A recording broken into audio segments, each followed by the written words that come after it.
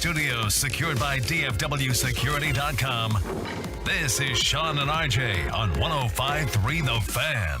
Good morning, Metroplex. This is the Monday edition of Sean and RJ on DFW Sports Station. Live as always here, the Monday before we take off for Super Bowl coverage in Arizona with the entire crew. I'm Sean Sharif alongside RJ Choppy. We got Peyton and Ryan in the back.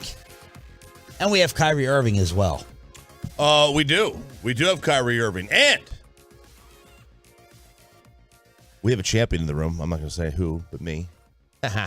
Fan ball. Yes, we do have Kyrie Irving. That's what you wanted to talk about? I mean, that's the biggest story in sports right now. That's what everyone's talking about. I got more Twitter reaction over that than anything else. That's what happened, baby. That's what happens when you just dominate on a weekend. But it was quite the stunner yesterday, I have to say. Quite the stunner. I did not expect that to happen so soon. I thought we were going to drag this thing out till Thursday. So I felt a rush. I felt an excitement that I don't know that I've felt in 12 years here. I was trying to think of, I know Bassig is doing a poll question amongst the station, who's the craziest player in the history of DFW sports. I was trying to be a little bit more positive as a text message war almost broke out between Mike and myself yesterday. We'll see if it happens in crosstalk. When's the last time we've had an established star? Not Micah when he was drafted, not Luka when he was drafted. Someone that's an established star come to the Metroplex. That's what I was trying to think of. And I was on the couch and I'm sitting there and Netflixing with the wife and Final Family Time. And bam, the news breaks. You guys are sending it to me as well. And I felt a rush of excitement and energy. Like they say when you get like those IVs the night after. You had one? I have not. Yeah. Haven't either. May need one this week. But you get that IV after the long night out and you just feel refreshed and rejuvenated and re-energized. That is how I felt when this news broke. I am freaking pumped to see how this works out. I am fascinated to see how it does, man. I mean, the amount of texts you get yesterday and can you come on the radio? Can you come on this show? No. It was pretty remarkable. Like, thanks to Sophia, NBC5, by the way. Oh, yes. Yep. Yes. So how came out to the house, had to scramble. Did you keep the toys out of the shot? I did keep the toys out of the shot. The wife was not home. I'm like, I'm just letting you know, NBC's coming over. What? Oh, my gosh. Clean the toilets. Make sure everything is fine. Make sure you sit there and Windex. I said, I'm just going to get the toys out of the shot. That's it. I might get out the dust vac. I might get out the vacuum cleaner. You can definitely fake a clean house very easily. Oh, yeah. Very easily you can fake a clean house. But, this is fun. It is fun. It's exciting because, the Mavs are a team that they have fans, but they're not diehards necessarily. They're not watching every single game. Easy, Josh Hamilton. I know, right? It's not a basketball town. But it's not. I mean, the Mavs TV ratings are not very good. They're just not. Look, it's a boring team. It was a boring team. Yeah. Let's just flat out be honest about it.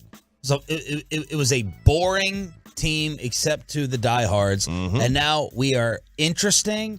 We will be must-see television. And we're not going to be the number one story today in the sports world besides the Super Bowl. The Dallas Mavericks throughout the remainder of the year are going to be a must-follow event, and that just was not the case. This team's unwatchable when Luka's not playing.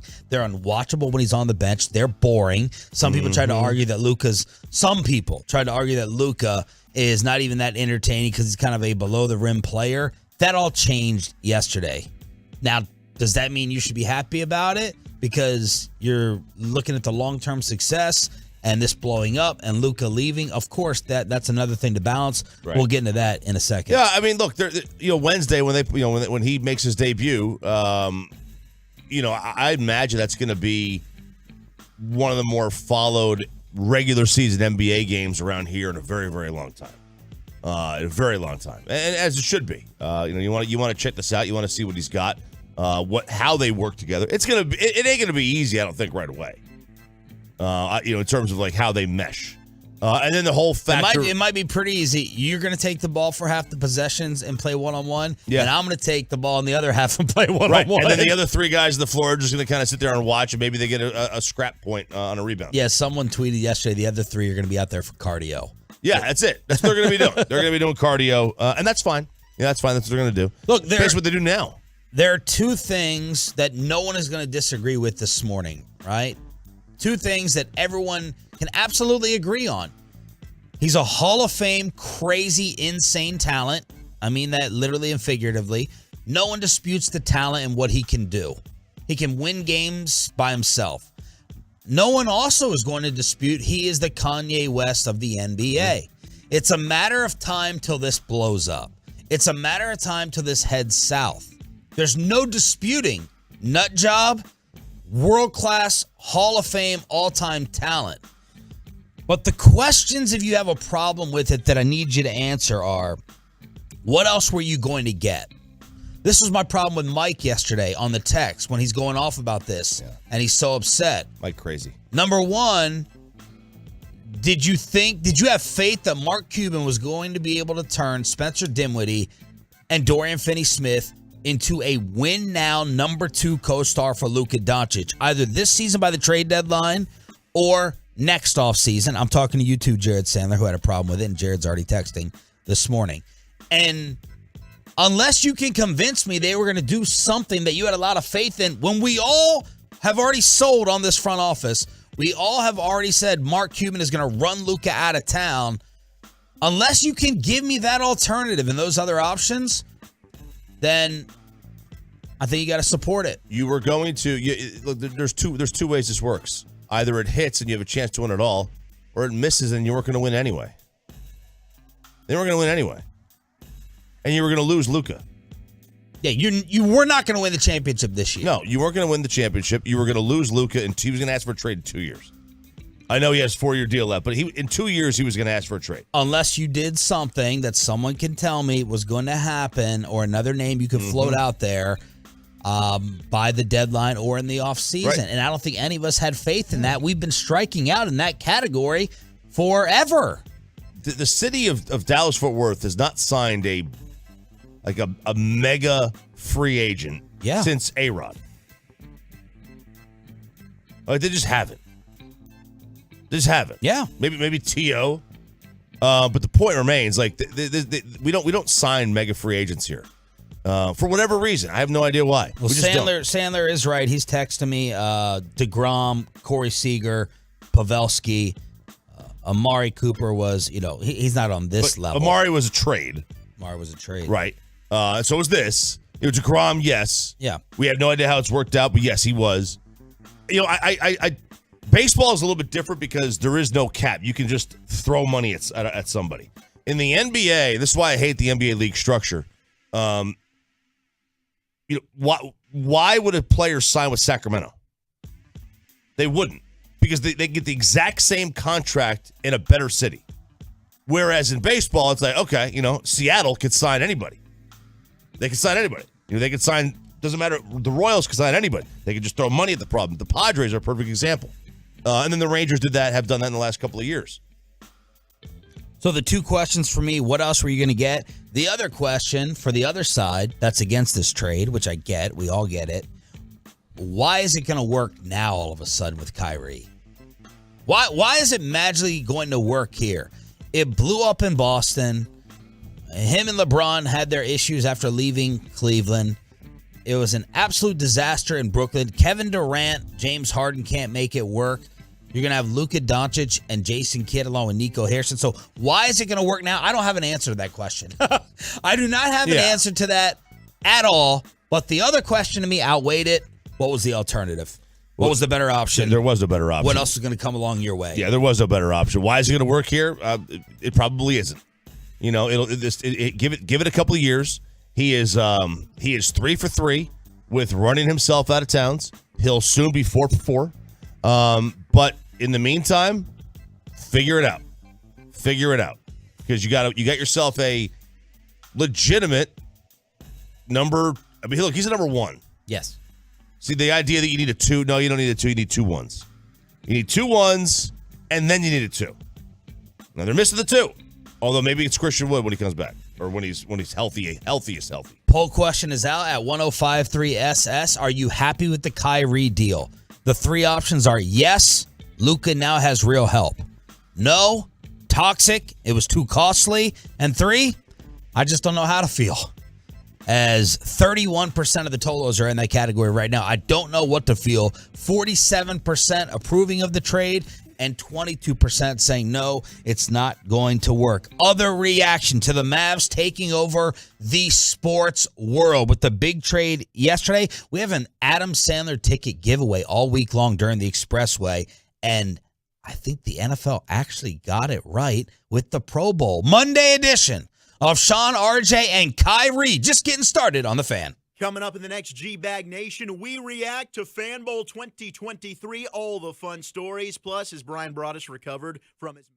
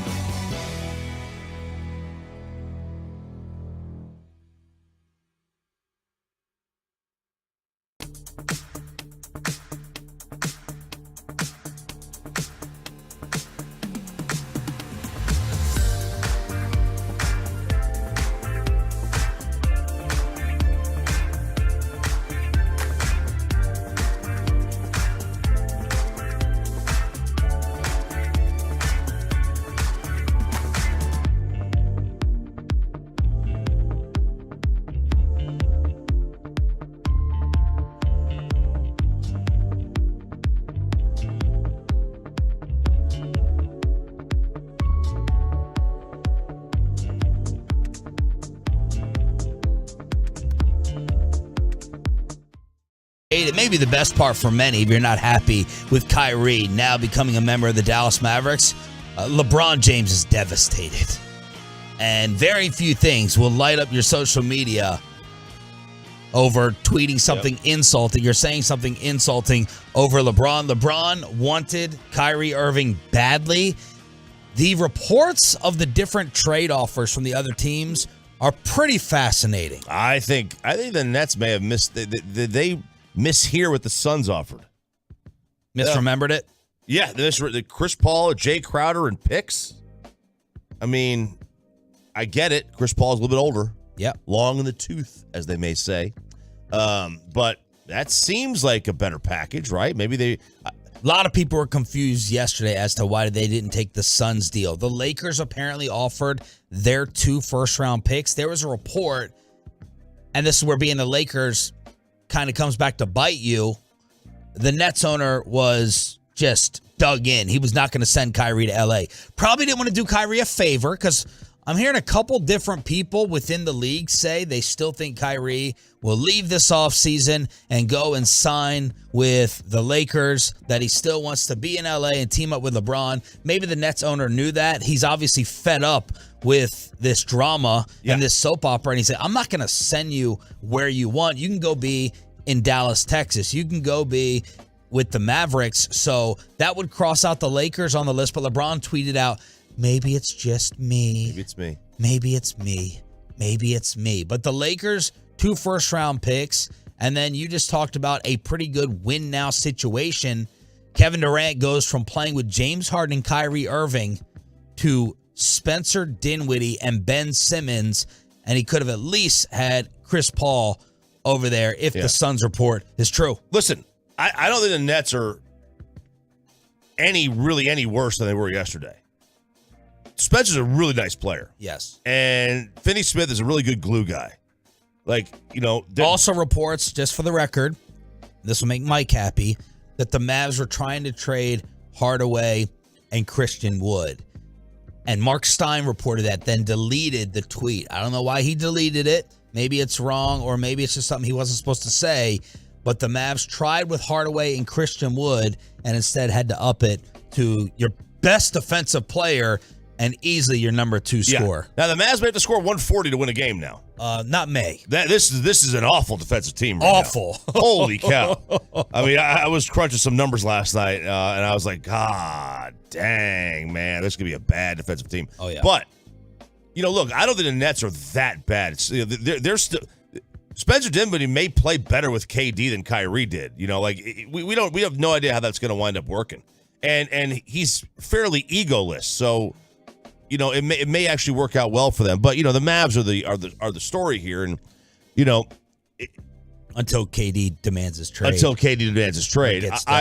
LeBron channeling his inner Taylor Swift there with "It's me, hi, I'm the problem, it's me." Like maybe that's what he was thinking. He is. Maybe he is the problem. He's not the problem. They did not want to give Kyrie what he wanted. It's that simple. Joseph Tsai is sick and tired of it, man. Yep. He didn't want to deal with it anymore, and I get it. Yep. Like, this guy is a lunatic sometimes. But what else were you going to do? Zach LaVine? You talking about for the Mavs? Yeah. Like, what else are you going to do? Like, I don't understand, like, Basic's take that it's just, okay, maybe he torpedoes it. Who cares? You're going to win anyway. It's like, I never took this advice because I'm too chicken. And you also can't throw out your garbage. Like, every sports city does this, but I feel like, especially with the Mavericks, we overrate the talent. Like, you just can't throw out Tim Hardaway, Davis Bertans, and Christian Wood and get yourself Kyrie Irving. Like, you got to give up a little something. Yeah, they did, though. They threw out a couple pieces of scraps and got Kyrie Irving. They gave up Dinwiddie instead of Hardaway, which is a huge difference. It is a huge difference, but and some people are disappointed the Mavs weren't able to throw in an extra bad contract to get rid of. But look, this is what made Kyrie's value so impossible to figure out. Yeah, they're getting rid of a problem, but they're getting rid of a Hall of Fame problem who maybe, if right, till June can get you in the finals or win you the finals. Yeah, I mean, look, you're a viable title contender. I think Vegas undershot their odds a little bit too much. They went to from 19-1 to 14-1 at some books. I think they should play more in the 10 or 11-1 range. But there is a question about how this is going to fit. There's a big question about that. And what is Kyrie's motivation for making it work? Okay, well, contract, his next deal. Yep. I mean, let's be fair. I really don't think he's going to be here next year. I think he's going to try to find a way to sign somewhere else. I don't believe it was Kyrie's dream to wake up and play for the Dallas Mavericks. It also really makes him look like a loser that he was willing to leave that situation and come here or go anywhere else. he was offended that they wouldn't sign him up for a max deal. They just asked him to shut up and stay quiet for a few more months. That's all he had to do. That's why Stephen A. Smith called it idiotic. All he had to do was shut his mouth. Everything about him screams loser, cancer, poison, toxic. But these are the chances that talent, supreme talent, Hall of Fame, one-of-a-kind talent will get you. It's frustrating that the NBA is like this, but it is a players' league. And Kyrie, was able to force his way and do what he wants. I hate the idea that, it's very kind of the way the world is now. If you don't like something, you don't fight through it. You just stop doing it. It's the way it is now, right? Nobody fights through problems anymore. They just stop. They just say, I'm done. I'm leaving. You think the Mavs should have demanded that a 2-year extension got done before finalizing? Yeah. I would have preferred that. I would have preferred the 4. The hell. Ooh. I mean, look, I like to stick with the 2. Luke is out of here in 2 years if this doesn't work anyway. He's going to demand a trade in 2 years. I know he's got 4 years left on his deal with a player option, but in 2 years, by the end of 2024 or trade deadline 2025, right? So like end of this way, he's going to demand a trade if this doesn't work anyway. So figure out a way to make it work. 877-881-1053 to hit us up all day long. We're going to be taking a ton of calls. We have an Adam Sandler ticket giveaway here on Sean and RJ. Meanwhile, I'm giving some nice reviews to the latest edition of the Pro Bowl. Oh, Stephon Diggs throws a pick to his brother. Javon Diggs going to hold that over his brother's head for the rest of his life. No doubt. That was the call yesterday on ABC.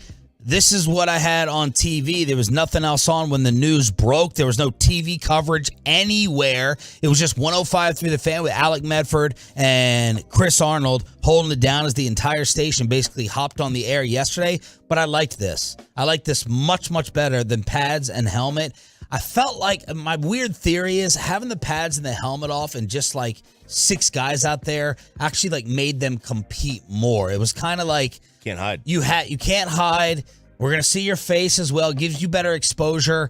And it felt like guys were into it and they were playing hard. It wasn't 60-56. It was like 12-12. I really liked the game that they put out yesterday. I love Peyton Manning on the headset, as competitive and ticked off as he got. Yes, he did. And I really like this. Thumbs up to the NFL. Thumbs up. I thought it was great. And we got this is the future of the league. The future of the league? Yeah. The future of the Pro Bowl. No, the future. Eventually, they will go to a flag football league.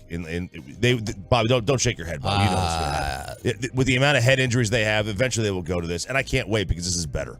I All right, love stop. it. Let's get you back to Kyrie. No, because my kids play flag football. This is what the youth of America's playing. It's so much better than the real game because I love the skill positions. They really shine more in this. They shine more in this than they do in the regular game. I am all in. I can't wait for the rest of the NFL to go to this. All right, well, you're going to be waiting a long time. It'll be after we're dead. It'll be after we're dead, but eventually this is it. The head injuries, I believe, I have to get numbers, but it felt like the head injuries went away until like the DeMar Hamlin Tua stuff this year. I'll have to look at it, but I'll have to look at it. All right, let's get back to the number one story in all of sports. Bobby Belt in studio. We're supporting it.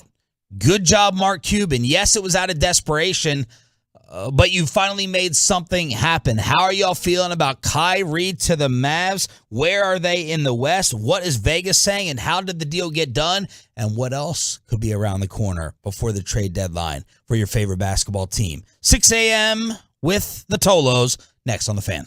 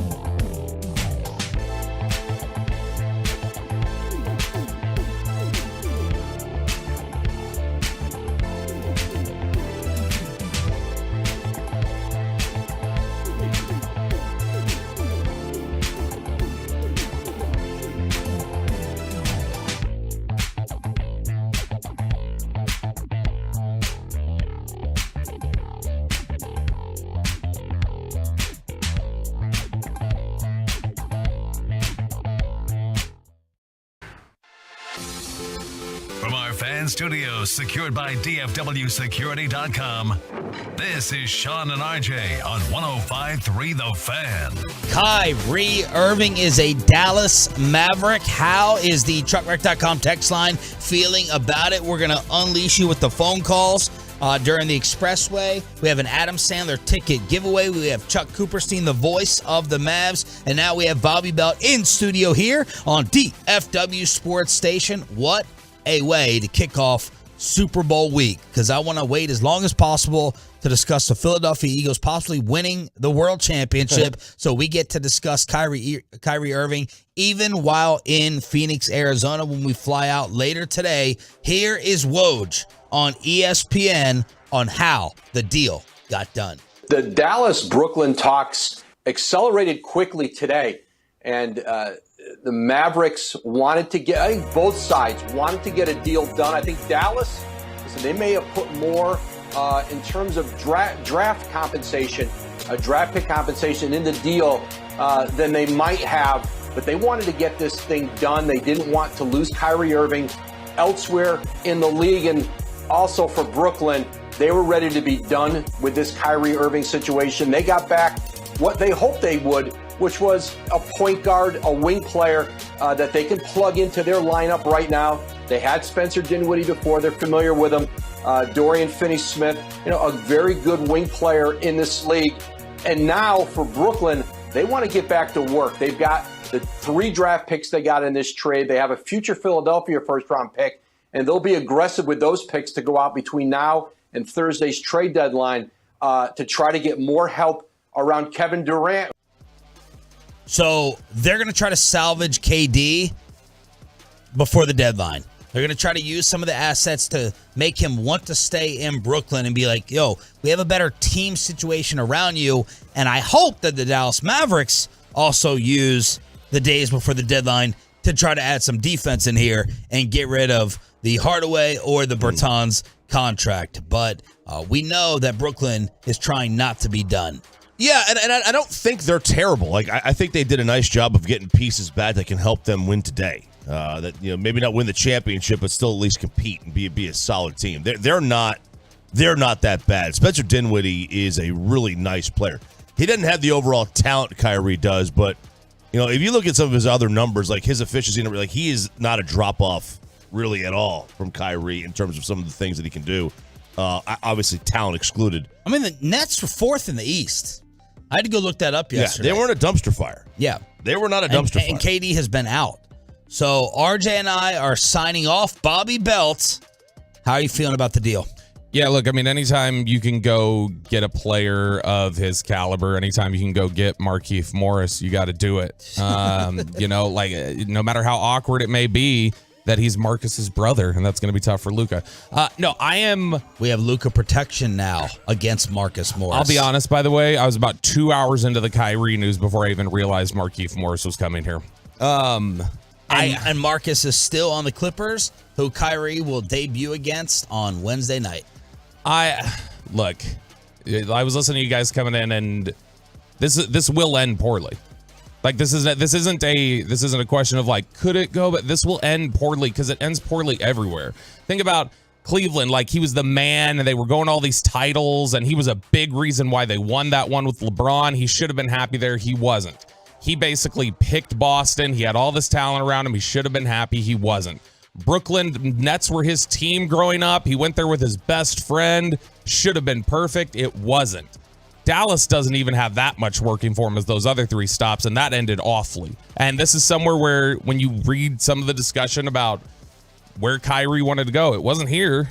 It wasn't like he was against here, but he wanted to go to the Lakers. Yeah, I mean, he didn't wake up and say, man, 8 years old, I can't wait to go play for the Mavericks. Right. But, I mean, he wanted to go to the Lakers. And, so this will, in all likelihood, it's going to end poorly. You just go, how much time do we have? Mm-hmm. How much time do we have before... Like, what's the prognosis? It's terminal, but what's the prognosis here? How long do I have until it goes sideways? Yeah. How long do I have to live? During that time, you go, wee, it's fun.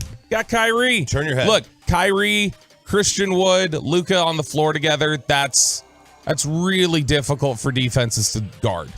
Like in terms of just what, Luka drives, what, you going to collapse on Luka and then you get a kick out and Kyrie can spot up, or then Kyrie can drive, break down the whole defense, kick out to Christian Wood, who can create his own shot. If Christian Wood is still here. He should be. But we know better. You got to play defense too. You will score 150 points with those players, and you will give up 151. They're going to need to. It's gonna be tough on defense. They gave up Dorian Finney-Smith, one of their best defenders. And they don't disrespect Maxi Kleba like that. Gave up Dorian Finney-Smith, and now you're bringing in Kyrie. So I mean, that net loss on defense is huge. They already were not a great defensive team. So I get it though. You've got to make some sort of signal to Luka that we're serious. Yep. We want to help you, and we want to make this work. And as people have pointed out, he's got the relationship with Nico. He's apparently got a ton of respect for Jason Kidd. I'm just saying, he's got a ton of respect for Jason Kidd. None of that means anything. It doesn't mean anything, but I'm just saying it's at least you've got those positives in place to try and build from. Yeah. Kyrie's 149th in defensive plus minus. Yeah. Now Luka's very high. I was stunned at how high Luka's Luka become a much better defender this year. I was very, very surprised on that one, but man, Kyrie's is not a defensive player. This is not a defensive team. Like you said, they're going to have to score 140. They're going to give up 140 every night. They were not going to win the championship this year, period, with the team that they had. Luka was getting frustrated. Cuban was getting destroyed. Artwork was getting washed away in DFW. So what else were you going to do? Were you going to work something out for DeMar DeRozan? Were you going to work something out for Pascal Siakam? This was the gamble that Cuban had to weigh. Do we say no to the imminent problem, the eventual problem, and the ugly ending? Do we say no and count on making something else take place that will keep and make Luka happy? Or do we get him now, pray for 2 years, and hope for the best? Those are your options. And those are your options. You can't have it both ways. You can't think that Mark Cuban is trash and should sell and wasn't going to be able to do anything or add and be upset with this too. You can't have it both ways. Either you had some faith that the front office, this is going to be my argument with Bassick, who's already up texting. Mike, you convinced all of us that Mark Cuban was too cheap to add and that they weren't going to do anything and Luka Doncic was going to be wearing another jersey. So if you believe they were incapable or weren't going to do anything, then you can't kill this that much and be unhappy with this as well. You can't have it both ways. If you don't believe in Cuban in the front office, which I would choose to believe that they wouldn't have done something else good enough to win big and keep him here. I agree. I mean, what else are they going to do? Because it's also very, very important to look at. There are people throughout the league that think that the Mavericks ripped off the Nets. Okay? We're still talking about Dorian Finney-Smith and Spencer Dinwiddie. All right? We are going to overrate them a little bit more here in the Metroplex. Why were you able to get Kyrie Irving? Because the Nets needed win-now players. So compare that to other teams who aren't in a win-now situation, right? Does a blow-up team want Dorian Finney-Smith and Spencer Dinwiddie? No. They'd rather have Picks. Davis Bertans expiring contracts. They want. So you benefited from the Nets needing to win now and keep Durant happy, and that's why you were able to give away a couple of overall, Q rating-wise, spares. Spencer Dinwiddie, I totally agree with you. He's a nice player. But you still gave up Spencer Dinwiddie and Dorian Finney-Smith for Kyrie Irving, which on the surface, on paper, looks like a ripoff. It does. And I don't think you were going to be able to get that heavyweight ammunition back to a team that didn't need Dorian Finney-Smith to come in and play defense right now, or Spencer Dinwiddie to support Kevin Durant. Yeah, you weren't going to send him to a team that was trying to rebuild. They wouldn't have wanted that. They also tried, apparently, according to Mark Stein, to deal Hardaway and Christian Wood, and the Nets said no. Yeah, I mean, look, you were going to have to give up to players that are rotational, starters or rotational guys anyway. A Jay Crowder type. Yeah. I mean, Jay Crowder's a win-now guy. Perfect example. Win-now guy. A team that's rebuilding wouldn't care to have Jay Crowder. They want picks, or they want contracts that expire. Besides the Nets owner not wanting to send Kyrie to LA and do him a favor, they had no reason to add Russell Westbrook. Russell Westbrook is for a team like the Indiana Pacers. Russell Westbrook is for a team that wants the money off the books, right? That was the Nets' motivation. Win now, guys. And the Mavs were able to take advantage of that. Russ isn't a win now anything right at this point in his career. He's not a win anything. But, look, you had to do something. If you didn't do anything, what was going to happen is you were going to lose Luka Doncic. Every move the Mavs make or have made needs to be with that in mind, that in maybe not even 2 years, he was going to say, Mark, it's been real, move me. He wasn't going to wait for the rest of his contract to play out. Yep. He didn't have to. He was going to get moved, and then when the Supermax is available to him, he was going to get it. And he was clearly irritated, right? Somehow that story got leaked to Tim McMahon. We're all trying to judge Luka's body language at the AAC when it comes to not high-fiving Mark Cuban. The reports say that Luka wanted this. Luka signed off on this. It's always dangerous to trust a superstar in talent evaluation. It's always dangerous to trust a guy as a member of your front office. But maybe a little win here will be appeasing him, and Mark Cuban showing if the right situation comes up, I'll move the mountains to get you help. Yeah, and look, I mean, if this doesn't work out, you've moved off of Dorian Finney-Smith and Spencer Dinwiddie's contracts. This is an expiring contract. You're damn near max money to be able to spend this offseason. If this does, and maybe that's one of the pitches. Is if Kyrie doesn't extend, they're in a near max situation. Right, and so maybe that's one of the ways they pitch it to Luka as well, is say, hey, look, this is what we're going to do to try to help you win now. This will be a nice experiment for us. We'll try to sell him on here. He'll have to sell us on him being the right guy. And if it's not, now we have money to go play with. And I know you love Dodo. I know Spencer's played well with you, but now we got something to go. My question now is going to be, is Kyrie going to be okay with Mark Cuban? And how? So back in early November, when all the Kyrie Kanye stuff was, or I mean, it was Kanye at the same time too. But the Kyrie anti-Semitic stuff was going off. Here were Mark Cuban's quotes about Kyrie at the time.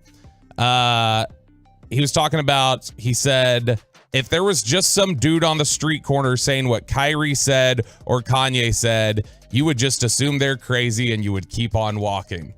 And in that same vein, the week before, Mark loves talking about the streets. Yeah, he does. Seeing someone and walking. Yeah, Mark, noted streetwalker Mark Cuban.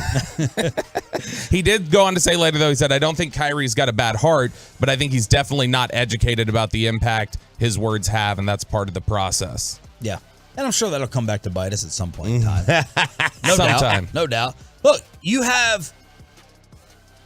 have a couple sticks of dynamite. It's probably eventually going to Jason Pierre-Paul you, but you do have some firepower now. They were lacking firepower. They had no volatility. They had nothing to make them a true champion. It's true. Like forget about just the interest. They had no firepower, no dynamite, nothing. It's going to blow up at some point. What can happen in a year and a half, maybe max 2 years, maybe. A lot. A lot can happen in that time. You could have this thing be blown up in your face. You could have this thing be long gone. We could in 2 years. We could end up saying that Mark Cuban mortgaged Luka Doncic on Kyrie Irving.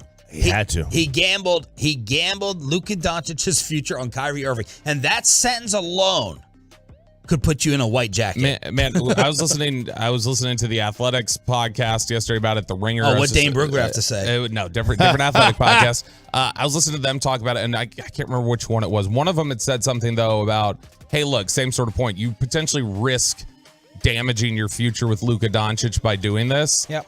And they said, I think it's way too early to start talking about Luka's future and to concern yourself with that. Nobody in Dallas feels that way. It feels over the last several months like there's a growing tension of, you guys better fix this. You guys better get me something. Yes. And at least showing a willingness to do it. Absolutely. I think is part of the olive branch here of, hey, look, we'll at least do it. If it doesn't work out, we'll come up with other plans. But, like, man, we're committed to getting you the best possible talent around you. Man, totally agree. I don't agree at all with the phrase that they're mortgaging the future on Kyrie. They if they didn't get him, they were mortgaging the future. This is it. They had to do it. There is, to me, in my opinion, like, if they didn't do nothing, that was far more risky than doing this. They're betting on the known or the unknown. It's the unknown versus the unknown. They have an unknown, but the other unknown was we may not get anybody. Right. We may not get anything. How this could end up making Luka Doncic look really, really bad to the rest of the NBA. This is a real chance to make Luka look bad. And what Vegas thinks about the Mavericks as a true championship contender now, Sean, RJ, and Bobby right here on The Fan. But let me get you.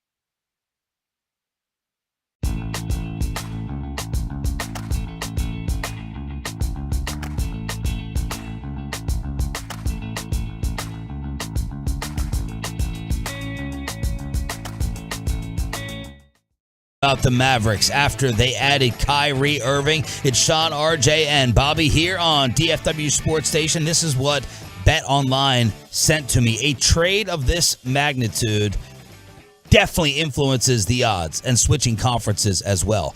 The Mavericks went from 33-1 to win the title and 8th in the West to 10-1 to win the championship and 2nd in the West. This is my argument with Jared yesterday. Sandler's like, oh, no, I don't like it. I said, you're a betting guy. I said, this year, sports gun to the head, would you lay down $1,000 on the Mavs with Kyrie to win it or the team 24 hours ago? Oh, well, neither. I said, no. Don't take the easy way out now because I got you. Which one would you bet on to win the championship? I know the other team. This is why I didn't want the Lakers to get him. I know the Lakers can't win the championship as presently constructed. Mm-hmm. If they get Kyrie, there's a wild card in there to the positive. Like, I don't know what you could be. I know you can't win it now. I know the Mavericks couldn't win it with the team they had on Saturday. So I think you have to lay down money. And Vegas is proving right now that the Mavs with Kyrie is a more dangerous threat. They just are. It's just really not an argument. Sandler doesn't like this, but he likes Mr. Dozen starts a year. Who? DeGrom. At $40 million a year. Calm down. Yeah. Oh man. I mean, Who plays more? Who plays more games over the next 3 years? But here are the NBA championship odds as of this morning. The Celtics are the favorite. That's the other thing in this. Like, we can get that good, man. Floor is yours. Well, I mean, I was talking to Chris Harley yesterday, Sean. Wow. And we were just talking, like, they're the best. They have the best record, but they're not like some juggernaut team that can't be beat. You know what I mean? Like, they're a good team. Okay. Like the two teams in the East are, in my opinion, prohibitive favorites. Oh, whoever is going to the West right now. I'm not saying they're getting slaughtered, but even if this works and we get to the West Finals again or the NBA Finals, they're an all-around good basketball team, very good team. They just don't scare me. They don't scare me. They don't have that. Well, Tatum. They have one guy. They have one superstar. They don't scare me. Not like. Another team, Milwaukee scares me more because of the Giannis factor. Even though Tatum's fantastic. What do you mean they have one star? They have Jaylen. Like, Jaylen Brown's a star. You have a bad. Sean and I have a much higher threshold on stars. I mean, he's not a he's not a star. The threshold of like rock star, superstar. But in terms of like, well, okay, like are we he's talking a fantastic player. Yep. Like, he's a two. I'd kill. He's a legit true too. Yeah, he's averaging 27 points a game, playing second fiddle. Yeah, he's playing really efficient basketball. He's like a 1B, not like a star name, but star production, no doubt. How about that? Can we compromise?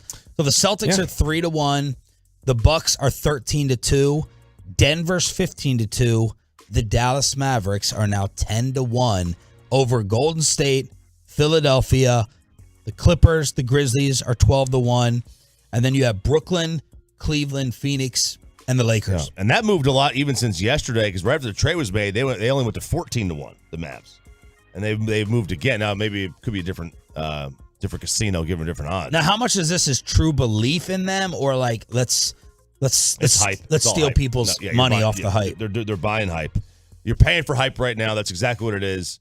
They can't make an accurate judgment on the odds because they haven't seen it work. Don't they have to don't they have to protect themselves though? Because we saw Luka and some guys get carried to the West Finals last year. And so if they go Luka, okay, plus Kyrie, who's this unknown of how locked in. So like at the very least, it's, I don't know how much it's trying to get people's money as much as it is like we got to cover ourselves, because if we get a bunch of bets laid down now that Kyrie's here and we don't really adjust, we might lose money. Right. They have to protect themselves for sure. They want to get enough bets on both sides. They want to make the odds where it's not too popping out there, eye-popping. But also, they want to be able to steal some money. And, rule number one, fade the hype.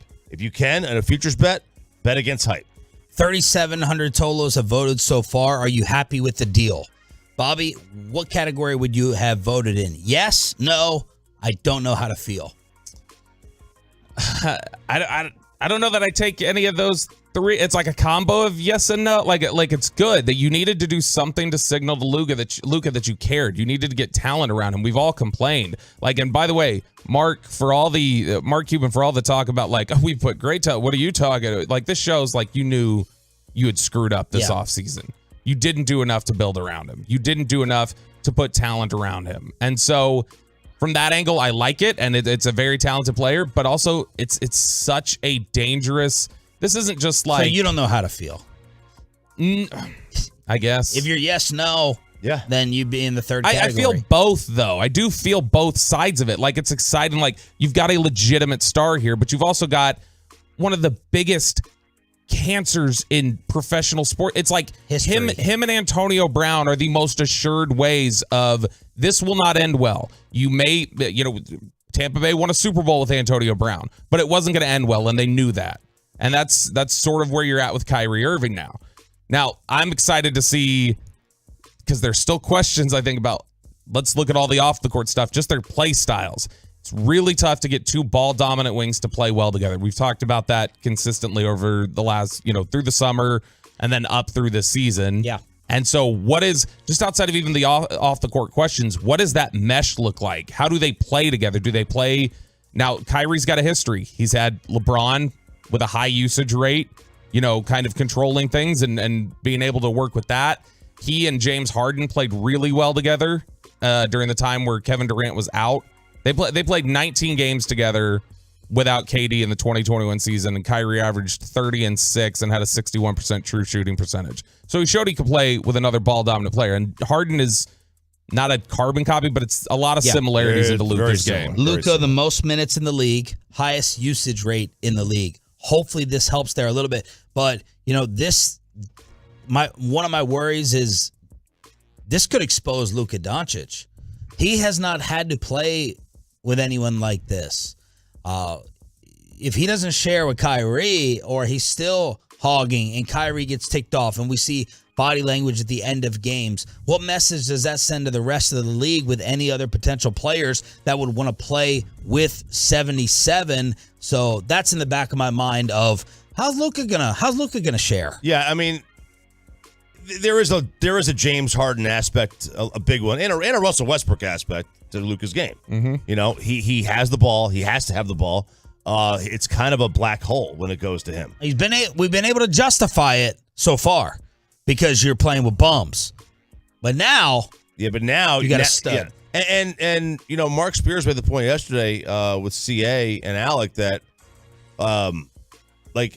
he's never, Luka's now playing with a guy who's accomplished a lot more than he has in the NBA, or more than he has. That he can't just sit there and, look down on Kyrie as a basketball player. He has to have a little bit of respect for Kyrie's game. Sure. And that may help him out. It may help him out. But, to answer the question you posed to Bobby, which one was I? Yes, I'm on a yes. And I'm on a yes. You have to do it. And which one, if you had to gamble, has a better chance of winning the title? Today or Saturday's team? Oh, today.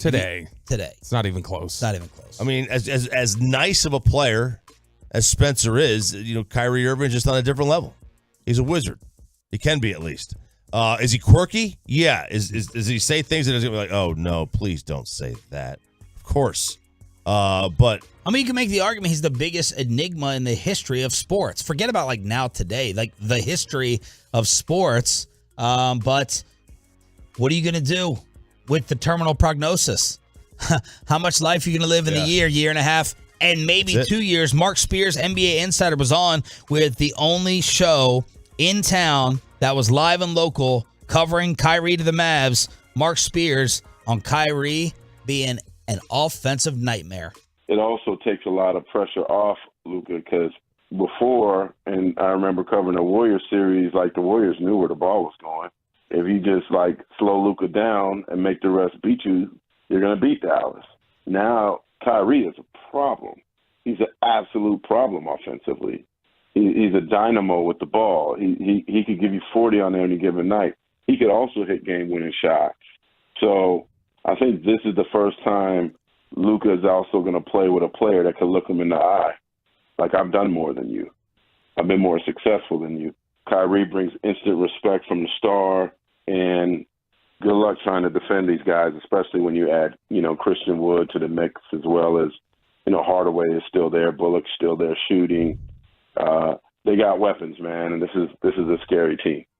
Now, look, this is also bringing up a lot of Brunson bitterness.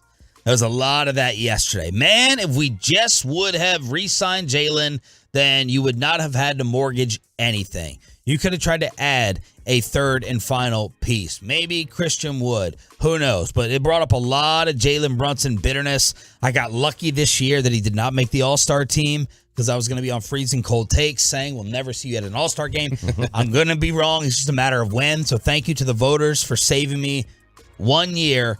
But here's Mark Spears. The Mavs finally able to replace Jalen. I mean, I don't know if there's anything more they need to do. If anything, they got to, figure out how to get those two guys on the same page. And so, it's certainly understanding and expected to hear responses like, well, there's only one basketball, right? How are they going to make it work with only one basketball? Well, you don't make this deal unless Luka is okay with it, one. Two, perhaps over these last couple months, when you see what the team missed without Jalen Brunson, you start thinking to yourself, man, one, he shouldn't have left. Yeah. But two, we need something like that. And they got somebody, with all due respect to Jalen Brunson, who's better, arguably the best point guard in the league. So there's Mark Spears. How do you make it work? That should not stop you from making a deal. You get the most talented players you could possibly find around. It's kids' job to figure out how to make this thing work. In the half court, it's going to be more difficult. In the transition, it's easy. Find the open man on the outlet and go. And both guys can control the point. They can control the game with the basketball. When you get in the half court, it's going to be, this is slow offense to begin with. Yeah. And there's going to be some stop-down moments, especially early on. They're talented enough to figure it out. It's just, I don't care about the offense. I'm not worried about that. They're going to score 140 a game, man. How are they going to stop anybody? They still want to deal Christian Wood because of the defensive end and some professionalism issues. I heard Tim McMahon, who I don't know whether I paid for his podcast yesterday on accident or not, but Tim McMahon was saying they're still not in love with Christian Wood at all. Okay, so you have three guys out there who are thought to be absolute Swiss cheese. You lose by far your best perimeter defender. You got to wait. A lot of pressure on Maxey coming back defensively, unless they can add some defensive help and some role guys before the deadline. That is what I'm hoping for. The offense will be fine. How the hell are you going to stop anybody? That's true. Now, I will say one thing, and I was surprised to see this. Kyrie has more defensive win shares this year than Finney Smith. That surprised me. Yeah. It surprised me a lot. Now, maybe Dorian has taken a step back, and people are usually late to see the fall off, but now maybe that happened. Who knows? Yeah, if you're going to trade Christian Wood, I know you need to improve on defense, and you go, Christian Wood's a bad defender, so that'll improve us if we get rid of him and add somebody who's stronger. Well, at that point, you're also going to need to fix your rebounding, though. Whoever you bring in here is also going to have to rebound because you can't if Christian Wood's gone. You have nobody other than Luka. Yep. That's it. The Warriors were punishing the Mavs, putting up season highs for damage done in the paint the other night when they won and Steph Curry got hurt. He's going to be out for multiple weeks, which should help the Mavs in the Western Conference seeding going up against the Warriors and others. The Mavs currently are 6th in the West, but this thing fluctuates day to day. They were 4th the other day. They're 2 games behind Sacramento for the number 3 spot. Now they have Kyrie Irving. They have taken over the headlines from the Dallas Cowboys, who made their offensive coordinator official over the weekend. Let's talk about that and an Adam Sandler ticket giveaway around the corner on The Fan.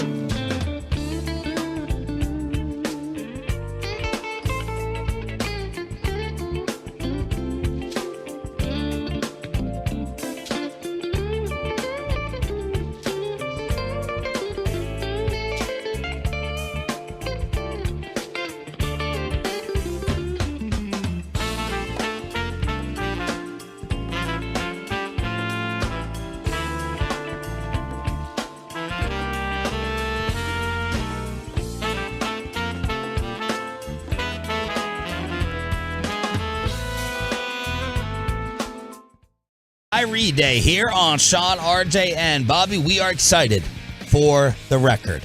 The Mavericks are interesting. They're compelling. They're now must-see TV.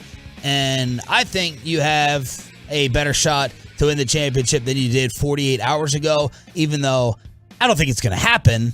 But now you're must-see TV. No doubt about it. And hopefully Luka Doncic is happy before they get on the floor. We will hook you up with Adam Sandler tickets that I already paid for like an idiot a few months ago. He is performing in the Metroplex. We're going to hook you up with that all week long during the Expressway right after headlines at 7 a.m. But on Saturday, as we were out at Fan Bowl, the Dallas Cowboys made their offensive coordinator official.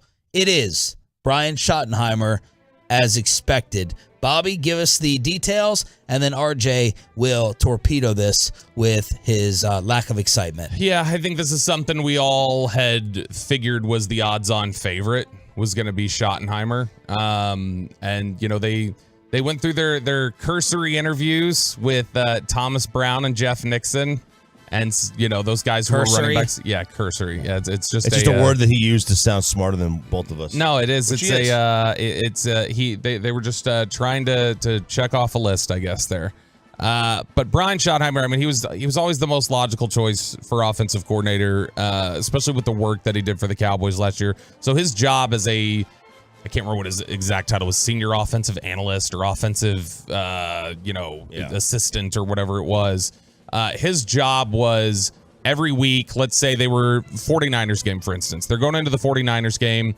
Dan Quinn's getting ready to prep for the week. Brian Schottenheimer would look at the 49ers personnel. He would look at the Cowboys personnel, and he would come up to Dan Quinn and say, Dan, if I was the offensive coordinator for the San Francisco 49ers, here is how I would use their personnel to attack you. Here's an entire game plan that I would create. And then he gives the game plan to Dan Quinn, and Dan Quinn, it's actually like a good role to have on your staff.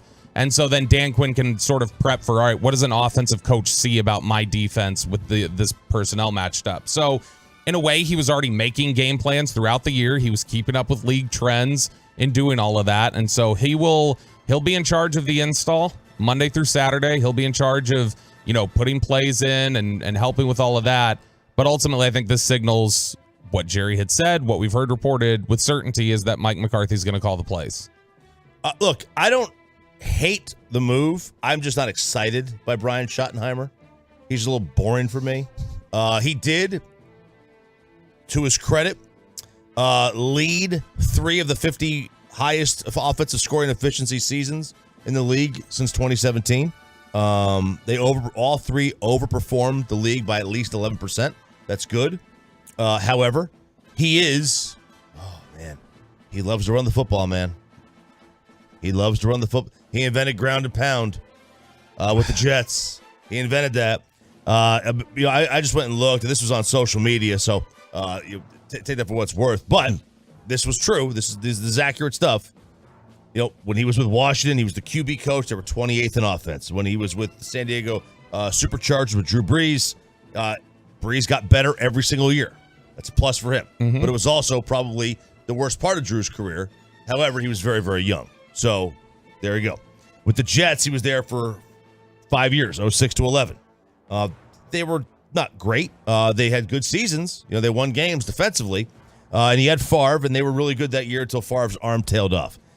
He had 3 years with the Rams. They never were in the top 20 of offense. Bad teams, though. Bad teams. He went to Georgia with Mark Richt, who lost his job that year. They were 85th in offense at Georgia.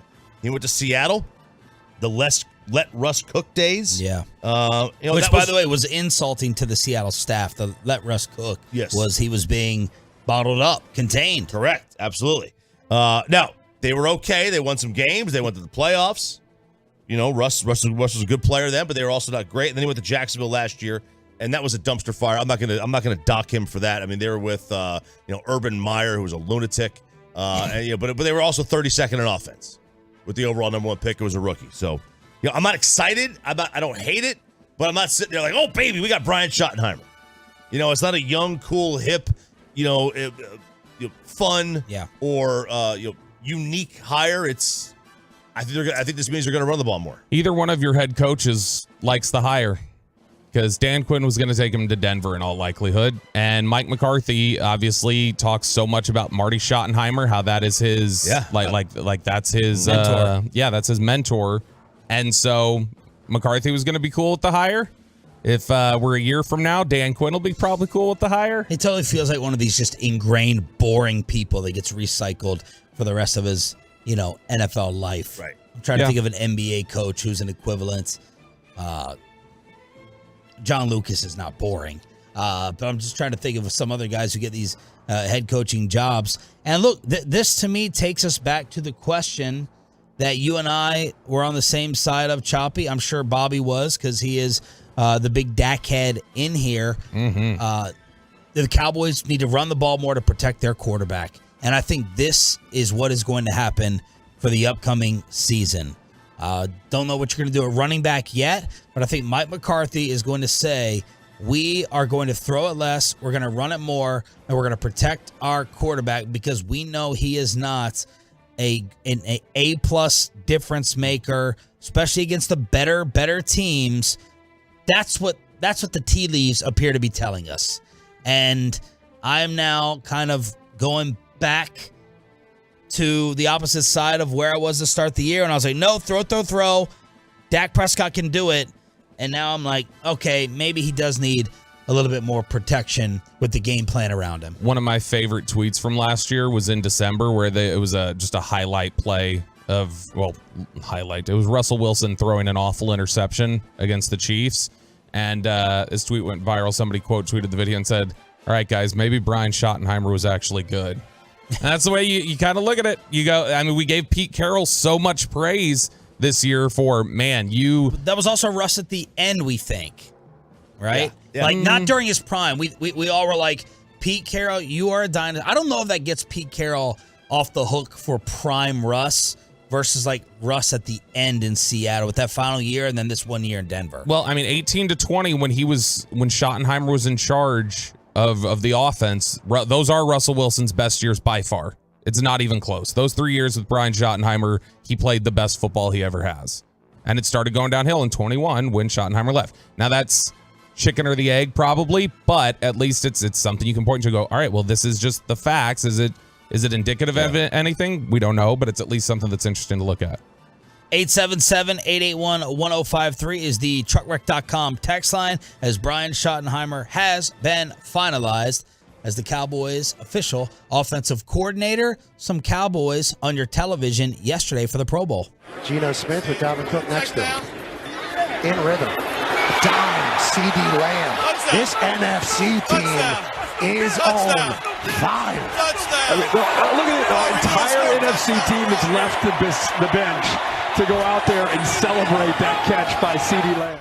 Pat McAfee with the boring Kirk Herbstreit on the call on ABC. Bobby, I know that you were too good to check out any of the previous festivities like the tug of war or tossing water balloons. Yep. Did you look at a second of the flag football yesterday? Yes, I think I looked at roughly 120 seconds. I think that's what totaled up to the highlights that were retweeted into my timeline.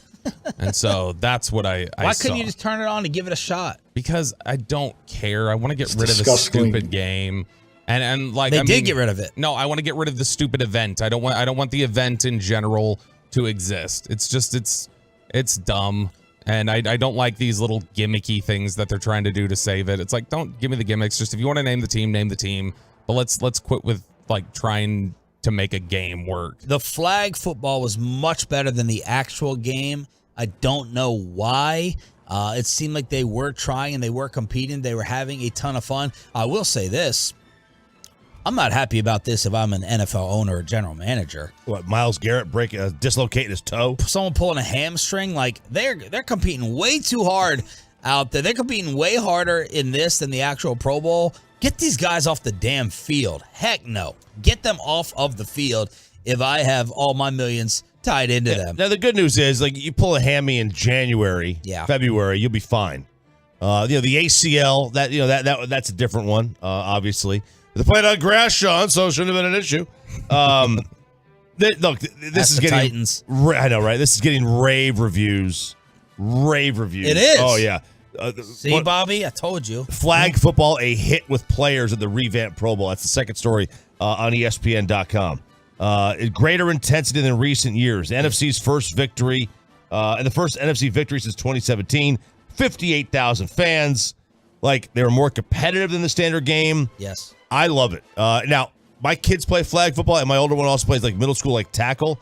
There is no doubt flag football is infinitely more entertaining than the tackle version for me. I love the skill positions. I love seeing these guys have space, room to move. I loved this. Now, it was a little bit Double Dare-y. Remember that show? Of course. Double Dare. Like, the whole weekend had a little Double Dare feel to it. But the kid, my kid was so into watching this.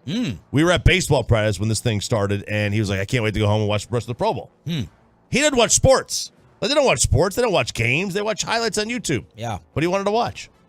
I mean, it's something that, look, flag football is naturally going to be really entertaining with athletes like that because there's not the, all right, 11 on 11, everybody's got to do their job, and if one person doesn't do their job, it's a total mistake. There's not the same strategy involved. I saw the highlight of Trevor Lawrence throwing the interception. When Micah was chasing him. I don't know who it was, if it was Herb Street or Pat or who, but who was trying to give the analysis of, and look, you see what a great call here. DeMarcus Ware taking Micah Parsons, sending him to go after, just scheming this up. It's like, yeah, shut up. Stop. Like, let's not pretend like he's scheming anything up. Right. It was fun, though. And they were competing. It wasn't a give up. All you got to do, just 75, 80%. NBA All-Star talking to you as well. If the NBA All-Star game could figure out a way to simulate this effort, maybe it could be somewhat watchable. Probably never going to happen, but that was good. Big improvement, big win, I think, for the National Football League. And it's also clear, like, this game was not targeted to 40, 50, 60-year-olds. This game was targeted to kids. The flag football was targeted to with the way some of the events were. It was not necessarily targeted to us. The target was the younger audience, and that's fine. And the players. And the players. The players had more fun with it. 877-881-1053 if y'all want to leave your review, if you even watched the Pro Bowl activities that concluded yesterday here on Sean, RJ, and Bobby. All right, what else could the Mavericks do in order to make you feel good about the other side of the basketball? We have NBA insiders with their takes on how Kyrie to the Mavs happened and what could be next. That is headlines plus an Adam Sandler ticket giveaway for you being a Tolo after this. But first, it is the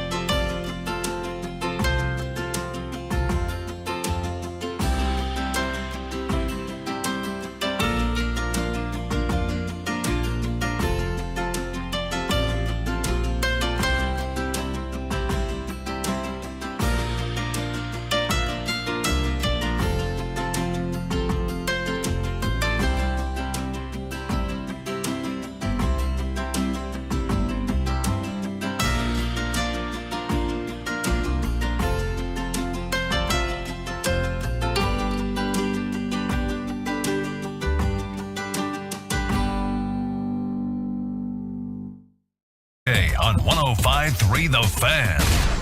Kyrie Irving has a new team, and he's coming to DFW. Good morning, Metroplex. Headlines on a Monday before we fly out to Phoenix after the show for our Super Bowl coverage, but it's going to be hard to take this out of our top headlines over the next few days. Kyrie is going to the Mavs for Dorian Finney-Smith, Spencer Dinwiddie, a 2029 first-round pick, and second-round picks to the Brooklyn Nets. So Kevin Durant is sitting there by himself right now as the Phoenix Suns are trying to sniff around. Every other team is going to be trying to convince KD, ask out again, calling Brooklyn. But right now we have the biggest problem child in sports.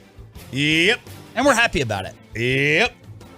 This is one of those, oftentimes when you head to the voting booth, you close your eyes and hope for the best. You hope for the best, right? That's just close your eyes and hope for the best. And that's what I'm doing here. I am closing my eyes and I am hoping for the best because he's a tremendous basketball player. Does he want to play? Does he care? He's going to do his own thing.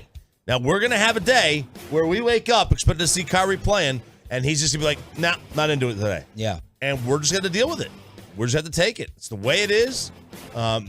you would hope that he would be more open to gutting it out like the old school would for his contract that's coming up. You would hope. We know better than that. Kyrie's approach is, I don't have to do that. Well, he's like Gen Z, and he's like, I don't have to do it, and I'm still going to get my money. Yeah, I don't have to do it. If I don't want to do something, I'm not going to do it. That's the way the world is today. Nobody fights through anything anymore. They want to do something or they don't want to do it, and if they don't want to do it, they don't do it. I quit. I'll find another job. That's it. Quiet quitting. And I'm a big fan of quiet quitting. Huge fan. So it's the way to go. Absolutely the way to go. No, that's a lie. But that's what Kyrie's going to do, and we're just going to have to sit here and deal with it because he is so talented, and it's this or another year of losing. Mm-hmm. So you have a choice. You either stick with what you had, knowing you're going to lose, or you take a chance on this, hoping you could win, also knowing it could blow up in your face. What's the difference? You're going to lose either way. You were going to lose if you stayed the course, and if it blows up in your face, you're going to lose. So who cares? So take the only route, literally the only route that could lead to a championship, which is getting Kyrie Irving. Mavs insider Tim McMahon on this being a move that Mark Cuban was desperate to make. Obviously, finding a legitimate co-star for Luka has been the organizational priority since his rookie year, which is why they went all in on Porzingis back then, a deal they still haven't fully paid off. And so it essentially came down to this. Hey, strike when the opportunity presents itself instead of what was probably plan A. Be patient, wait to strike this summer. But it's not like there was hey, if we wait until this summer, we're definitely going to get this guy or that guy. It was wait this summer for hopefullys, maybes, and frankly, the hopefullys and maybes that we've kicked around before that we could talk about again, they aren't as talented as Kyrie. So this is a clear case of a team desperate for a superstar talent to pair with their MVP candidate, going ahead and jumping on that opportunity and essentially saying, hey, we know the risks, especially with just a few months left on his contract. His talent justifies the risk. And then, plan B at this point, if this thing doesn't work out and it gets to summer and whether the Mavericks are like, dude, we can't go forward, or Kyrie says, you know what? I'm going somewhere, whatever, the Mavericks sort of say, hey, because they did get off some salary for next year, good players in Dorian Finney-Smith and Spencer Dinwiddie, but salary for next year, if this thing does not continue this summer with an extension or a new contract, the Mavericks will have sub-max, but they'll be positioned where they can get to max salary cap space. And I'm sure that's music to Mavericks fans' ears, considering how many times they've heard that before. I'm with you, Choppy. I agree with the approach. Do I think it's ultimately going to work? Probably not, but there's more possibility with this than what you were. Unless you're going to convince me of another deal that was going to happen now or in the off season, I support this approach. What else were you going to get? Did you have enough faith in the front office making a deal with a team in the league who were going to take on Bertans, Hardaway, Christian Wood, or Dorian Finney-Smith and Spencer Dinwiddie? That is not an attractive package of assets. It's not. And as I've been saying for the past 3 weeks, you are going to have to shop for expired meat. You're going to have to go in the store, and Kyrie Irving's expiration date is February 6th. So you better buy it right now. It's on sale, and you better eat it tonight. You may get a little food poisoning. You may get a little sickness, expiration, but this is the only thing you're going to be able to shop for if you wanted a nicer alternative. Expiration date's a little bit overrated, I think. I'm the king of expiration dates. Yeah. Now listen, is Kyrie a great basketball player? Yeah. Is he a little bit quirky that we're going to deal with? Absolutely. Not a little bit. Is he intellectually dishonest? Quirky is generous. Yeah. Is he intellectually dishonest? Yeah, probably is. He's Kanye. He's Kanye. He's Kanye with a basketball uniform on. Yep. And, are geniuses generally quirky? I think so. Steve Jobs wore the same damn outfit every day. That ain't normal, man. That ain't normal. Different, obviously they were new. They were clean. Clean sweatpants. It ain't geniuses generally have a different, disposition about, they're just different. And Kanye, Kyrie's just different. There will be moments where he's going to say something. He's going to have a tweet. He's going to do something where it's like, okay, now you got to answer for it. Like, and not just him, like Cuban's going to have to answer for it. J Kidd, Nico, Luka, they're all going to have to answer for it. And in those moments, it's not going to feel worth it. But they've got to see if this is a basketball fit, which is still a question, by the way. We're just all talking about the off the court stuff, but there are basketball fit questions here.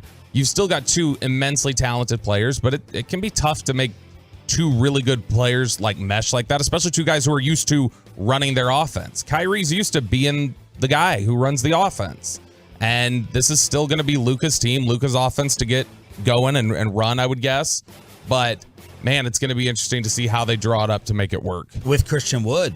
Yeah. Mm-hmm. Like, were we all initially happy that Christian Wood was not involved in this? You were like, phew, we kept some size, we have some rebounding, even though now you have a defensive nightmare on your hands as a team.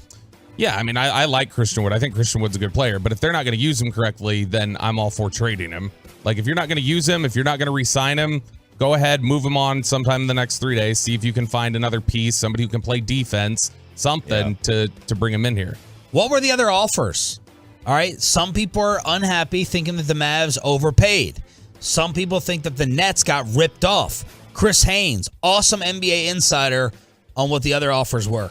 Over the last few days, the best offers they came coming in. There were a handful of very serious teams, the Dallas Mavericks, the Lakers, the Phoenix Suns, and ultimately the Dallas Mavericks. And the reason why the Mavericks were chosen because obviously picks were important. They got the first-round pick and those 2 second-round picks, but they also wanted to bring in players who can help right now and keep the team afloat because they still have championship aspirations. They feel like they still have a team that's capable of making a deep run. And what I can tell everybody as far as what other packages were out there, if you take the Lakers, they did, sources told me, they did include both of their first-round picks. I believe it's 27 and 29. They did include that in the package to get Kyrie. Nets turned that down. And the Phoenix Suns, and this may surprise folks, sources have told me that they proposed a package based around Chris Paul and Jay Crowder and some unspecified picks for Kyrie Irving. And a lot of people, when they heard that, were like, what? That's a better offer from Phoenix than what the Mavs gave. How about the headline? Will this become a headline today? The Suns tried to trade Chris Paul. Their all-world captain. Now, maybe Joseph Tsai didn't want to dip into luxury tax, which may have happened if he got Chris Paul, because he's got tons of money coming to him. Who knows how he wanted the contracts to be structured and all that stuff. There could be a lot of reasons why they said no, because on the surface, that looks like a much better offer. I don't know what the picks were.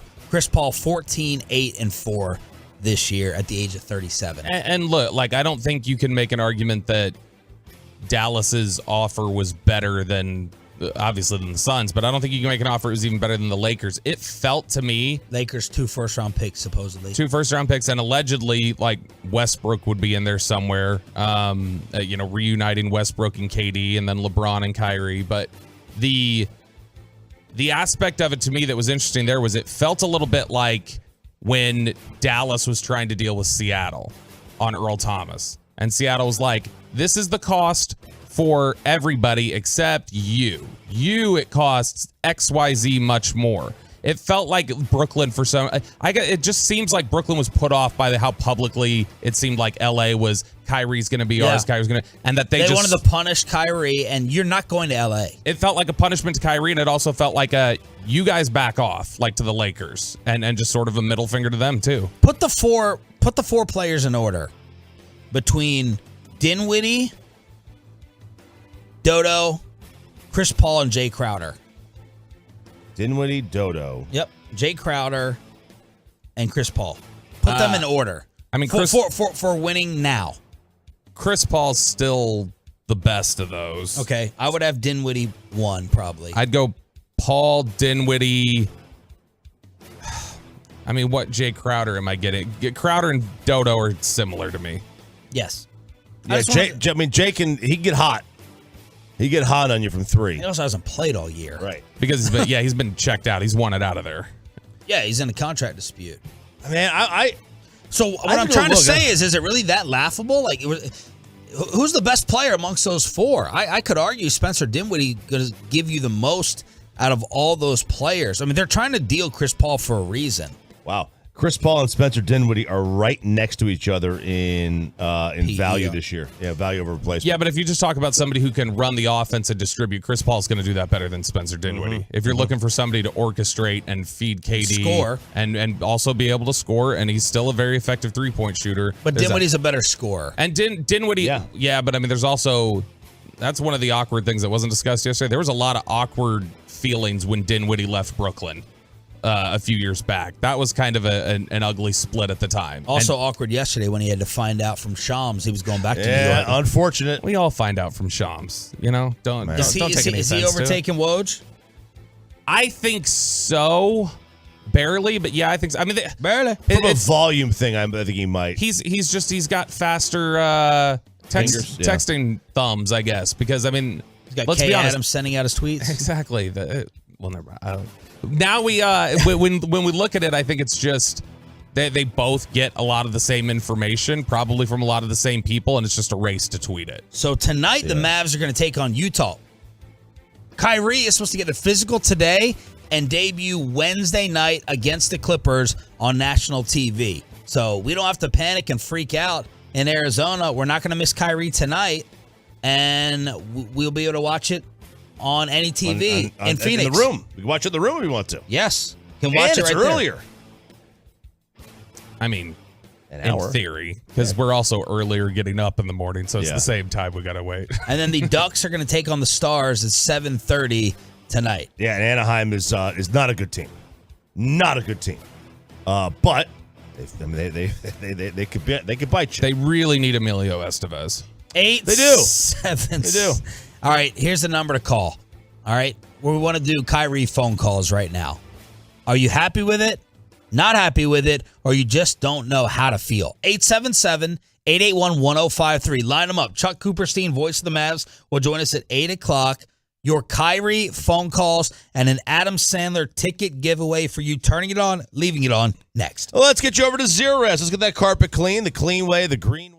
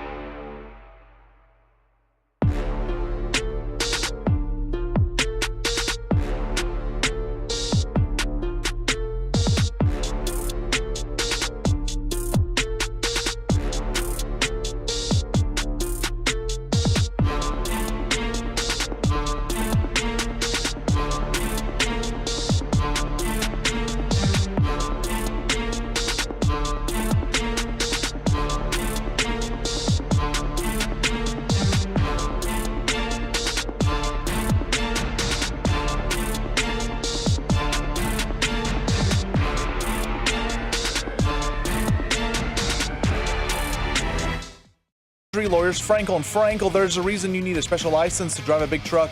So companies that hire drivers and put them in a big truck should be held accountable for what happens when one hurts you. Frankly, you need Frankel and Frankel. Visit truckwreck.com or call them 214-333-3333. All right, we're at 3750 in terms of the Tolo voting. Are you happy with the Kyrie deal? It's time for you on the phones. Chuck Cooperstein at 8 o'clock. We have an Adam Sandler ticket giveaway this hour, and then we will hear from the champion of Fanbowl 2023 coming up. Ugh. After that may have just given it away. Actually, two champions in here. I actually won more money than Choppy did, but Choppy has the belt. That's what the script dictated. Yes, no, don't know how to feel. Choppy and I have voted yes, we're happy with the trade. 47% of the Tolos signing off.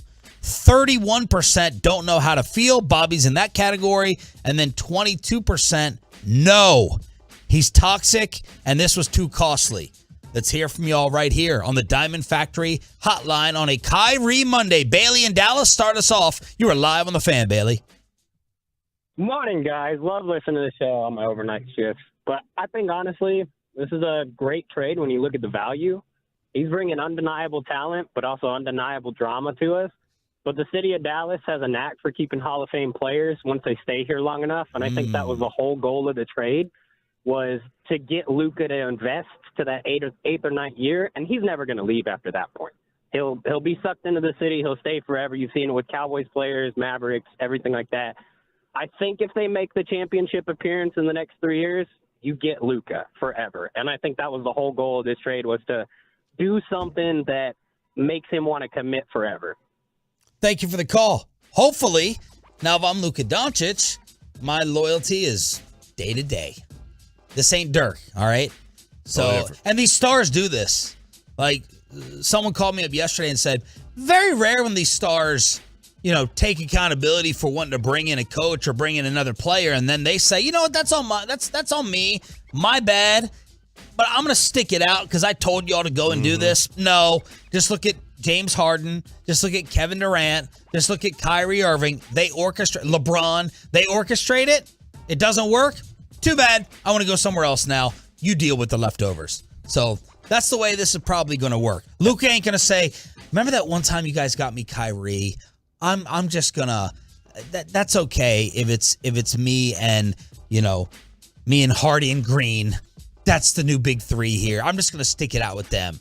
No, that's probably naive. No, I think that this city always says how grateful they are and how aware they are, but I don't think they truly recognize how lucky they were for Dirk's personality and the way that he approached this city and loyalty and everything else.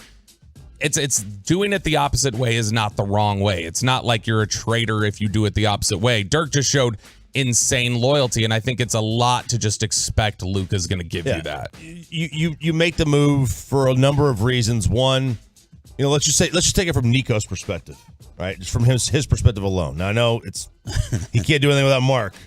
Tolo, I think it was Eric. Eric told me at Fanbowl, Kyrie's going to be on good behavior because he wants to get his Nike contract back.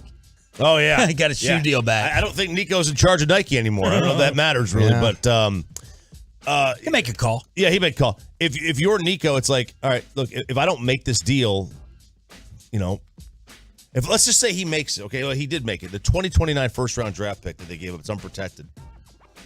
If this thing blows up in his face and Luka leaves, he going to be here for that pick? That's somebody else's problem.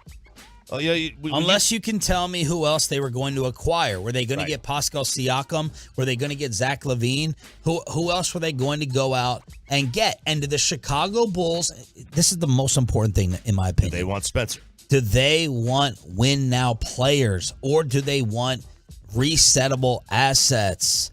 The Toronto Raptors would probably prefer Bertans and Hardaway over Dinwiddie and Dorian Finney-Smith if they're going to hit the reset button. The Brooklyn Nets needed Spencer Dinwiddie and Dorian Finney-Smith to try to package with another trade deadline deal to keep Kevin Durant. And that is why the Nets took the Mavericks offer over the Laker offer, because it was 2 first-round picks and then it's expiring Russell Westbrook contract. And that's why we benefited from that. So your garbage, quote-unquote, right, leftovers, your trade assets, I'll be nice, your assets were going to have to go to the right fit for what their direction was going to be. Yeah, and the Nets have to salvage some kind of a season. And I think they did an okay job. Spencer Dinwiddie is a really good basketball player, and he could slide right in there with KD. And they're both stable. That like we're trading stability. Oh yeah, big time. Like Dorian Finney-Smith is he's a fifth or sixth guy on your team that can help you win a championship. You're going to hit a couple corner threes. He's nothing offensively, really. He's your best perimeter defender. You lose that. He's a great dude. He's a great person. Dinwiddie, just solid and stable. Yep. And now that's out the window. Yeah, and I mean, one thing I'm thrilled about is you got out of this trade for Christian Wood and Kyrie Irving. I know. The Nets were looking for pieces that can help them now, like you said, and it depends on what other teams people are looking for. They're looking for things to just blow it up, to reset, whatever else. But either way, regardless of what you're looking for, I'm glad the Mavericks were able to pull off a trade and they didn't have to give up Josh Green. That was one that I would have been worried could have been very easily thrown in to say, well, look, we need an investment here. A lot of people are reacting like that. We need some upside, and Josh Green can be upside for you. So it's good they kept Josh Green, if for no other reason than to build with. Not like he's a cornerstone, but somebody that they can continue to build along with. Or if somebody else in a trade in the next few days, if you're trying to get defense or whatever else, wants a young player with some upside, then there's an investment you can make. Anthony in Fort Worth. Anthony, you're up next on a Kyrie Monday. Go ahead, man. Yes, I was just, it just feels like a couple years ago when the Mavs traded for Porzingis and then gave him $150 million. Yep. And we saw how that worked out. And then, now they traded for Spencer Dinwiddie, and then, now he's gone. So it's not like the Mavs are having the best of luck with these trades. So far, 0 for 2. Now, the only time to tell if Kyrie's going to be 0 for 3, but it really doesn't look too good for Mark so far. I'll let you guys chew on that one. Well, my question back to everyone is, what else were you going to do? You got to give me that answer. What else were you going to do? Who else were you going to get? And you were going to trust Mark Cuban and Nico to make it happen?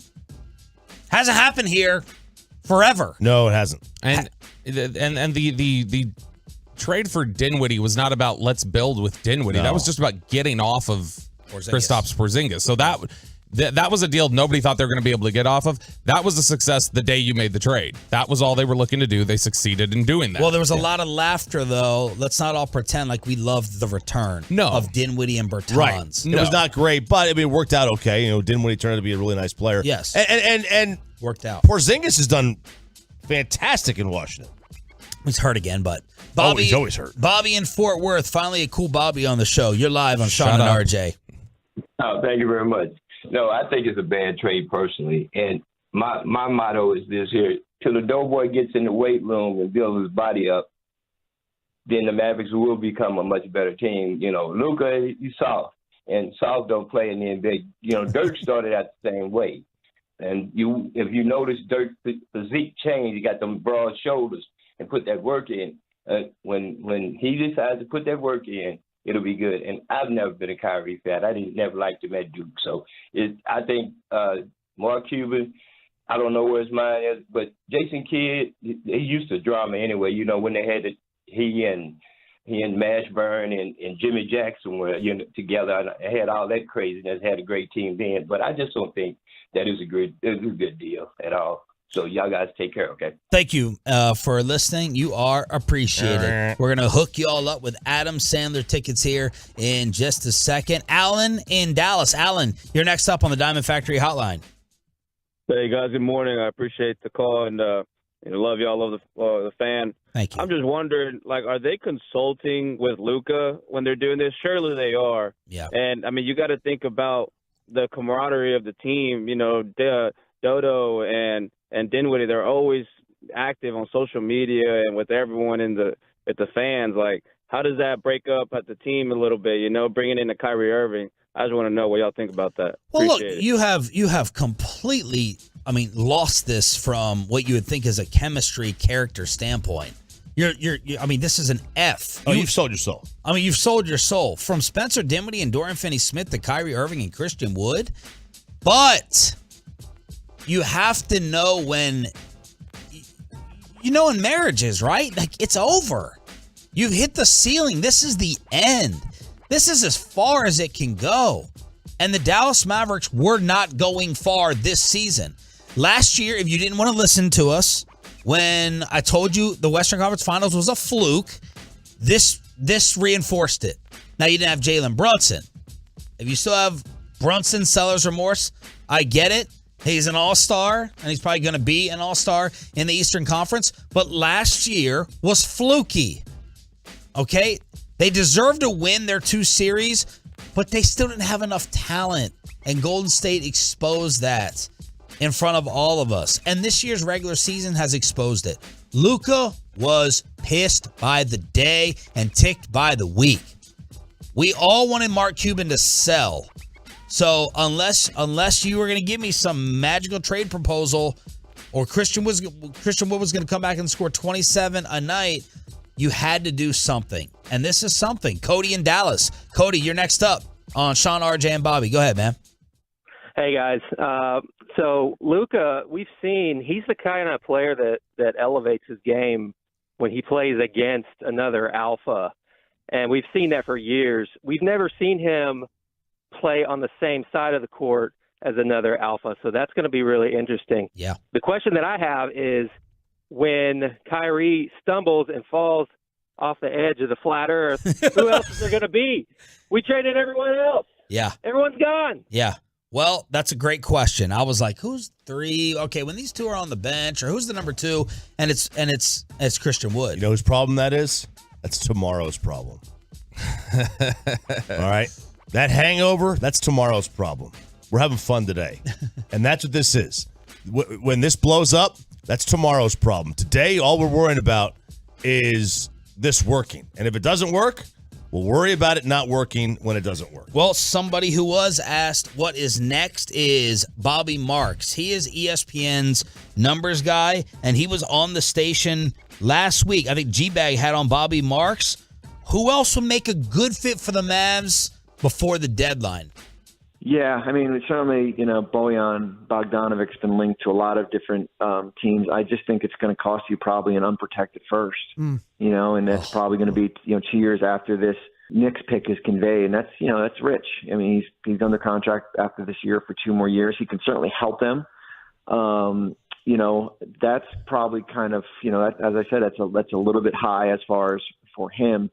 But you're right. I mean, they've got a nice group of rotational players, right? Like, there's not Porzingis last year was different because I guess you can call him as a blue chip prospect based on his upside if healthy. I liked what they did, and you split that up into a bunch of different players here. But Ken, an expiring, Dwight Powell, guys like that, Hardaway, as I said, got years left. And it's hard because it's, this is not a buyer's market, right? It's basically like, you're going shopping and you want to go buy eggs, and, usually you get them for $2. Now they're on the market for $15, right? Mm-hmm. So do you want to pay $15 for a carton of eggs? Like, that's the hard thing, because there's just not many sellers out there, teams that are looking to, and if there are, they're basically kind of driving the price up. So I'm glad he brought that up. It's inflation chop. I spent $16 on eggs the other day. I thought I was going to have a heart attack. 2 cartons? It's like the double one. It's like this Costco one where you get like the 3 or 4 rows. So what is that? 24 dozen, 2 dozen eggs? Yeah. 2 dozen eggs. I don't shop. I don't know. Yeah, that's woman's work for Bobby. No, I didn't say that. Okay, so you got to pay attention to the market too, right? Bob Myers touched on this, the great, we think, general manager of the Golden State Warriors. And he said nobody wants to sell because this is a crazy year in the NBA, especially in the West. You have 9 teams. Actually, let's make it 10 teams within 10 games. Mm-hmm. At the top, right? If you're the Warriors and you see Memphis and Sacramento at 2 and 3, I won't disrespect Memphis because of last year. Sacramento's the 3, Minnesota's the 7, the Pelicans are in the race, the Warriors are the 8th seed. Like, things are a little upside down. Oh, yeah. And they're thinking, Bob Myers is like, I don't know if we've ever had so many teams believe I'm right there. We're not having a great season, but I'm right there. So the seller's market is being restricted. For sure.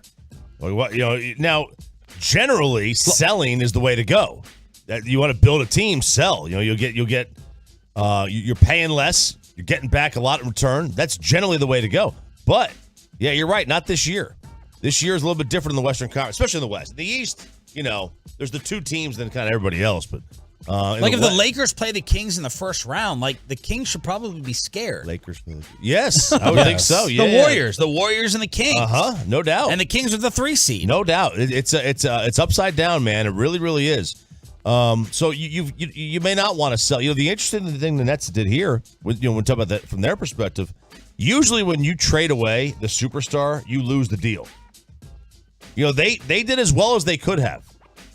So it was a seller's market in a sense. They did a really nice job of getting back some.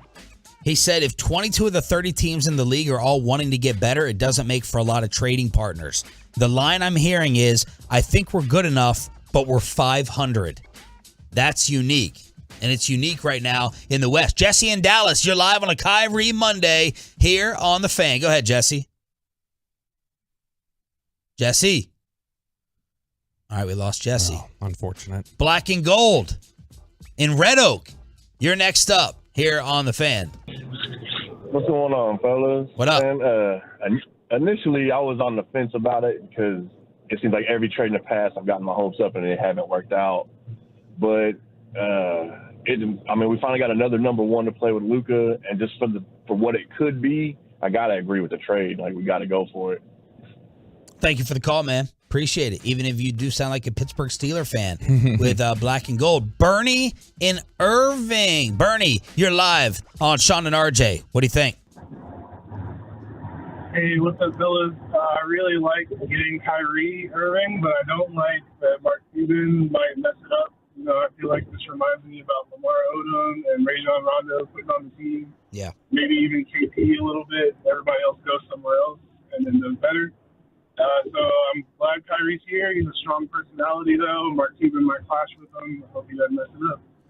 Thanks for the call. A lot of Rondo comparisons came in yesterday. Now, obviously, there's a big difference in talent. Kyrie Irving's going to the Hall of Fame. Rajon Rondo is not. If you want to compare personality-wise, fine. Kyrie, scorer. Rondo, facilitator. We thought defender. But, one's a Hall of Famer and one is not. Who is... And the bigger wild card, and I think personality-wise. Jason Kidd's going to get along better, I think, with Kyrie than Rick Carlisle did with Rondo. I would assume so. I would assume he does. The bigger wild card is Kyrie. I think you're right. Yes, because they're different still. Like Kyrie, Rondo was just flat out like an ass while he was here. Kyrie's not like that. You said ass wild. Yes, he did. I looked right at you. I'm just talking about specifically to our experience with him here in DFW. Yeah. That was the difference there, is that he was just kind of a jerk. Yes. And people didn't like him.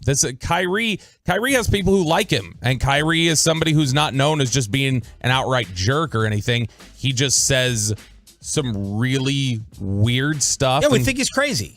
Yeah, I mean, let's just be blunt about it. We think he's nuts. At the most optimistic points, Kyrie's weird. At the worst points, he's offensive. Yes. No, you're right. It's exactly what it is. 877-881-1053. We have our Adam Sandler ticket giveaway. We have to hear the championship-winning speech from someone on this show, and thank all the Tolos for coming out to Texas Live. In a second, let's clean things up here, finish up with JD in Arlington. JD, you're live on The Fan. Good morning, boys. I think it's a good trade, and the reason I say that is because if we get Kyrie from Cleveland, and the reason I say that is because LeBron and Kyrie together one of the best duos in NBA. And Luka is a more polished, better offensive player than LeBron, and he plays just like him. So I think that's going to be a great fit with Kyrie coming here. Just offensively, I think they'll be killers. Thank you for the call. Appreciate it. Brian in Grand Prairie. Brian, you're next up on the Diamond Factory hotline. Go ahead. Mavs on top, baby. Mavs are on top now, bro. I'm tired of seeing them lose. I feel like change is finally happening. We finally got that help we've been asking for. Mavs on top. Mavs in 6. Mavs to win the championship. That's all I'm going to say. Man. He's the new Sons of Four guy right there. All these phone calls are positive. It should be right now. But, right, clean slate, right? Isn't that how it works? Clean slate. It should be right now. Tomorrow, it could be different. But again, this trade is not about Kyrie's problems. It's about Kyrie's talent. If it was about Kyrie's problems, he doesn't get moved. He doesn't get moved here. It's about his talent and what he could potentially do. This is about upside. You had no upside with the current roster. You had no chance of winning the title, or very, very small. Here, it may actually be worse. It may blow up in your face and be worse. But this is the only one that had a potential chance of a title. 877-881-1053 is also the number to call in order to win the humongous giveaway this week. That's right, Tolos. All right, caller number 10 right now at 877-881-1053 wins a pair of tickets to see Adam Sandler live at American Airlines Center on February 15th. Tickets are on sale right now at livenation.com. That's caller number 10 at 877-881-1053. Chuck Cooperstein, the voice of your Mavericks, will join us at 8. All right, give me a prediction. Will Cooperstein hate this? I can't imagine he'd be a fan of Kyrie Irving personally. I would not imagine he's a fan of Kyrie personally, but I do think... Is he going to homer it up? No, I don't believe so, but I do think he's going to like the trade. Because at the end of the day, he's looking from a basketball standpoint. He's going to talk about defense. He is going to talk about defense. He's going to talk about defense. And if he doesn't, we're going to ask him about defense. 877-881-1053. Let us now recap. Fantastic event on Saturday, Fan Bowl 2023 with the Paper Football Championship back at Revolver Brewing. Thanks to everyone who came out. I started off my day getting rejected by Matt Rule, who was sitting at the bar at Texas Live. I was like, why don't you come on the radio? You want to recruit Texas kids? You want to get them on over to Nebraska? And he's like, I can't do it. He was in town for a coaches convention. The Renegades were practicing down the street. And RJ Choppy comes in and takes the championship of the radio station. Set us up through your bracket, through your draw. What happened? All right, so I took on Eric Chiafalo in the first round, the opening round, whatever you want to call it. And quite frankly, that was I kind of put it to him. Cakewalk? Yeah, I went a cakewalk. I won by 12, 42 to 30. The next round, Ruben. Ruben was the one. Our new NBA insider. Yeah, that scared me a little bit. Now, I put up a day. I put up 61 on Ruben. How do you you wrote these points down? How do you remember what you scored? Up top. Yeah. Up top. A lot to live for. I'm very good with numbers. If I see a number, I've got sort of like not quite a photographic memory, but I can kind of remember it.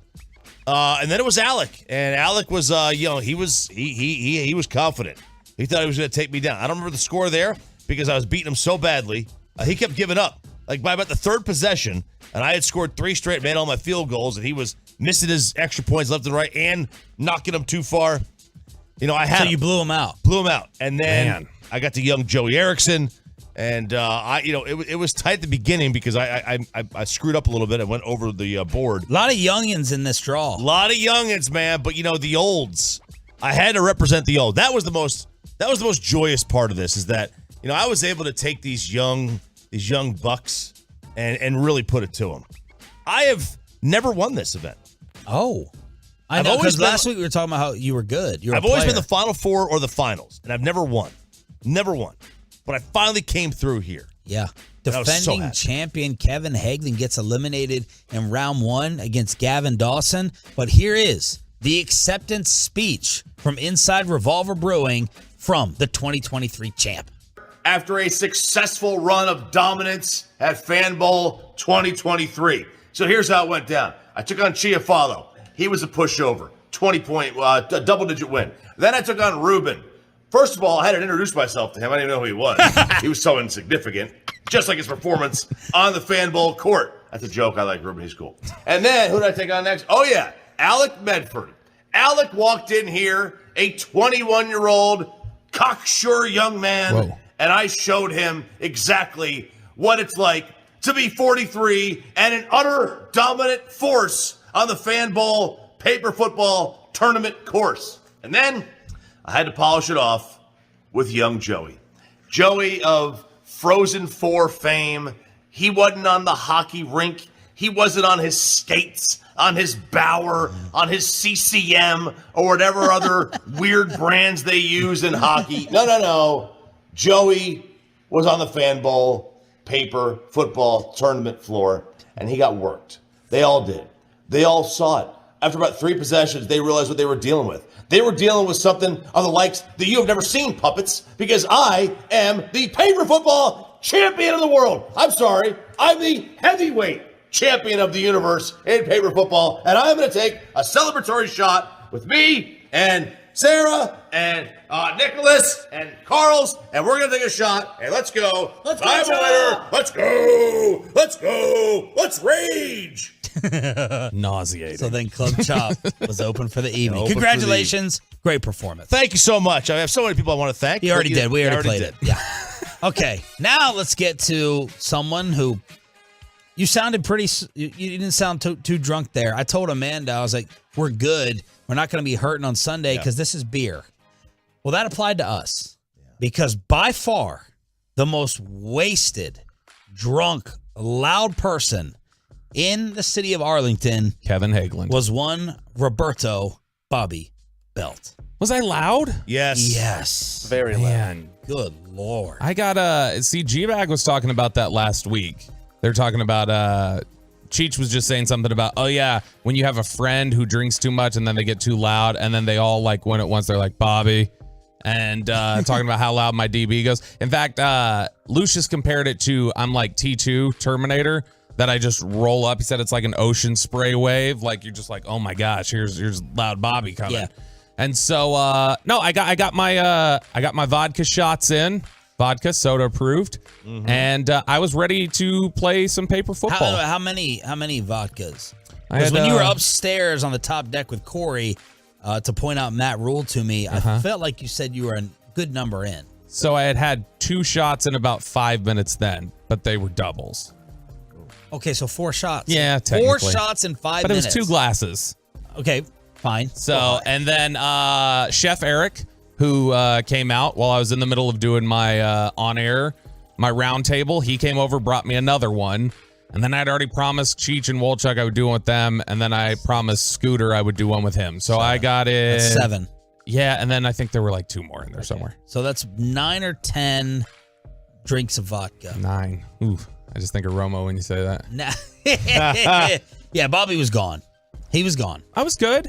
I passed Chop's sobriety test. What was that? Chop had me do the walk the line and then stop and then pivot and then walk back, heel to toe. I had him do heel to toe, counting each step to 9. Yeah. Make a 2-point turn and then count backwards from 9. And I aced it.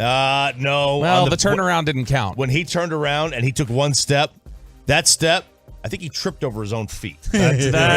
It was. I have an inner ear thing. It was just the turn and the balance, and that's what happened there. So, what was your draw looking like, and how did your day go before our money battle? Well, my day ended pretty early. I was rooting for Joey in the title game because I wanted to see my conference win. Because I had I had Joey as my first matchup, and we were pretty even. Back and forth until like the last minute. The 5th shot was really starting to hit me then, and I pushed it too far off the table. Joey was able to come down and score. So I was out. I ended up losing that one by I think 8. And so that one was pretty disappointing. I was out quick, but I didn't care. I didn't care about winning. Like I was there just to participate and have fun and take your money. That's what I was there for. How'd that work out for you? While on the radio, Bobby comes up to me, with his Bobby eyes, and he goes, $500. 500, me and you. And I was like, man. I was like, no. He said, where's your wife? I said, where's your wife? I said, where's your wife? I feel like I have to look out for, Bobby looks out for the little G-Bag ducklings and Chiafalo and Zach. And I feel like I got to look out for Roberto in terms of keeping his marriage together. And I'm like, no, we can play for, games of 20. Let's do a series of $20 games. He goes, 100! It was not that loud. And I was like, okay, 100. We'll do 100. So I was like, screw this, man. He's talking so much smack. I'm gonna get him at the very end. I'm gonna let him keep drinking. I'm gonna increase my odds even more. This was a drunk Bobby Belt with a buzzed myself before we played for the Hundo P. You get ready to crush? I'm gonna take all of Sean Sharif's bank.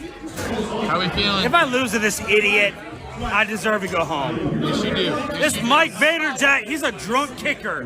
He's a Mike Vanderjack of paper football. Vanderjack? Oh my God! No way he's passing any sobriety tests. And the Eli Apple, just talking nonstop shit for no reason. You get first. The Eli Apple fan. Hey, we're not doing this. Kick off. What goes down? What goes down? The only bully. Hey, who's favored in this one? Sean's favorite. Yeah. Well, Chuck, who I eliminated in round one, said I was favored. Now, an adjustment for next year, I think, from Gavin Spittle, he will be moving the radio boards away from the radio broadcast because me and Bobby. Oh, no.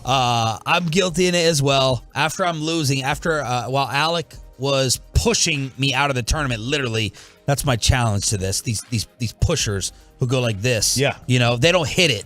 They don't pluck it. They're like, push. And I'm like, what are you doing? You're sitting here, you're cheating me. You're literally just pushing me out of the tournament. We're cursing next to the radio broadcast, and Spittle is about to have a heart attack. Yes. And Bobby was by far the number one violator as we were next to, all the round tables. But Alec, congratulations. He took me out, but I got my $100 over Bobby. I emerged victorious. I got at least, during our game, I got at least 3 separate times from Gavin. Hey! Yeah. Like, what? We're on the air. Because I was right next to KG, and I project. I'm loud. Really? Yeah. You were drunk. My voice carries, as they say.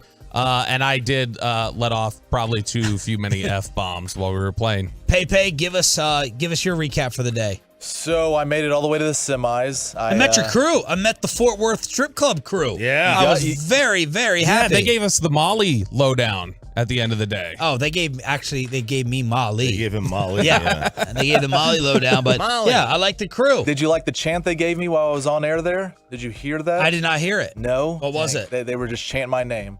Peyton? I think they said Pepe. Pepe. Yeah. So they were chanting. A lot of people. Do they call you Pepe, or is that just something that we do? We do. They call it. I mean, my nickname from high school is P. Russ, so that's what they usually call me now. P. Russ. P. Russ. Yeah, that's what they call me in the streets of Take out Mansfield. an R. Yeah. But yeah, I made it to the semis. I took out Lucius, took out Gavin Dawson. So I basically took out half the G-Bag Nation. Nice. And then lost to Joey, man. And Joey, he was a pusher, dude. He was a pusher. A pusher. Yes, he was. And I don't know that's if it's Gen Z or something. I mean, these young guys, man, I can't stand it. And that's the thing. I haven't played paper football since I was 13. Like Joey just played paper football in third period on Friday. He's still in high school basically. But he was a pusher, so I had to change up. I was flicking at first. I was like, well, wait, if you're gonna do this, I have to match it. Yeah. I don't like the push. It's like they're vacuuming out there. Yep. But your other impressions of the Tolos, Bobby's intake, anything else from Revolver? Man, Bobby was loud. I had to apologize to my friends because they know Bobby is like the on-air Bobby. They don't know off-air Bobby. Just like you. And I was like, okay, they don't cuss on air, but when they're off air, it's a whole different story. Everyone has like this, fear or like Bobby warning in their minds about, he gets this look, and it's kind of like what he thinks, what he's telling us is going to happen with Orlovsky on Wednesday when Orlovsky sits down with us here on the show at the Super Bowl. We need to make sure that Bobby has not had any drinks before this. Well, I think we're safe. That'll just make me sharper. I think it'll be 6 or 7 in the morning, but he likes having this like wild card reputation. He gets off on it. He wants to tell the story. No, I know. He wants to tell the story. I wanted to tell it the other day because Sarah asked about it. Yeah, but that was it. Who is your buddy Peyton with the beard? So they all have beards. The big beard and the longer hair. Are you the hair. only one of your friends that is incapable of growing facial hair? Yeah, they were giving him crap about that. The longer hair. What was his name? Well, there was Justin. He was on the far. Whoever loved somebody, one of his little crew gave me major props for going after Bonte and Salami Joe. Nick. He was like, Nick. like, you're my favorite for going after those San Francisco chumps. Salami Joe, the voice of the Mavericks. Is he thumbs up or thumbs down on Kyrie to DFW? Chuck Cooperstein, whale alert. Next. But let's get you over to Diamonds Direct.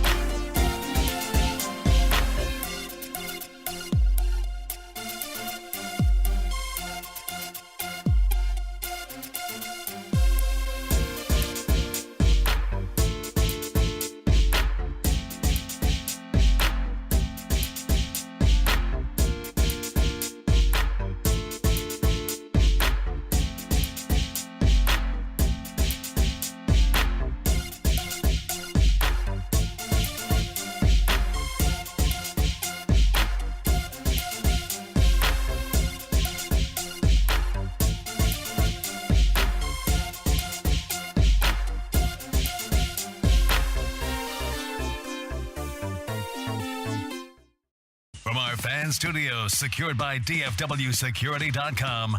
This is Sean and RJ on 105.3 The Fan. Kyrie Irving is a Dallas Maverick. Supposed to get the physical today, and then the debut on Wednesday night against the LA Clippers. Sean Sharif, RJ Choppy, and Bobby Belt now joined by the voice of your Mavericks. He is Chuck Cooperstein on the Diamond Factory Hotline. Good morning, Chuck. Your initial instant reaction yesterday when the news broke. It's shocking. Was shocked. How could you not be shocked? And certainly with the speed that this all came about. Kyrie made the statement on Friday that he wanted to be traded, and less than 48 hours later, there's a deal done, and it's the Mavericks who got the deal done. And from the Mavericks standpoint, their willingness to identify the target and go all in and make it happen is to be lauded. They decided that they were not going to be outbid for this guy. They felt like this is something they needed to do right now to get the team better than it's been.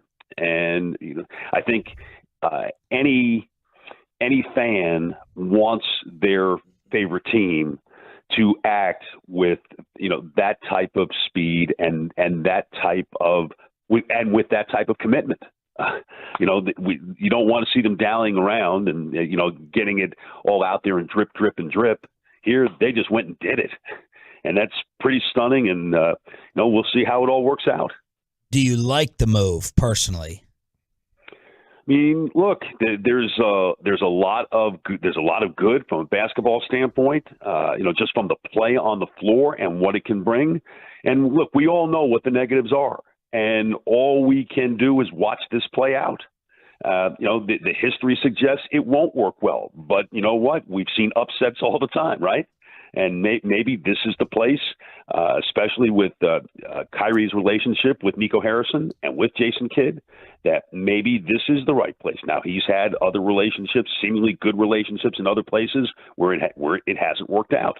But maybe this is the one that does. And I think this is the one that, we all who watch the Mavericks on a daily basis have to bank on, that this is the time that it will work. If it doesn't work, it becomes obviously a very, very expensive rental. And, again, we're not going to know the answer to that for a few months yet.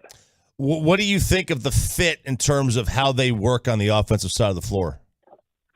Well, I'm older than all of you, so I go back to when the New York Knicks acquired Earl Monroe from the Baltimore Bullets to play alongside Walt Frazier. And I remember back then, it will not work.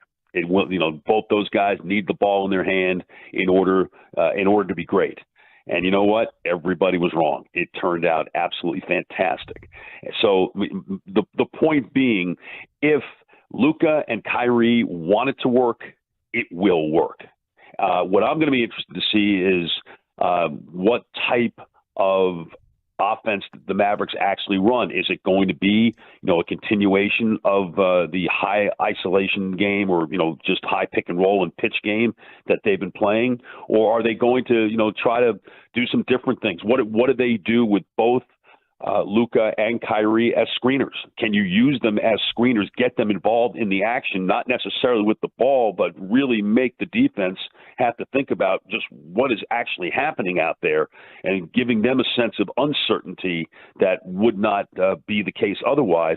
And yet, even with all that certainty that you knew what was coming with the Mavericks offense, the Mavericks offense is still an elite offense. It's now more elite. I mean, there's no getting around that. What does this do for the defensive side of the ball? There are issues. Look, there were issues beforehand. I mean, the Mavericks are 24th in defensive rating. They've been better here of late. In the last, before Saturday night against Golden State, they had really been playing pretty well on the defensive end, actually. Better defensive rating and, obviously a lot fewer points allowed. They've had some excellent defensive games. Listen, no one's going to confuse Kyrie Irving for Gary Payton in his prime, right? Okay, that's not going to happen. You're going to see, I think, a lot of higher scoring games even than what the Mavericks have already had this year.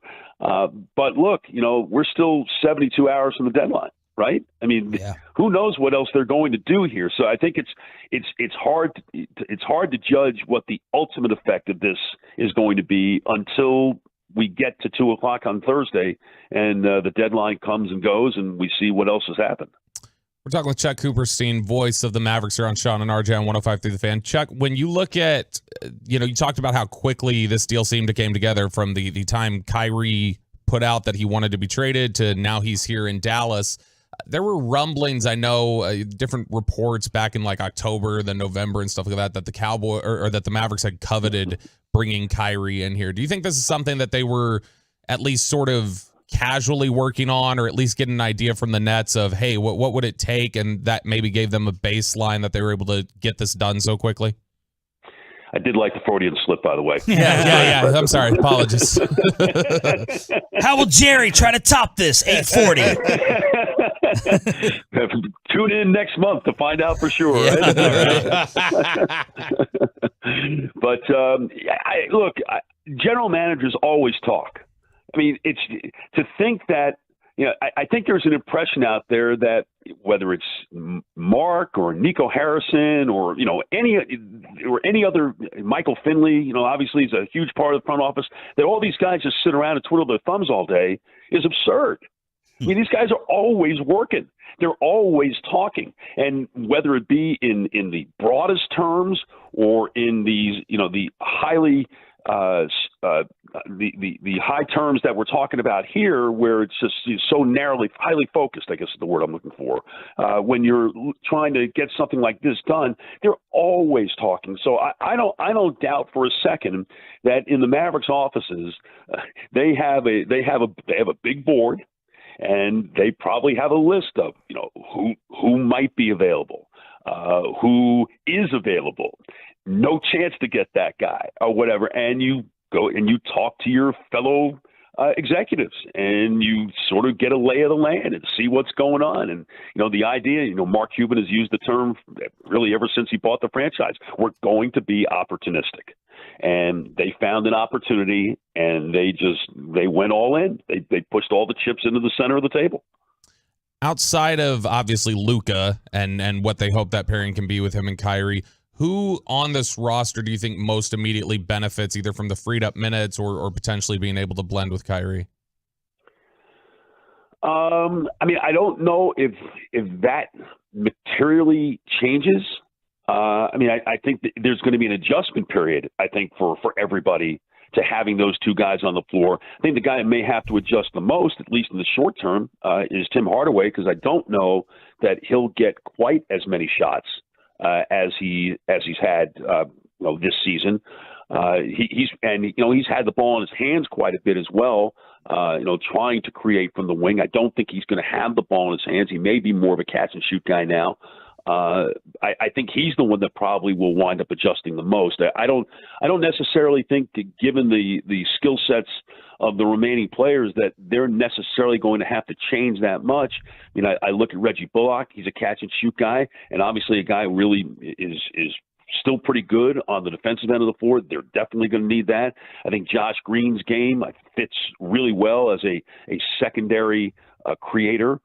Not that, again, he's that third creator that we all want, like the Mavericks had last year in their run to the Western Conference Finals, but he's certainly getting better in that area. He's playing with a lot more confidence. I think his game pretty well complements what Kyrie and Luka bring to the table. So I don't know that there's necessarily a whole lot. Maybe, maybe Christian Wood doesn't get quite as many shots as he would otherwise, but maybe they wind up being better shots. And for a guy that's already pretty darn efficient, that would be a big plus, I think.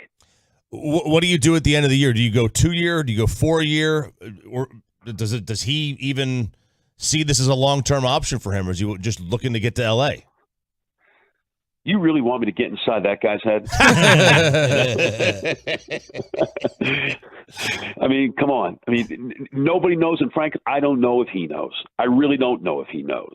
And I think anybody who says that they do is just throwing stuff against the wall and hoping that it sticks. Chuck, is there anyone else, like personality-wise, you can think of that you've ever covered that reminds you of him? And and pretend that we've never watched basketball before. How would you describe his game, and does that remind you of anyone else ever? Isn't he a lot like Terrell Owens? Yeah. Yeah. I mean, really, Terrell Owens was an immensely talented player and an immensely complicated person. And Kyrie is very much, I think, in that mode. Now, it didn't end well here with Owens, even though he was really incredibly productive in the time that he was here. But it was always an adventure. I mean, I don't know what that's going to be with Kyrie, but certainly the track record suggests that those two are pretty similar. And I'm sorry, I got sidetracked. What was the back half of that? His game, just how would you describe his game to someone who's never watched basketball before? Does he remind you of anyone from that aspect? I think he's pretty original. I mean, because his ability to finish as a small guy at 6'2", I don't know that we've ever seen anyone at that size who can finish with such creativity the way he does. And obviously he's got one of the great handles of all time. He's to the point where he's such a good ball handler and able to create his own shot that he's not necessarily a great assist guy, but I don't think it's necessarily because he's selfish in that regard. I mean, I just think he just knows how to get to the rim and he knows how to finish. His game is pretty original. Maybe there's some people out there smarter than I am that can come up with a comparison, but right now I can't. Voice of the Mavs, Chuck Cooperstein on the Diamond Factory hotline. Chuck, who are some of the other names that are out there in rumors? Were there some names that you were thinking about for the Mavericks? And also, what else could we look for if they're looking for some defense and rebounding help? What were some other possibilities or scenarios you had heard or you were thinking about? To be honest with you, Sean, I had not heard much, and I hadn't really thought of much because I really, before this all came down, I thought that if the Mavericks were going to do anything, that it would really be on the margins and that they were going to save it all up for the summer and see where they were, after conveying the pick to the Knicks, and have all the high-level draft choices available to make the deal that with the amount of capital that it seems like you have to have in order to make that type of deal. It does say something too about what the Mavericks did give up compared to what Minnesota had to give up for Gobert, or what Cleveland had to give up for Donovan Mitchell. That this is what the Mavericks had to give up, and it's not insignificant what they gave up, but certainly it's not the haul of draft choices and established players that those two teams got. But I was not even really thinking very much about the trade deadline, certainly the way you guys do in talk radio, just because I thought that they were going to just save it up and worry about really making the big splash in the summertime and just, making the best of what has been, at times, a pretty decent situation. That again, offensively, they were really, really good. Defensively, they started to come around. You kind of thinking about like last year where it kicked in for them the second half of the season and they played great. And you're thinking, well, maybe this can happen again. And so that's how really I was thinking about it. I really wasn't thinking of them basically making the trade that breaks NBA Twitter and sets the whole NBA on fire. And that's exactly what they've done. So, Chuck, we have a Christian Wood divide. A lot of us and fans love him. Second most talented player. Why isn't he getting the minutes? And then we keep hearing from people within the organization, we're not looking at the missed assignments. We're missing some things when it comes to professionalism. He may still be number one on the trade block. What are your impressions of Christian Wood? Again, he's a talent. He's a real talent. On the offensive end, he's very much a one-way player. I think he has tried to be better defensively, and certainly there were moments before he broke his thumb, especially when it came to rim protection, where he had done exactly what the Mavericks had hoped he would. But the raw numbers, if you just look at the raw numbers, they tell you that the defense without him is not without him is better than it is when it is with him. It's telling that he's been with a lot of franchises, that he has this talent and has this unique offensive ability, and yet he's not been able to stick. I don't know why. Again, I'm not around, in every practice and at every moment with them. But you would think that even as an expiring contract, that he would have some trade value to another team, again, just to be able to take his 14.7 off the books and and go from there. But is he the answer on a great team? And the thing is, you know what, guys, we don't know, because in his entire career, Christian Wood has never played in really important games, and certainly has never played in a playoff game. So you're trying to weigh all of this in the last 72 hours before the trade deadline. It's a very tough call. It really is, because there's clearly something that suggests that he could be great, and you don't want to miss out on that. But if there's something that you feel that's more of a sure thing, at least certainly as it comes to experience in playing in important games, then you might be more willing to roll the dice and deal them and try to get something back that you're a little more comfortable with. Chuck, thank you so much for the time and the insight, and congratulations. This is going to be fun, I think. Have fun. Oh, no, the games are going to be spectacular. We're going to have entertainment. It's going to be highlight central. I don't have any doubt about that. Thank you so much, man. Chuck Cooperstein, the great voice of the Dallas Mavericks on the Diamond Factory Hotline. Antonio Brown finally admits what we all knew. Who is he blaming for it? And a Texas-Oklahoma delay in the world of college football. Why? Next. But let's get that carpet clean.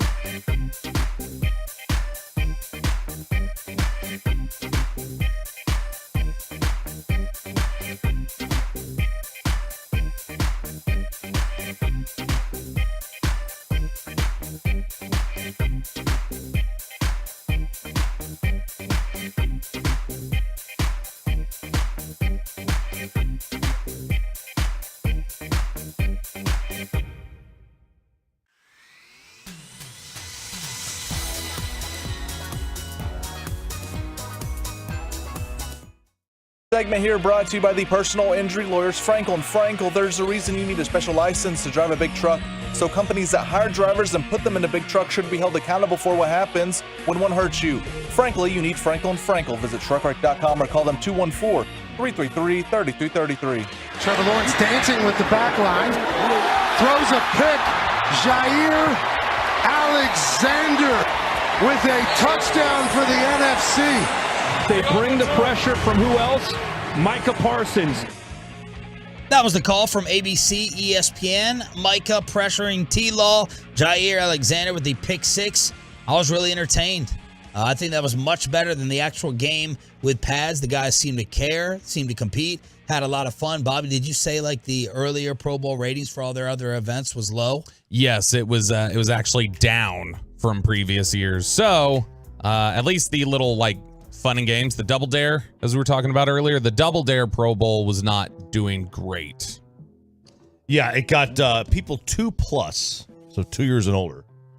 It got 28,500 to watch in DFW homes. Was Ollie part of that, Sean? No, he was out and about with the other family members since I had to record with NBC5. Oh. Yes.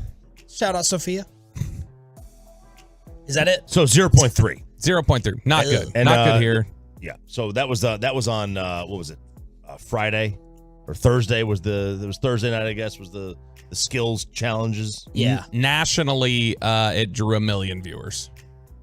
The skills stuff. Yes. Yeah. The 7 p.m. broadcast on ESPN on Thursday. And look, we had Chris Arnold and Alec Medford, this is a good thing for us.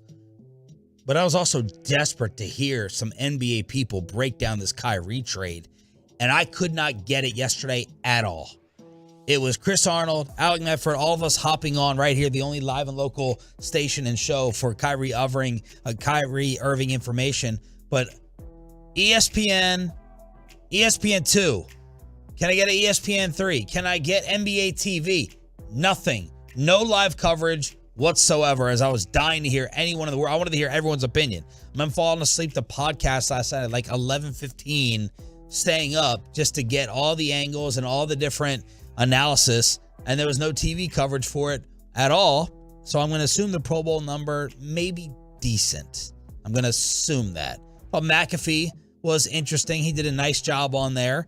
And you got plenty of Cowboys with Biotish falling down in the tug of war.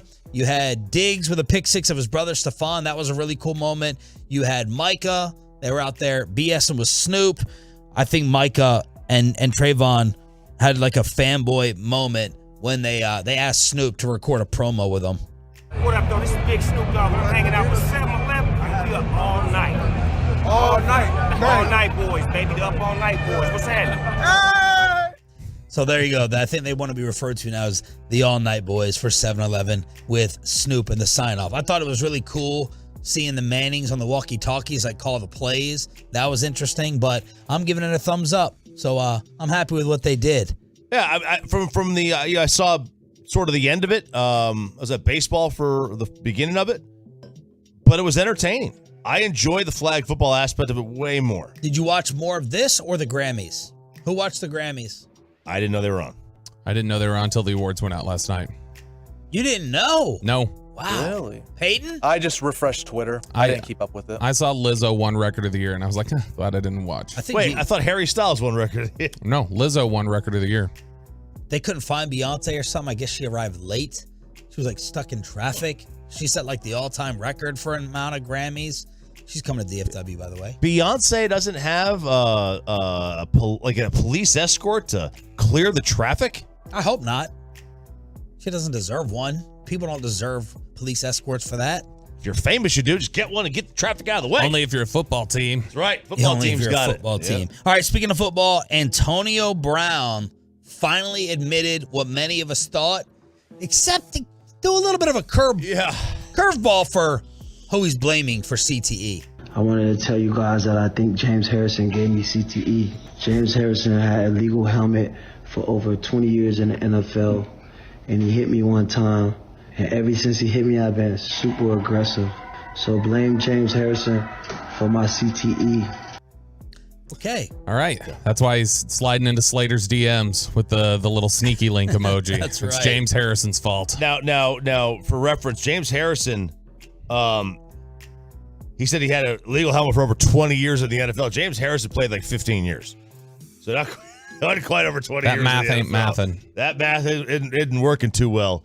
But they were like teammates. So was he doing this in practice, Yeah, was it the 1 year that he was somewhere else? It's obviously wild speculation, but it has been suggested before. People have wondered, like, Antonio Brown was never quite the same. He really seemed to kind of change when Vontaze Burfict hit him. Yeah. And really rocked it. Like, that is when he sort of started to veer. But that's also around the time, not too far after he left Pittsburgh and Mike Tomlin wasn't there to make sure he was kept in check. Yeah, it was supposed to be the perfect hit. Yeah.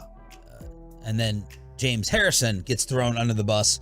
Like, I want to think like he's like trying to be genuine and sincere and honest, but I'm like, this feels like just another target, like another hit, no pun intended. He's trying to take someone else out and mess with someone like he's been messing with Brady. That's who the Mavs just traded for. Yeah. Well, maybe. Essentially. I don't think it's that bad yet. The difference is that, he's not that bad. I mean, he caused a national outrage and was forced to sit out games for 2 weeks. If one was going to date your daughter one night out on a date, and your daughter's of age, we're making it Sure, of course. Which one? You have to pick one. I have to pick one. You're gonna pick Kyrie. Kyrie. Yeah, I pick Kyrie. Yeah. Like, the difference is like, Kyrie is, let's just say Antonio's right that he has CTE. Like, that means that he's not really in charge of his faculties at times. He's got a cognitive, issue. Mm-hmm. Like, my dad has a cognitive issue. He knows not what he is doing. He has no control over that. If you have a cognitive issue, you have very little control. And Kyrie Irving does not have that. We don't think. Well, I'll say this, that I think the difference between the two of them mainly is I think Kyrie just has very different viewpoints. There are, I don't know if it's CT or what, there are things about Antonio Brown that don't seem right. Like that seem mentally unwell. Yeah. And so. All right, Choppy, what's going on? We getting a little SEC, Big 12 SEC delay for Bobby's Longhorns? Yes, we are. It does appear. So this happened over the weekend. The Big 12. I like this background music, by the way. Turn it up. Let's hear this. Yeah. Sounds very hip and cool. It does sound very hip and cool. It sounded much less hip and cool the way you said it, though. It almost sounds like that old Dunk City remix that Florida Gulf Coast used to use. Sounds kind of like Rack City. Rack City. Yeah, that's it. They called it Dunk City. Yeah, it was Rack City, Tyga. So Big 12 is ready for Texas and OU to leave. But it's taking a long time. Why? Why is it taking such a long time? Inflation. It could be inflation. OU. Everything now is inflation and in the script. That's the new script. Those are the new social media things for the past 2 weeks. Yep. The Big 12 wants the OU and Texas out of there. OU and Texas wants to leave. And right now, it is boiling down to Fox and ESPN cannot come to an agreement on how to. So, without getting into too much detail, because it's boring stuff, all the Big 12 schools entered into a grant of rights agreement with the conference where they gave over their television rights to the conference, which then turned it over to Fox and ESPN, yada, yada, yada. They also entered into a 99-year agreement, which meant that all these schools had to stay in the conference for 99 years. And that's the problem. That's the sticking point. Fox has gone to ESPN and said, we need to be made whole. Every Big 12 school gets $40 million a year. That's why it's going to cost $80 million for these two schools to leave early. So what Fox wants is Texas is going to play a non-conference game against like Michigan coming up, or Notre Dame. Oklahoma's going to play a non-conference game coming up with another major school. Fox wants ESPN to give them those games. The SEC in 2024 goes exclusively to ESPN, so CBS is out. I think CBS is taking over the Big Ten, if I'm not mistaken. So what they want is Fox wants that game. Fox wants those couple of games to be made whole, and ESPN is like, no, we're not going to do that.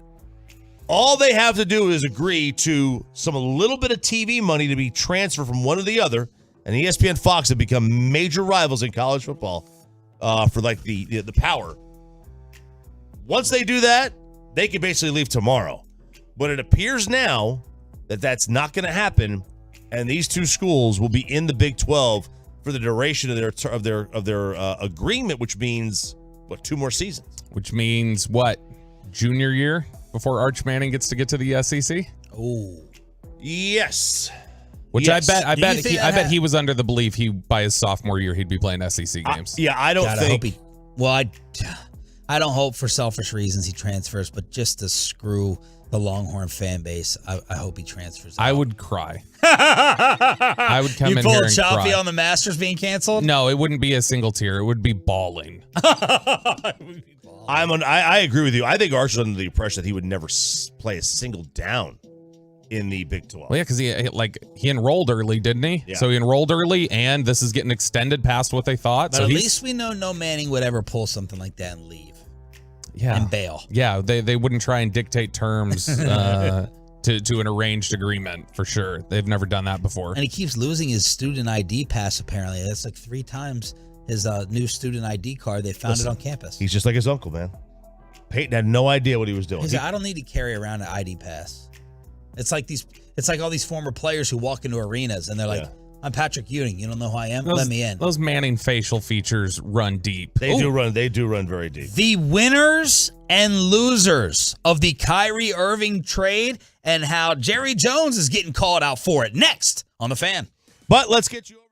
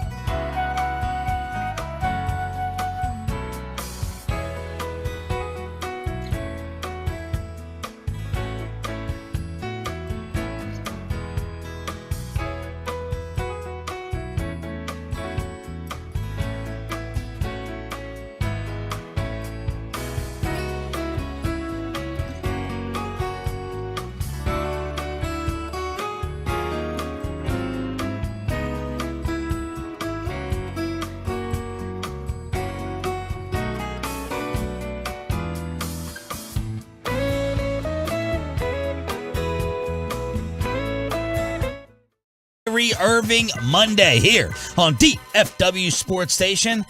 Choppy and I are excited about it. At Fanbowl, when we were talking to Tolos, I was pulling you over to conversations, and you said beforehand you wanted this to happen.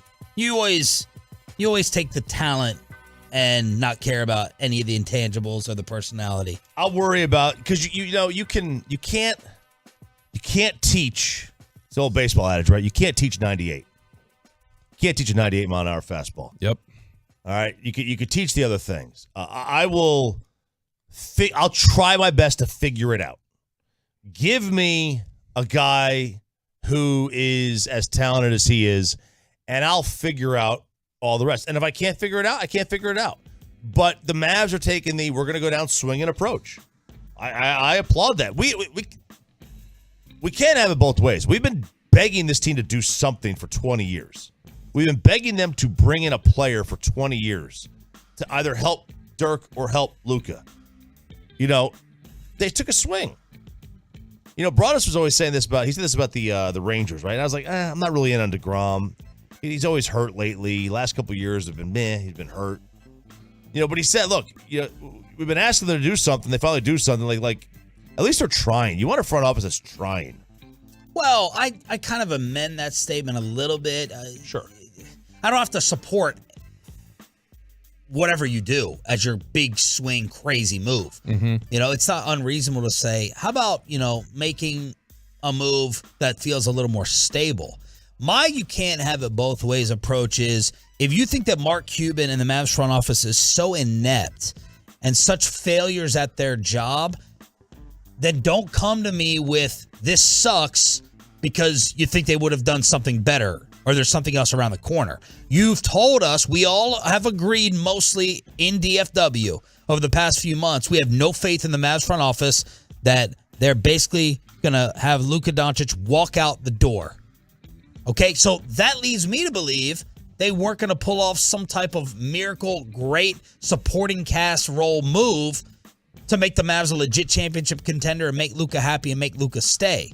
That's where I'm coming from. That's where we can't have it both ways. You can't have zero belief in Cuban and Nico doing something else and then hate this at the same time, because this is an alternative to it. Here's Woj on ESPN on how the deal got done. The Dallas-Brooklyn talks accelerated quickly today, and the Mavericks wanted to get, I think both sides wanted to get a deal done. I think Dallas, they may have put more in terms of draft compensation, draft pick compensation in the deal than they might have, but they wanted to get this thing done. They didn't want to lose Kyrie Irving elsewhere in the league, and also for Brooklyn, they were ready to be done with this Kyrie Irving situation. They got back what they hoped they would, which was a point guard, a wing player that they can plug into their lineup right now. They had Spencer Dinwiddie before. They're familiar with him.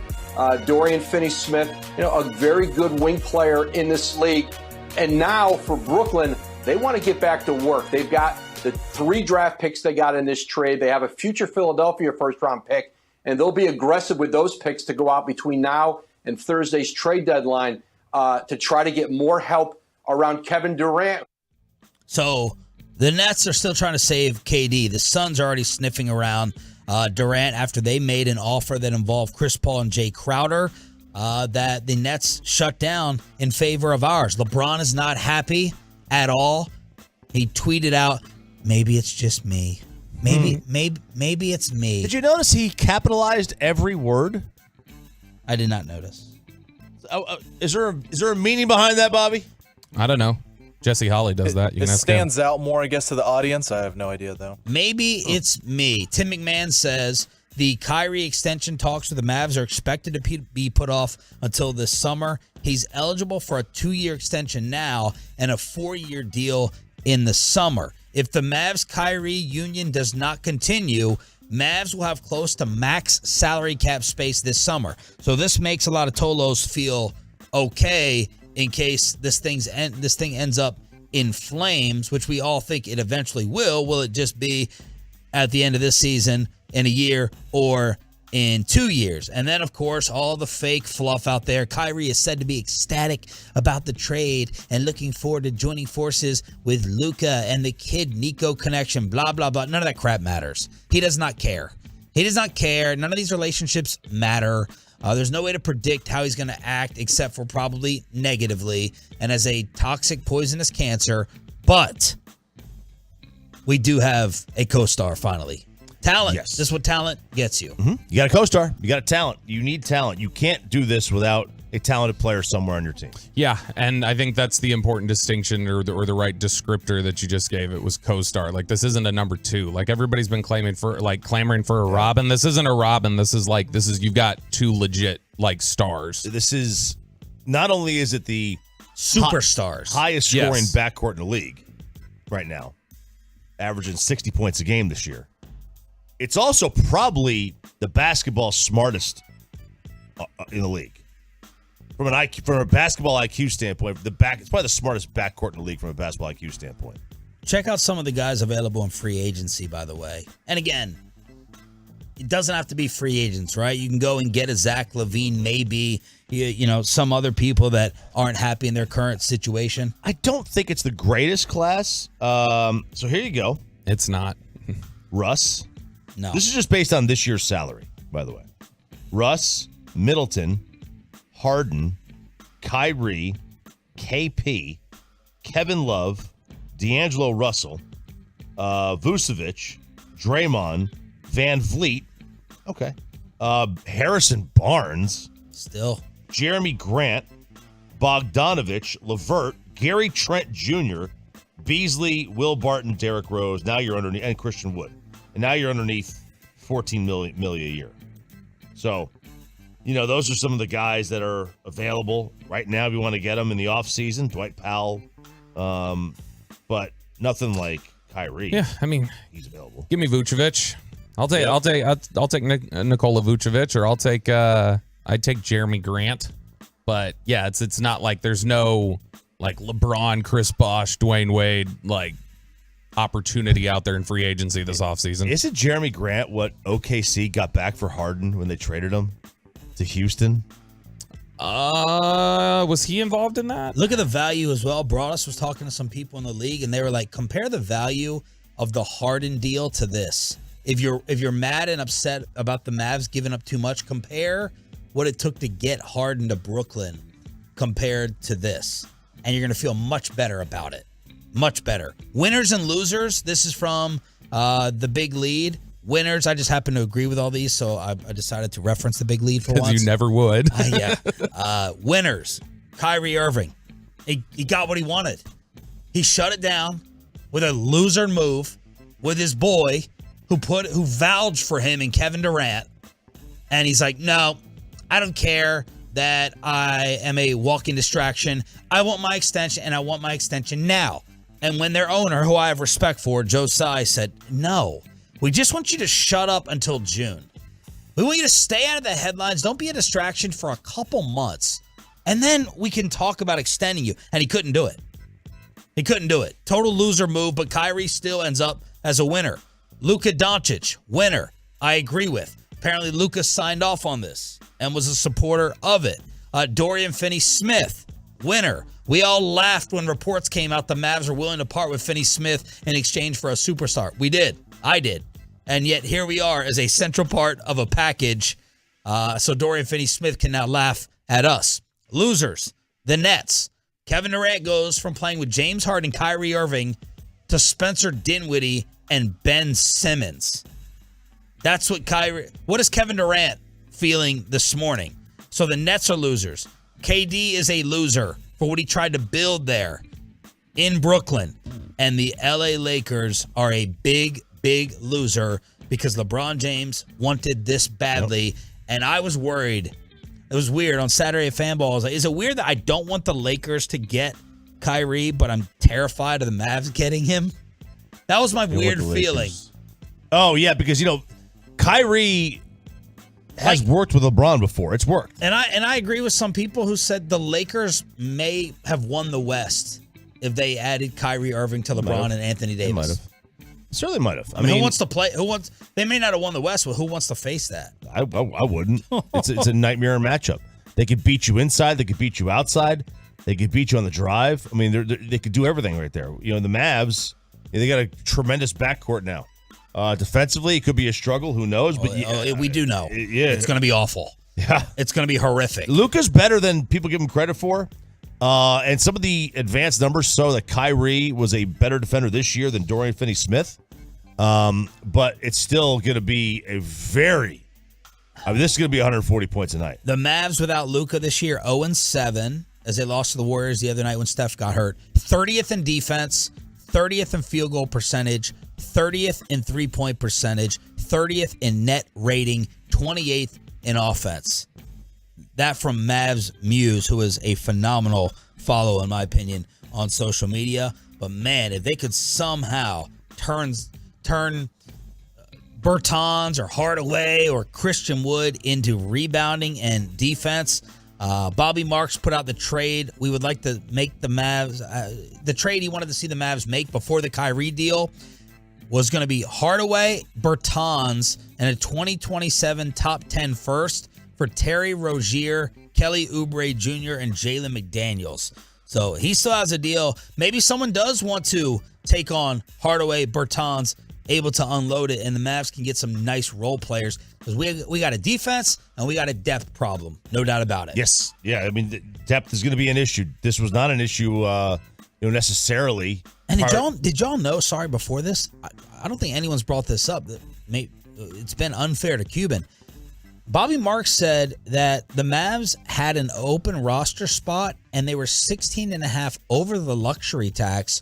They were projected to pay a $31 million penalty. So for all this talk of Cuban being a cheapskate and not being willing to spend, they were, before the Kyrie trade, in luxury tax land. Really? With an open roster spot. I took this from Bobby Marks on ESPN.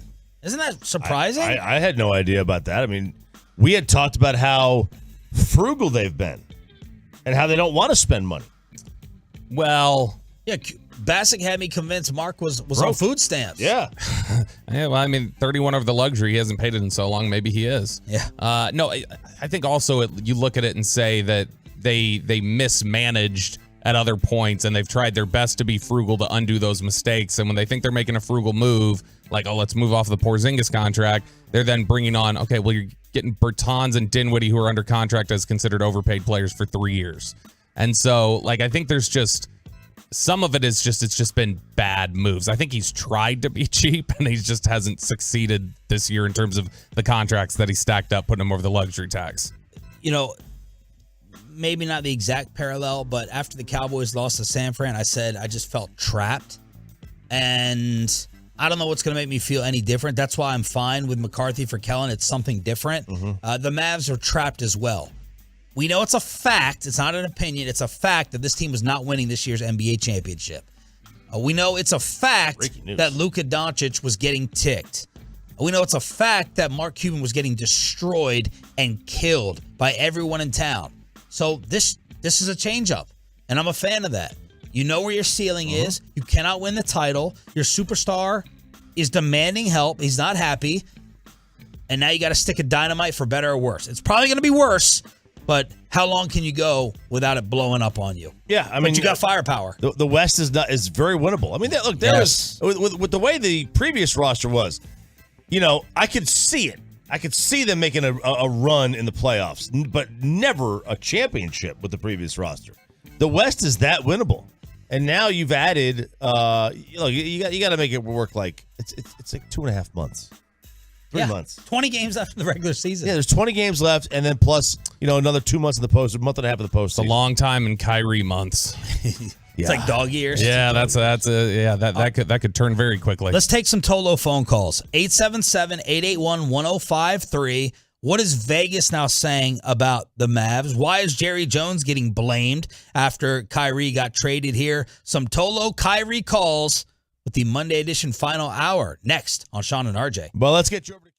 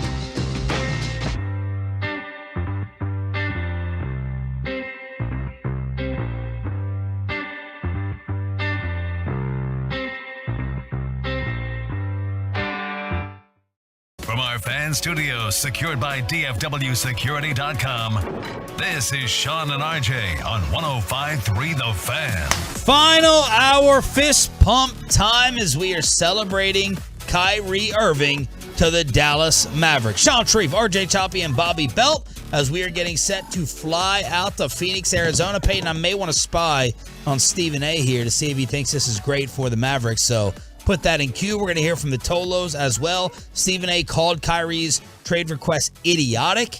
I mean, he has been cutthroat when it comes to criticizing Kyrie. So let's see if he thinks the Mavs are a winner or a loser. I think Bassick has been watching TV all morning, and he said that this was a mistake for the Mavs from Tim Legler. Tim Legler said that. So you get different analysts out there as winners and losers. Choppy and I are for it. Bobby seems in the middle.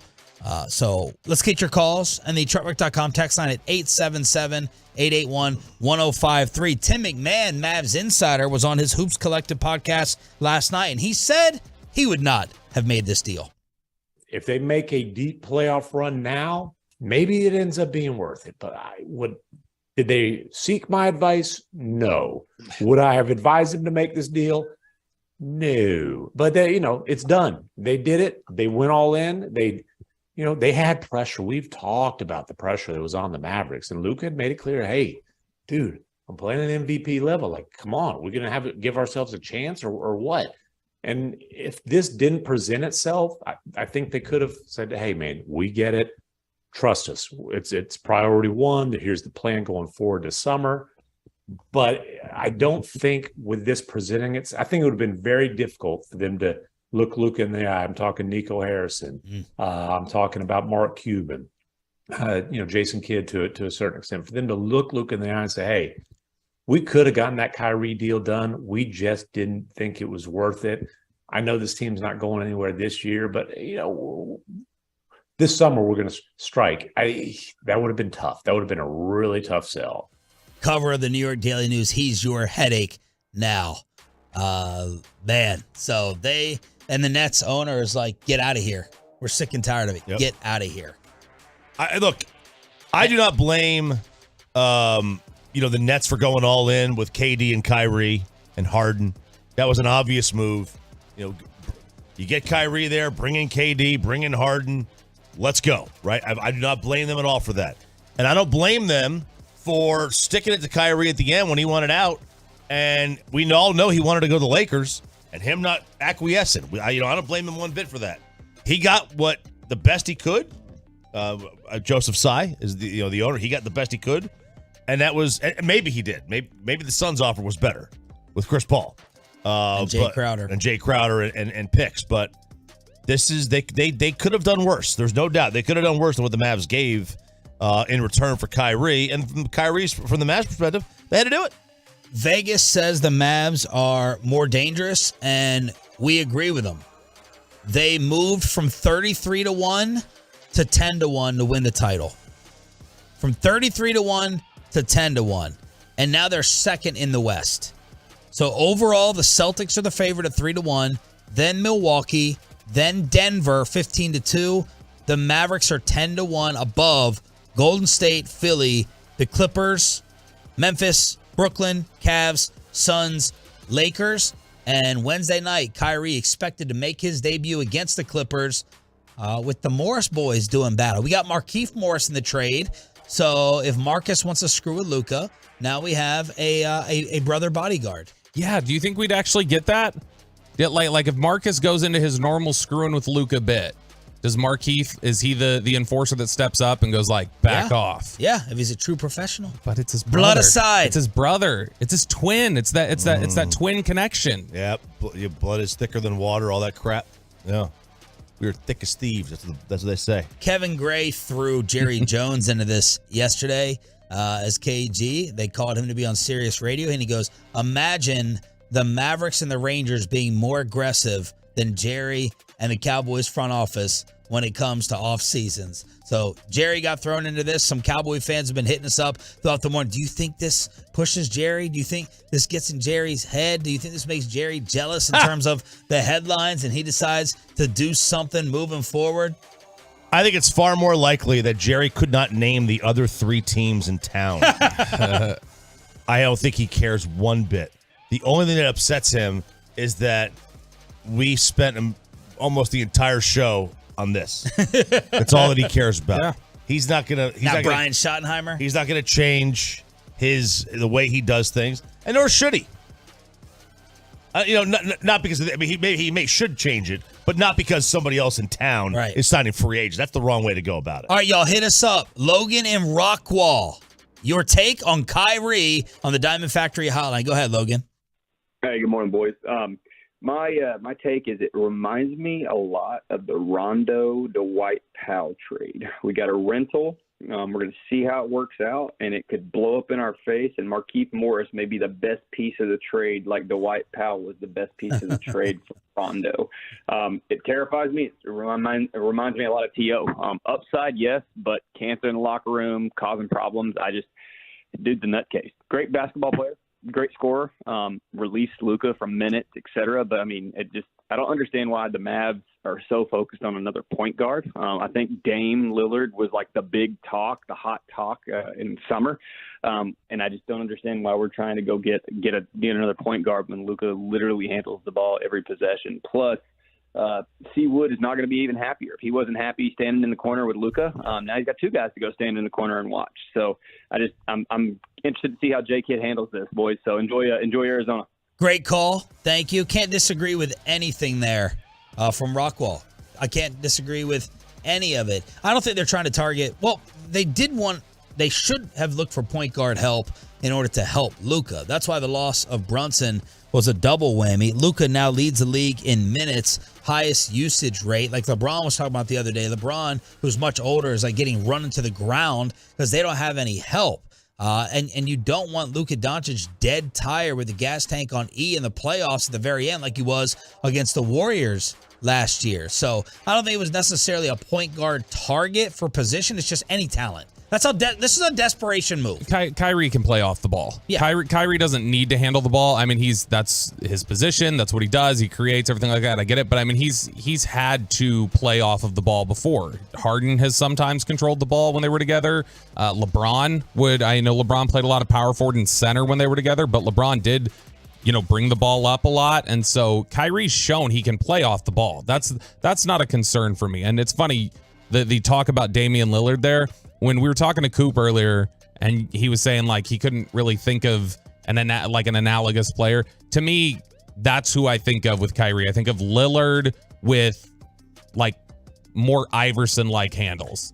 There is this is also 2023.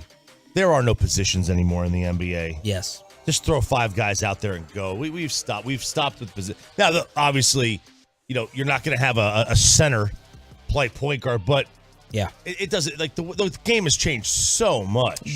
Ball handler point, like, that is the only real, like, you have a job on it. Like, I mean, there are other jobs, obviously, but clearly that is a important skill set, is bringing up the ball and controlling the offense. This is Don Nelson's NBA. Finally got the Anthony Mason point forward. Finally got the point forward. Tyler, you're next up on Sean, RJ, and Bobby. Tyler, how you feeling about Kyrie on the Mavs? Man, I love it. I think there's going to be some exciting basketball. What I wonder is if this does sour, is that Mark Cuban's chance to go, see, told you so.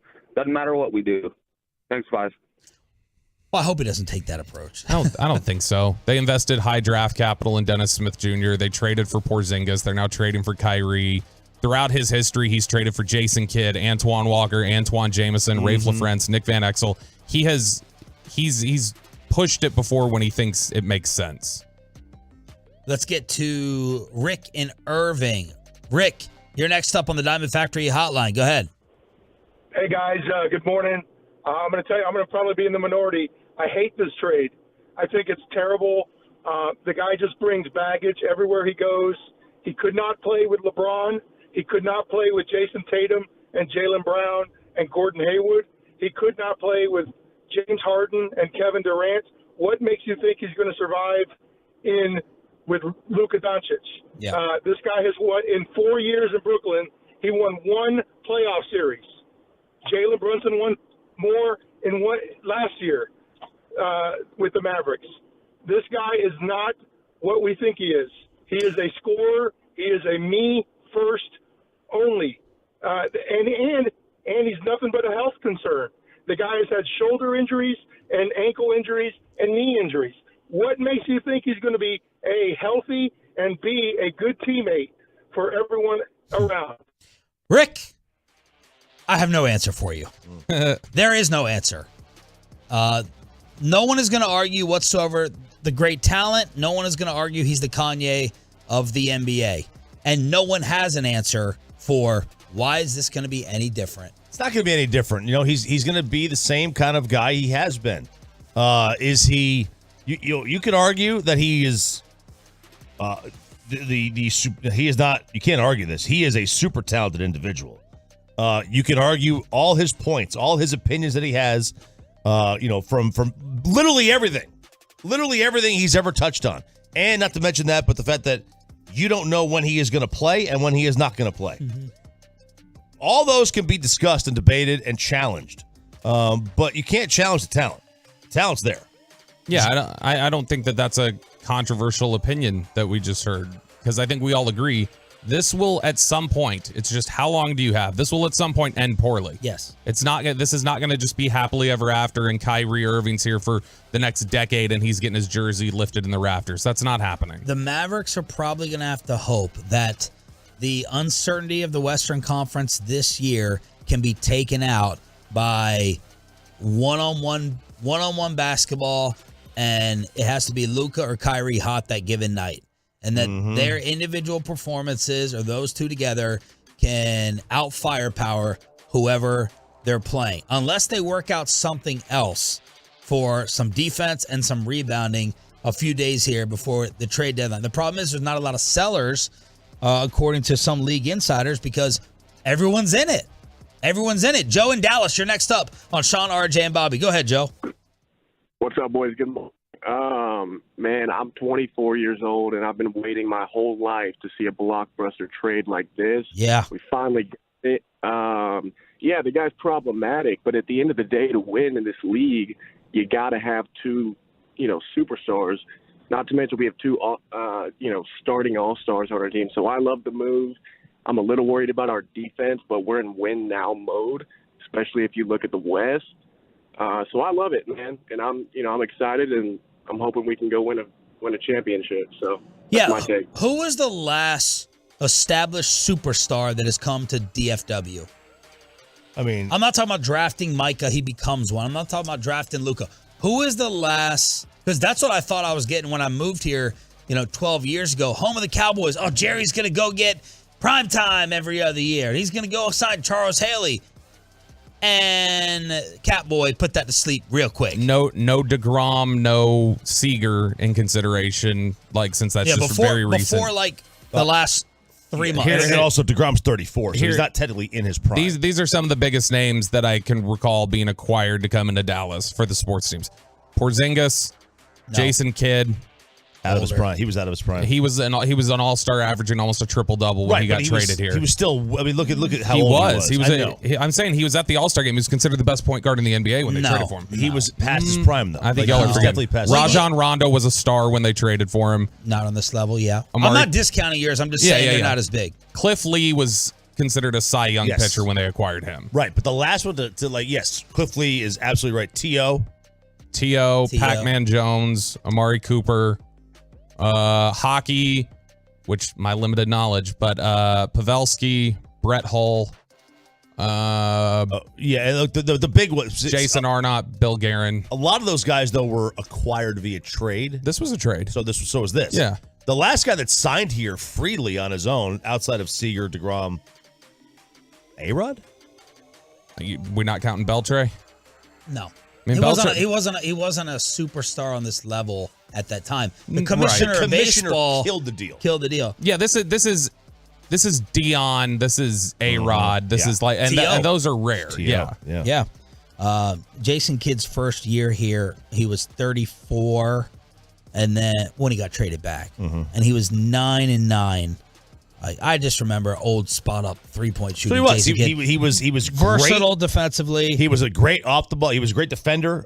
He had tremendous hands. He became a better 3-point shooter when he got here. Absolutely. But when he was traded here with the Nets, he was averaging 11, 10, and 8. He was the starting point guard, I think, in the All-Star game. Yeah, that's not the best point guard in the NBA. If you're he was the starting point guard. I don't care. It is so the best what? point It doesn't guard. matter. The All-Star game's a joke with the voting, like the Pro Bowl. Gosh. What are you talking about? 877-881-1. You're sneaky. Bad takes, Sharif. It's a good thing that I'm here to call you out in your BS when you want to make it work for you. The All-Star vote. He got the All-Star vote. I'm just saying he was the number one point guard in the NBA at the time. 877-8. We're going to crosstalk with KMC. I'm not going down this road. I got to stick with the clock. I got enough for you to recap Fan Bowl and preview our trip to the Super Bowl. What's going to happen? We have the fan draft. Who's getting taken first and last? Let's preview our trip to Arizona and Kyrie crosstalk with KMC next.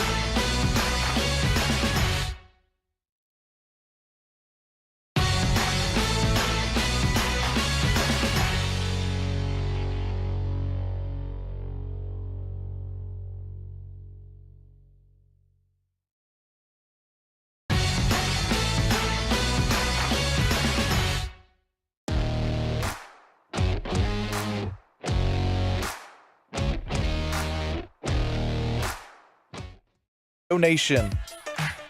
Kyrie Crosstalk with the KMC Masterpiece is coming up tomorrow. We're going to have another Adam Sandler ticket giveaway. Thanks to everyone who came out to Revolver Brewing for Fan Bowl 2023. RJ Choppy takes the on-air championship.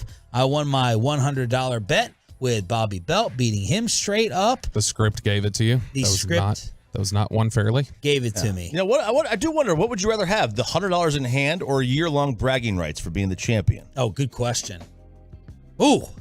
For being like your spot, would you rather be 100? I'm sure Sean would take beating me. Just in general, and that's my not really ego. that great of an accomplishment. It's not an accomplishment, but you'll just take the basking in the trying to crush my ego, which will never be crushed. Well, and RJ had a Mickey Mouse path to the championship. Beat Chiafalo, who doesn't know football at all.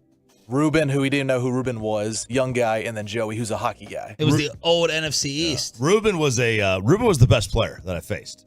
He was sorry. I feel sorry, Joey, but Ruben was the best player I faced. Yeah, but Choppy displayed his dominance, and he walks home. What would you rather have, the bragging rights or the $100? The $100.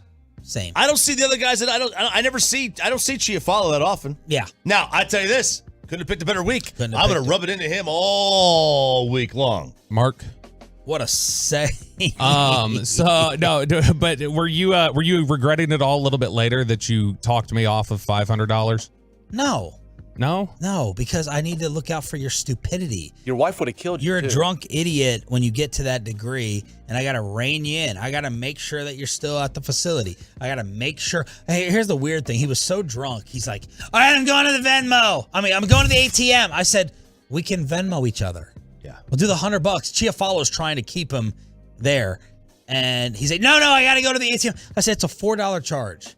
You're going to go, you're going to pay a $4 extra charge. Yep. We'll Venmo right here. He insisted he had to go to the ATM to get out the $100. It's the visual, dude, especially because it wasn't even 520s. The ATM gave you a $100 bill. It's the visual of having a $100 bill right there on the table. I mean, that's a good visual, but you could just... I would say that soberly. That had nothing to do with it. I just wanted to have the visual up there. It was a nice aesthetic. That's all I was worried about. It looked good. Speaking of 20s or whatever, so we're doing the lotto again?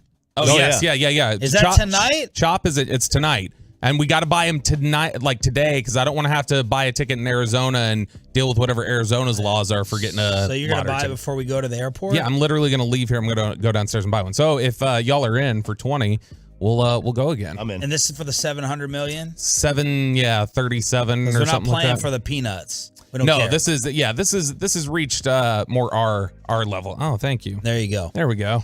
There's 20 10 on you. You can just Venmo. We don't I need don't have to- a 10. Oh, no, he can Venmo. Oh, it's cool for him. Well, because that's not an aesthetic. That's lottery, Sean. It's different. All right, so thanks to everyone who rolled on out to Fan Bowl. Make sure you don't miss the next fan event that we have with all of the different Tolos. It was awesome at Texas Live. Even you, Coach Matt Rule, who shut me down for the interview. Now let's preview today. Are you excited? This is your first official show trip. Arizona, Super Bowl coverage. I mean, I'm excited other than the plane. Don't like flying. Hate it. And so that will not be fun. What do you do on the plane?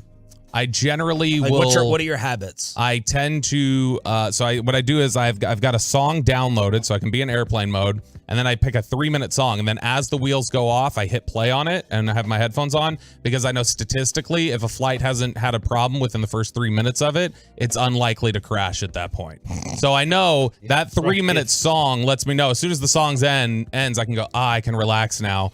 And only have to worry about landing now. Is which that a also, real stat? Yeah. If something doesn't go wrong within the first 3 minutes of a flight, it's generally like when they take off, or like before when they're like, we gotta change out something, we gotta defrost, take off. deplane. It's the first 3 minutes of a flight, or where if a flight goes down, it usually happens within the first 3 minutes of a flight. Like the issue occurs within the first 3 minutes. They say you need altitude, airspeed, and an idea if you're a pilot. Yep. And so I'll do that. And then as soon as I do that, I switch over to the video that I've downloaded, which is usually air disasters or what a wonderful thing to watch. Final Destination or Flight Plan or no, you the Sully. I'm dead serious. That's Why what I would watch. you watch it? Because, Why would you watch that? Because he's sick. Because I want I'm gonna think what I'm gonna think. So I'd rather just sit there and watch confirmation and feel like I have validation for the way that I think goes, yeah, see, look, it's air disasters, my word, every single one where it's like this plane went down and like all these people are gone now. And then it's like, and it wouldn't have happened if this pilot would have flipped a switch over here. The whole plane would have stayed up. Why don't they just stop the flight once they feel that thing happen in the first 3 minutes? We can't. Can't what? You can't just stop the flight in the first, like, you know what I mean? Like, you're not. Go back on the ground. So, no. Well, Once they hit V1, that's the point where they have to, V1, rotate. Okay. Once you hit V1, that's the point where you got to take off regardless. It's better to take off. Then you got to kind of circle back. And then you're dealing with the little master warning that I hear on air disasters all the time. Terrain, pull up, terrain. God, I thought I was the only person that watched that show. I love that show. It's so good. It's done so well. All right, Choppy, you love traveling. I hate it. Set us up for Phoenix. What are you looking forward to? Well, I'm looking forward to 70-degree weather and then a 40-degree drop in temperature at night. That's what it's going to be every day. It's like total desert weather to this week out there. It's like 75 during the day and 40 at night. I've always enjoyed Phoenix. I'm really looking forward to that Mexican restaurant you and I went to.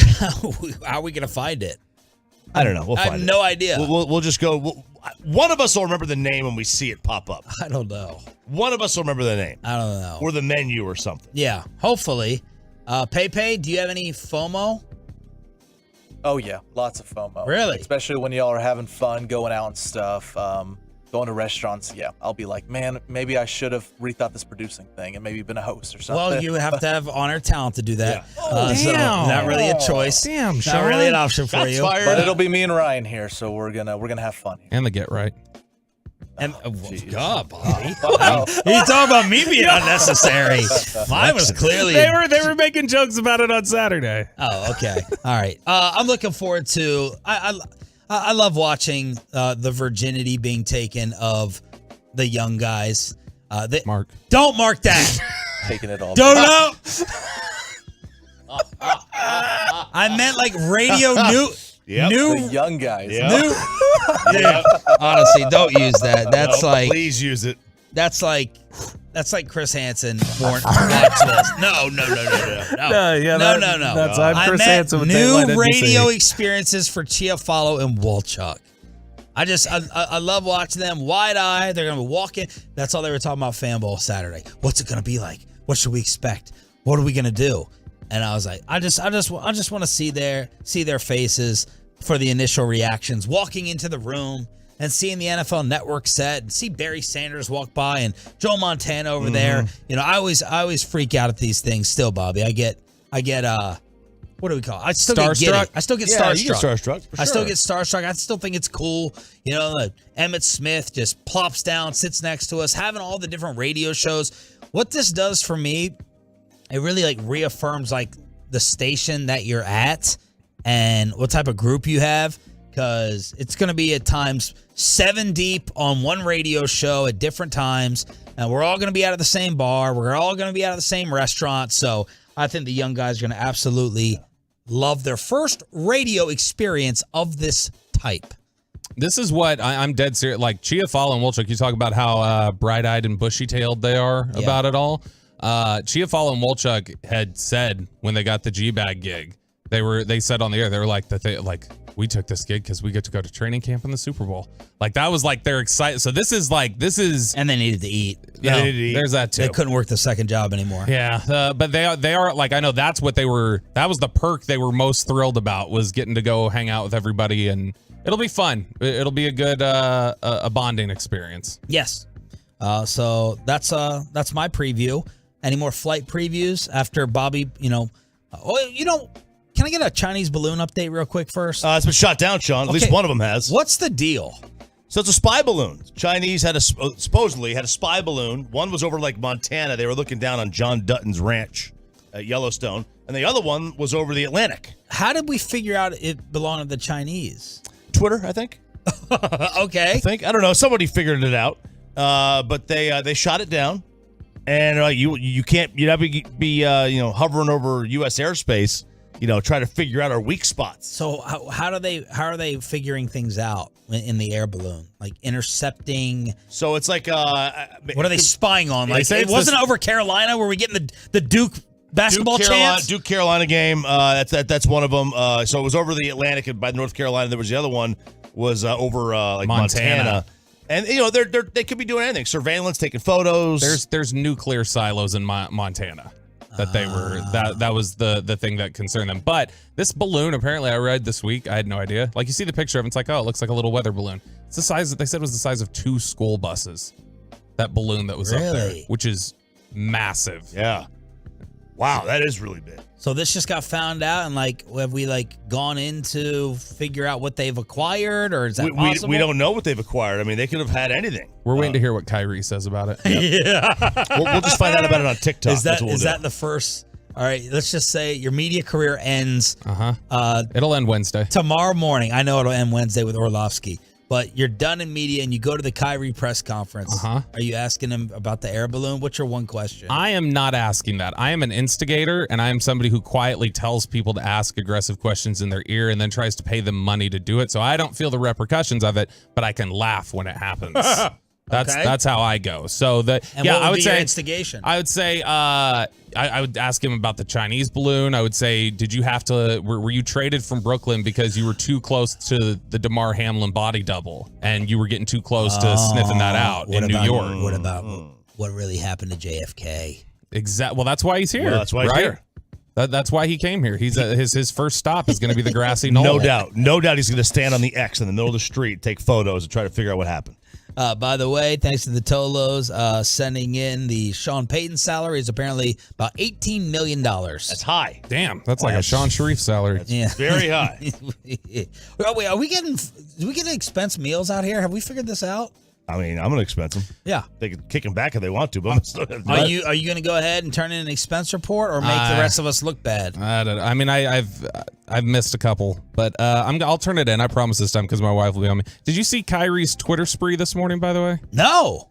He had a bunch of tweets. Thank you, Nets World fans and supporters, for the love on and off the court. Forever grateful. Live out my dream as a kid with y'all. It will always be love for me and my family. Then he goes, pouring libations for all of the ancestors in the universe. Thank you for the guidance and assistance along the journey. I honor you and love you. Blessings. And then he says, emotional maturity, intelligence, awareness is key to thriving in this life. Remaining grounded allows me to maneuver through the natural chaos of life.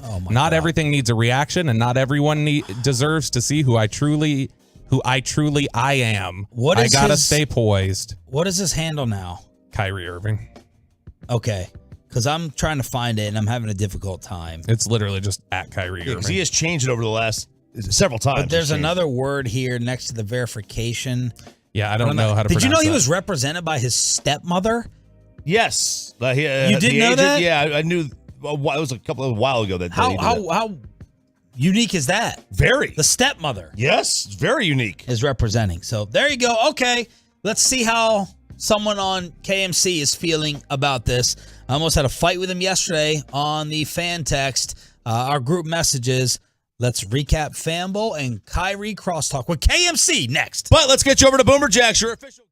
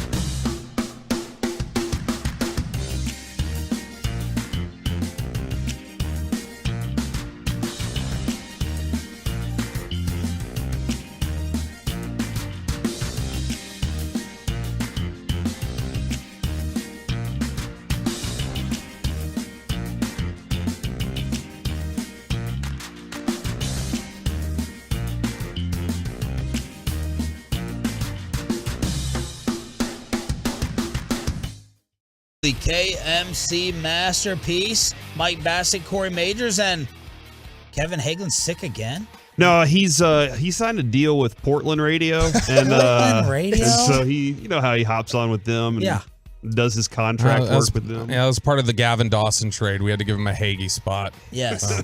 Good morning, fellas. Corey, what's coming up? Not a clue. We have not sent the run sheet to ourselves yet, but I know that we have Mike and Kyrie. We're gonna be just fine. I will say this at 1 o'clock because we have Kay Adams this week. Ugh. And she's on my list. Sit down. Yes. Ooh. Yes. Where's she going to sit? In a chair, Chop. No, I mean like next to you. Or I have no clue. Why did you take it there? Why would you think that's where I gave you the know answer? Me? Do you The know me? chair Why would you was think it. I would take it there? But we have, and she's on my list, along with Jennifer Aniston, Margot Robbie, and That's a couple Joey's other, girl. Lily James, who played Pam Anderson, the thing. Anyway, my wife has said, okay, here are some pickup lines. So she has given me some pickup lines to use. That's awesome. And we will find out if my wife wants this to succeed or not. I've not seen the lines yet. So, all right, Michael, where do you stand on the trade? Not a fan of it, but I'm going to be hopeful as a Mavs fan it works out. So I've said this on the air. This was a couple years ago with Jared Sandler. We said this off the air. We had this discussion, and I brought it on the air, but it wasn't like we had tons of conversations because it wasn't like Kyrie was ever coming to Dallas back then. But our conversation was, if you could take Kyrie Irving for free, they're like, here he is. You have to take his contract, but you don't have to give up a single person on your team. And both Sandler and I said, no, we do not want Kyrie Irving. He will. This was a little bit after Boston, maybe 1 year into Brooklyn. And it was like, he is just a total franchise destroyer. That being said, yes, I'm optimistic. He is a second superstar. You usually need to have 2 stars to win a championship. So there's positives to look at it. And sometimes guys like Kyrie Irving, they play nice for a short amount of time. And can you get the most out of that half a year, year and a half? I mean, it would be a miracle if you got 3 years out of Kyrie with somewhat not major issues. But that's where I'm at with it. When we talked on Saturday, I said Dinwiddie and Hardaway because I said Hardaway is a 75% negative player. Somewhat I call him Joey Gallo Hardaway because 75% of the time, Joey Gallo is going to affect your team negatively. But 25% of the time, you're like, oh my God, he's hot. He's on fire. Home runs left and right. And with Tim Hardaway Jr., there's 25% of the games you're like, he is on fire. He can't miss right now. But it's just the other 75% of the time where you're like, this is killing us right now. So they gave up a lot, but then when you saw all the deals come out, I thought the media did a great job. Usually we don't get this on what did the Lakers offer? What did the Clippers offer? What did Phoenix offer? And I thought, wow. I mean, the Mavs did give the best offer, but it was very competitive. Do you think it was definitely better than the Suns? That seems to be the kind of pushback from people like, whoa, the Suns offer was better. I think most people think Chris Paul's done.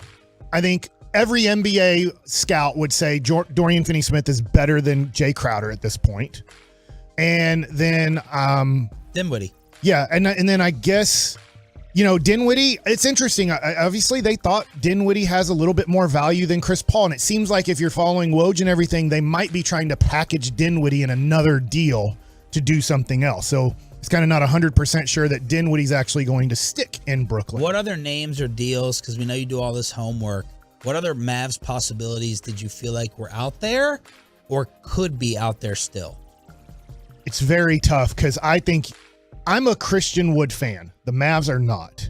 If you traded Christian Wood for Marcus Morris, it works out financially 1-for-1. I think you're taking a lesser player, but they would maybe like the veteran guy, the bully type of guy. It's interesting to me because rebounding is a major issue with the Mavs, and I get rebounds matter when you get them. But Christian Wood is everything statistically Porzingis was. He's 20 points. He's 8 rebounds. He's a block shot a game. Now, I get they're different players, and you get them in different moments and everything like that. And Christian Wood might not be a guy smart-wise that you want on the court the last 3 to 4 minutes of a game. But Porzingis does nothing the last 3 or 4 minutes of NBA basketball games either. That's when he fades the most in his evaluation of how much is he giving you, but they don't like him. So we're trying to move a dude who's 20-10, who the league doesn't really care too much about, but that's your hope is somehow, some way. My biggest thing now is can we unload Hardaway to Cleveland for Kevin Love? Because you take on Kevin Love's, I don't care about Kevin Love. He's an expiring contract, but he has played with Kyrie. So, and we're so bad when it comes to our big man depth that maybe he could give you 10 to 15 minutes a night in the playoffs on this team. Corey, how would you vote? That you're happy about this? You're not happy about this, or you don't know how to feel. I mean, don't know how to feel is the clear thing. Like when I called in yesterday, we got Kanye. It's just we might not have gotten my beautiful, dark, twisted fantasy Kanye. We might have gotten Ye. You know, we might have gotten that version, and you don't know which version you're going to get on a night-to-night basis. And so that's where if the dude just decides I'm not showing up for the next 3 games, like what are you going to do about it? But man, this is the best 2-star tandem we've ever seen in DFW. Ever.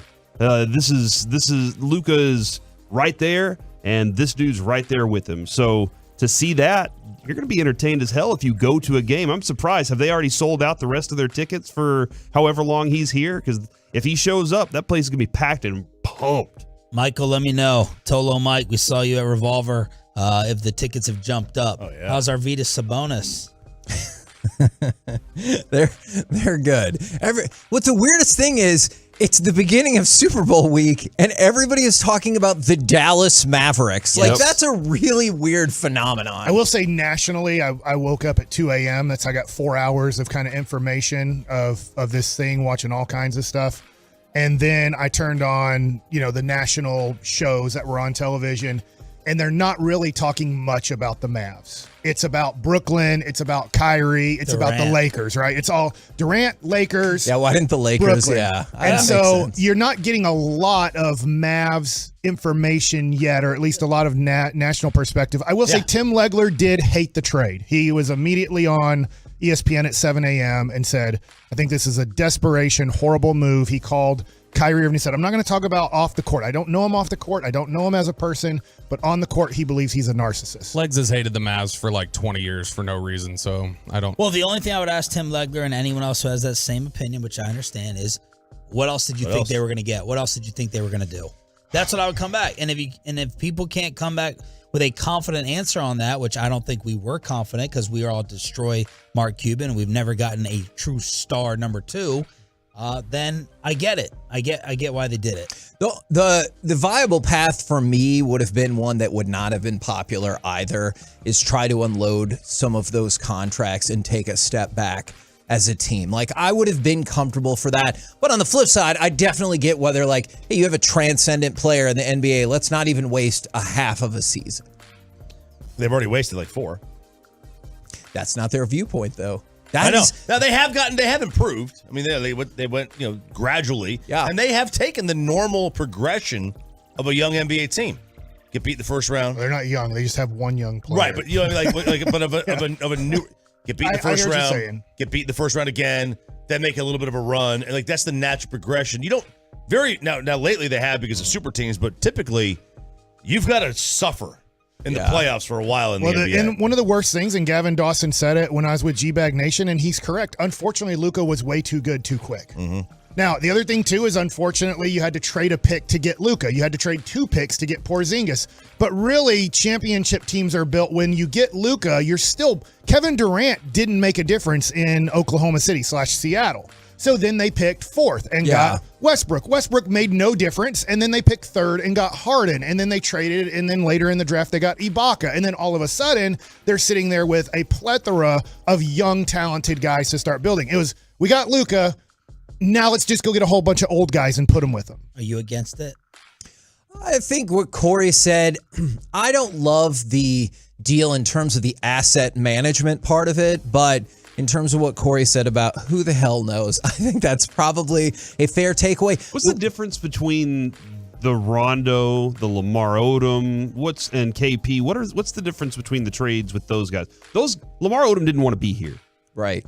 I was standing there while we were interviewing Rick Carlisle, and Odom walks up the stairs and he goes, "You got my back, right, coach? Tell him you got my back." And he just rolled his eyes like, I don't know what I'm dealing with, guys. Oh, yay. And so, I remember that with Rondo. I was told it's not going to be a great fit on the floor. And then he just was like, I quit.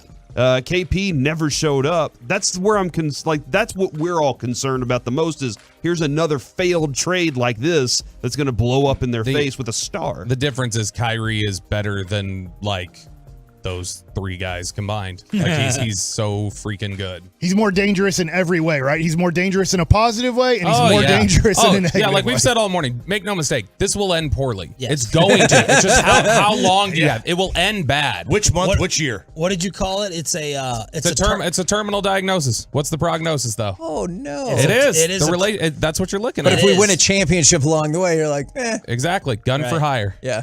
A year and a half. I feel like 2 years would be maybe 30 games. Who knows? A miracle. Maybe. Do you think they can win in a year and a half? Sure. They can win. They can win in 4 months. You can win this year. I know that I feel better about their chances of winning it now than I would have on Friday with that team. To Bobby, I agree with what you just said. So LeBron and Wade and Bosh talked about chemistry. Now, I know they made it to the NBA Finals, but they were just like, it really took us a lot of games to figure out how we're going to work off of each other. You don't think it's going to take time for Kyrie and Luka to figure out how to really work off of each other to get the most out of their games together? I think Kyrie's already played with someone very similar style-wise in Harden, and they succeeded instantly when they were on the court together. And I think Kyrie is really good off the ball or leading the offense. He's flexible to do whatever. And I don't think it's likely they'll win a title, but when you have two of the best players in the NBA, like you have two top 10 players, it's like, yeah, you could get hot and they could click for a run that would lead you to win a title. I'll agree with you on Kyrie because that's a great point. Luka's never played with anybody like this. So how is Luka going to quickly adjust to? First of all, I'll talk about this later. Thank God we do have Kyrie for this. We can't get a shot off with 10 seconds to go in the game. Like Luka's not fast enough, quick enough. He's scared to death of free throws. So we do have now a guy who can make free throws at the end of the game and a guy who, Luka, watch, because Kyrie's way better than you the last 10 seconds of basketball games. All right, you're getting that and so much more. We will see you in Phoenix in a few hours. Heck yeah. The KMC Masterpiece is next right here on 105.3 The Fan.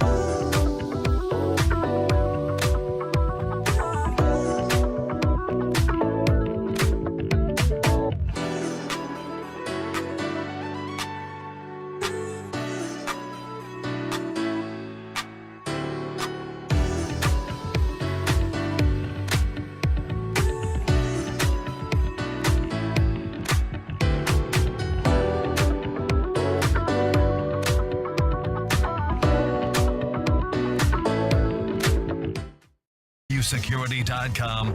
It's the KNC Masterpiece on 105.3 The Fan. KNC Masterpiece right here on 105.3 The Fan. Let's start by talking about the Pro Bowl. No, I'm just kidding.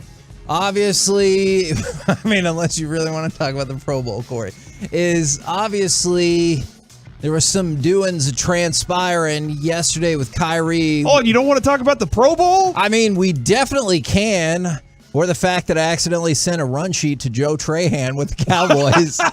Nice. We talk about the Pro Bowl. I'm going home and I'll see you at the airport in 5 hours. Sorry, Joey, if you're wondering where your run sheet was, I accidentally sent it to the Dallas Cowboys, and they might be upset at their lack of representation on the show today. But what was your initial thought when you found out about the Kyrie deal yesterday? Or were you busy watching the new episode of Yellowstone? It was crazy with the spy balloon and stuff. You know, it was wild. Hold on. They had a spy balloon on Yellowstone? Yeah, it was over Montana. Was that not Yellowstone? I don't watch Yellowstone anymore. Neither do I. You told me to stop. You said it's terrible. I think I might give up too. I think I might. No, the first thing I saw it and I said, "Well, here we go." And I think that's, that's like a very clear description of this is about to be a wild ride, and like it can be a blast. Yeah, this could be an absolute joy to watch these two in a backcourt together, doing their thing. But it can go wrong. It's teetering. You know those little things that you kind of hold like this and it balances on your fingertip or whatever. It's like one of those. Like the Thanos pen where he's like, now we got to kill half the people. In any direction on this. Any direction. The thing is, Mike, and somebody was like, oh, he has nowhere else to go. There are 2 other teams that wanted him still. 3 other teams that wanted him still. Plus, he's still a star. So teams will want him. He wants to, for the next however many games, you know how many games there are, Mike. For however many games, he wants to ensure somebody out there that he's still worth it, right? Well, there's only 3 teams that have max out money, and I don't think he wants to go to Houston, San Antonio, or Detroit. Yeah. So it would have to be some sort of either taking a major discount, which I have been told, don't put it past Kyrie to just go to L.A. In the offseason for a number that you're like, wait a second, I thought you left Brooklyn because of this, and Dallas is offering you that. But he is that type of person that he will shock you in that way. I know that's in the future. No, I agree, but that's why sometimes when people are like, oh, Kyrie was going to do this or will do that, I'm like, are you sure though? Because I have no idea what he's going to do. When I was in the batting cage with my boy and got a call from Spittle, and I actually just said, I'll talk to him in a little bit. I had no clue what it was about. I thought it was about Super Bowl stuff, and I'm like, I'll talk to him in 15, 20 minutes when I'm done. And then I got a couple texts, and they're like, we got Kyrie. And I was like, oh, God. Like, that was my first response. Not in a good way or bad way. Maybe more bad than good. But I'm like, all right, let me try to get around on this. Let me get on Twitter here. And then they're like, Dinwiddie, Dorian Finney-Smith, 2029 unprotected first-round pick, 2 second-round picks. And I was like, my God, did they pay a premium to get Kyrie, who I thought you're only competing against Russell Westbrook, who Kevin Durant has said under no circumstances will I ever play with him again, which I'm like, I don't know how they pull this off in this situation. And then 2 first-round picks. And I'm like, but then I started seeing as the day went on what the other compensation was, and the Mavs were very competitive. It was a competitive market between the Clippers, the Lakers, the Suns, and the Mavs. Because the Suns were willing to do Chris Paul, Crowder, and unspecified draft picks, if I recall, and the Lakers were willing to do 2 first-round picks in the future, are the compensation I heard. Yeah, but they wanted more, and the Clippers were going to give up Terrence Mann, Luke Kennard, and a couple picks. Okay. And there might have been, and they said salary filler, which I don't know if that could have been like Robert Covington, somebody who's not really doing much for them anymore. So I was like, God, that's a lot. You just traded your second and third best players. Not that they are stars. They're really good role players. They really need to be your fourth and fifth players. But you put them ahead of Wood? I know the Mavericks do. Okay, yeah. So how about that? Yeah. It doesn't, I'm to the point with Christian Wood. I'm like, it doesn't matter what I think. It doesn't matter what you think as a fan. They don't want him here in Dallas. Yeah. At least, it just feels that way. It feels like they're going to try their hardest they possibly can in the next 3 days to not have Christian Wood on this team Thursday night. That being said, I can see the positives. I don't want to sound all negative on this. I can see the positives. You literally just got a starting all-star player, a guy who I think any player in the NBA would say, this dude might be the most talented player in the NBA. More talented than Luka, more talented than Ja Morant. I know they're different body styles, but more talented than Jokic, maybe more talented than Giannis. He's a great shooter. Great shooter. And then there's about 30 buts that go with once you get to that point. Right. And so I can see the Mavs now have the 2-star system that you usually need to win a championship. They need a lot more to go with it, and I think that, my opinion, I guess I'm getting more into this, but I don't know in the next 72 hours you're going to get the championship team around these two guys to win it all this year. But I'm hoping and praying, and I see it as a miracle if it happens. I'll be honest. I will see this as a miracle if this happens, that Luka and Kyrie play 20-something games in the regular season together. It looks pretty darn good, and they're able to make at least, let's say, a playoff run where they win a playoff series. And you go, you know what? Those two are going to work out together. Now we just have to figure out how to get 3 or 4 other guys around them that can make this work for a championship. I do have. How interested are you in Wednesday's game? I need if Luka he's to ready play. to, and I don't think he's playing in that one, right? Okay, because he's already been. He's not ruled out of Wednesday. He's ruled out tonight. Yeah, he is ruled out tonight. But they said we'll see. He might not be there if Luka plays. Oh my God! Like that's you. And the opportunity to, if Kyrie decides he wants to play, that's where all the ifs come into play. We talked about this with the Rangers for many years. If you had to say if more than 5 times, you have some problems. But if he does decide to play, you have scoring output that doesn't involve just Luka. Okay, and I'm glad that you brought that up, and this kind of fits with what you were talking about as well. I know I give him a bunch of crap, but Brad Townsend tweeted out the numbers that I was intrigued by. Is the combo of Luka, who's at 33.4 points per game, and Kyrie is 60.5 points per game. That would pass Tatum and Jaylen Brown, who are at 58 points per game. And so my question to kind of go along with all of this, I know it's impossible in the long run, but if you just took out the headaches, do you think this is the best 1-2 combination in the whole NBA? Yep.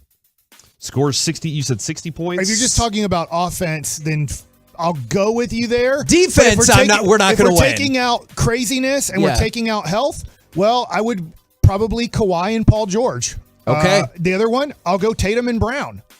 So I have 2 now. I'm not crazy about Kawhi and Paul George. I mean, they are off the court as much or more than Kyrie Irving is. But I mean, you're making me take out everything on Kyrie's situation to make it sound like Kyrie's going to be a perfect soldier, play great basketball. Then, yeah, they're in the conversation with, I would say, Tatum and Brown and Kawhi and Paul George. And I guess, if we're going to take out health, I guess then LeBron and AD, if AD played 80 games. So the reason why I brought that up is, do you think that has at least something to do with, it feels like fans are enthusiastic about this. Like I definitely see on Twitter, on Fantext, like I put up a poll for like an hour, got, I don't know, several hundred responses. It was 31% were against the deal, 69% were for it. Nice. It looks like early on, a lot of people are for it. I understand all the downfalls, but do you think that level of like stardom and offensive production is easy to hook people on? Yeah, and I think it's a name. I think most people don't really follow the NBA that well, especially like they follow the Cowboys and the NFL. So they just see Kyrie Irving and they're like, I don't know, I've seen 5 Maverick games all year. They played Brooklyn once. I mean, I know they played them 2 times. Early in the year when Steve Nash was still the coach, and they're like, this is awesome. He's a starting all-star. I saw him. He just made the all-star team, and he makes the all-star team all the time. And I think that from a very casual basketball standpoint, I think you're very excited about this. I'm interested to see what it's going to look like. Oh, my gosh, yes. But there's a lot that there's just so much that comes with Kyrie, and I hope it works out. But I'm scared to death. As I said yesterday, as Chris Arnold was on with Alex yesterday, right? Alec, yeah. Alec, Medford, yep. Thank you. Is that I was on their show, and I said, this is pretty much what you've done is somebody has told you, said, this is going to be the most fun you're ever going to have, and this is jumping off a cliff. and you have a parachute on, and you're like, I'm scared of this. I've seen other people do this, and they've died. Yeah. So what's the percentage I'm going to die? And they're like, listen, it might be great, but there is a 50% chance the parachute doesn't open, and you just splat on the ground and die. And you're like, in sports.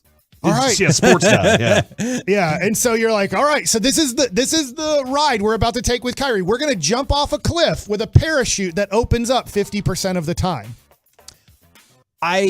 Is it 50? Well, it's been 0% in the end. But you're hoping that the parachute, at least you have a fun ride for a miracle would be 2.5 years for me. Yeah.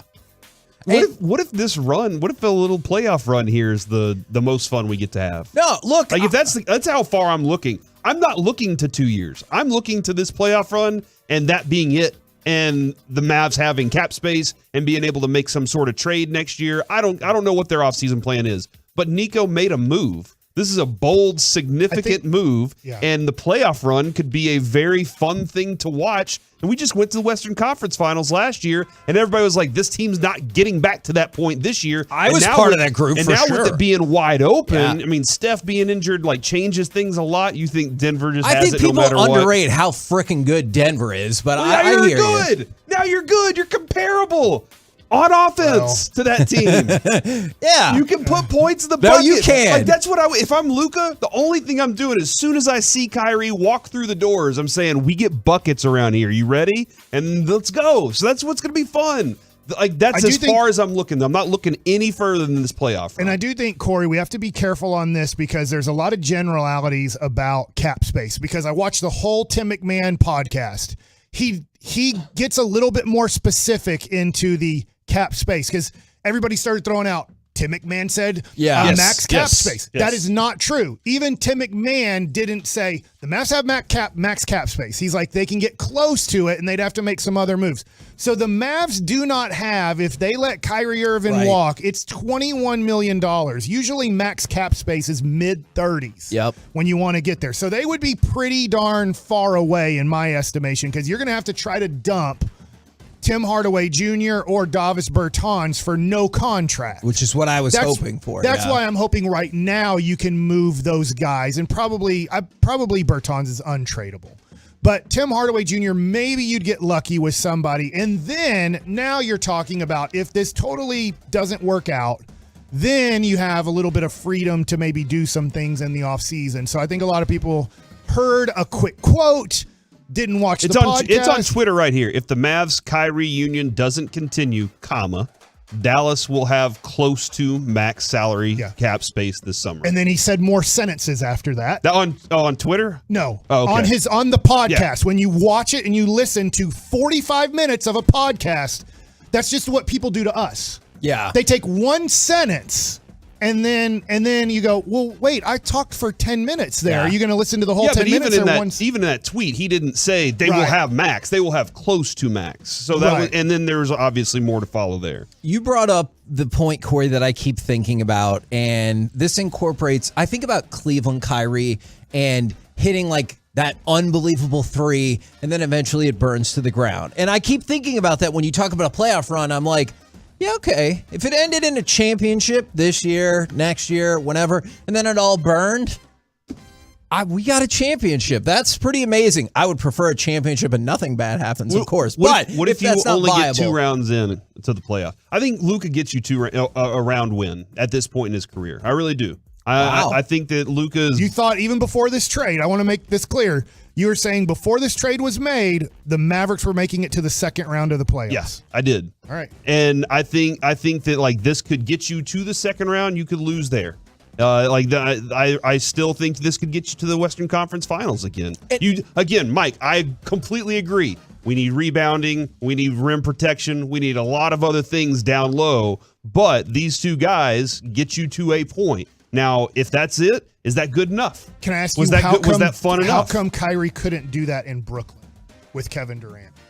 They got swept last year in the playoffs. He didn't like where he was. I mean, as soon as he doesn't like where he is here, that could happen again. But you got a shorter amount of time for him to hate it. That's like you have enough time to maybe make him go, hey, this was fun for a bit. And then you can move on if that happens. But is that good enough if you only get 2 rounds in? Are you excited? Was it fun? You gave up so much for just one little run. The only thing that would change, what would change my mind about that, not the only thing, is if they lost, but you saw the progression. Because I'm with you. Yeah, but he's saying then Kyrie just goes to LA and we're done. It's the whole trade's over now. If that's the case, that would indeed suck. I'm hoping it can still be fun. I just think Kyrie is so unpredictable. I would love it if, because I do think it's going to take a second for everyone to understand how their new roles are going to work. I would love it if you saw that progress. And sure, you lost in the second round, but you were like, whoo, look at us go. And then he's like, you know what, maybe this is a place I want to be. I believe it was 2011, guys, when the Rangers were going to their second World Series. And although the outcome wasn't exactly what you wanted, true. because Nelson Cruz missed that ball out in right field. I've rewatched the game. There were a lot of mistakes. Although that wasn't what the ultimate outcome you wanted, was it not fun? No, it was super fun. An absolute blast. And if you told me that they were going to be really good the next year and then just not quit at the end, don't worry about that. Don't worry about that. Okay, I won't. We're the KNC Masterpiece right here on 105.3 The Fan. Coming up next, let's talk with NBA insider and our best friend, I think, the White Mamba, Brian Scalabrine, next right here on The Fan. All day, every day.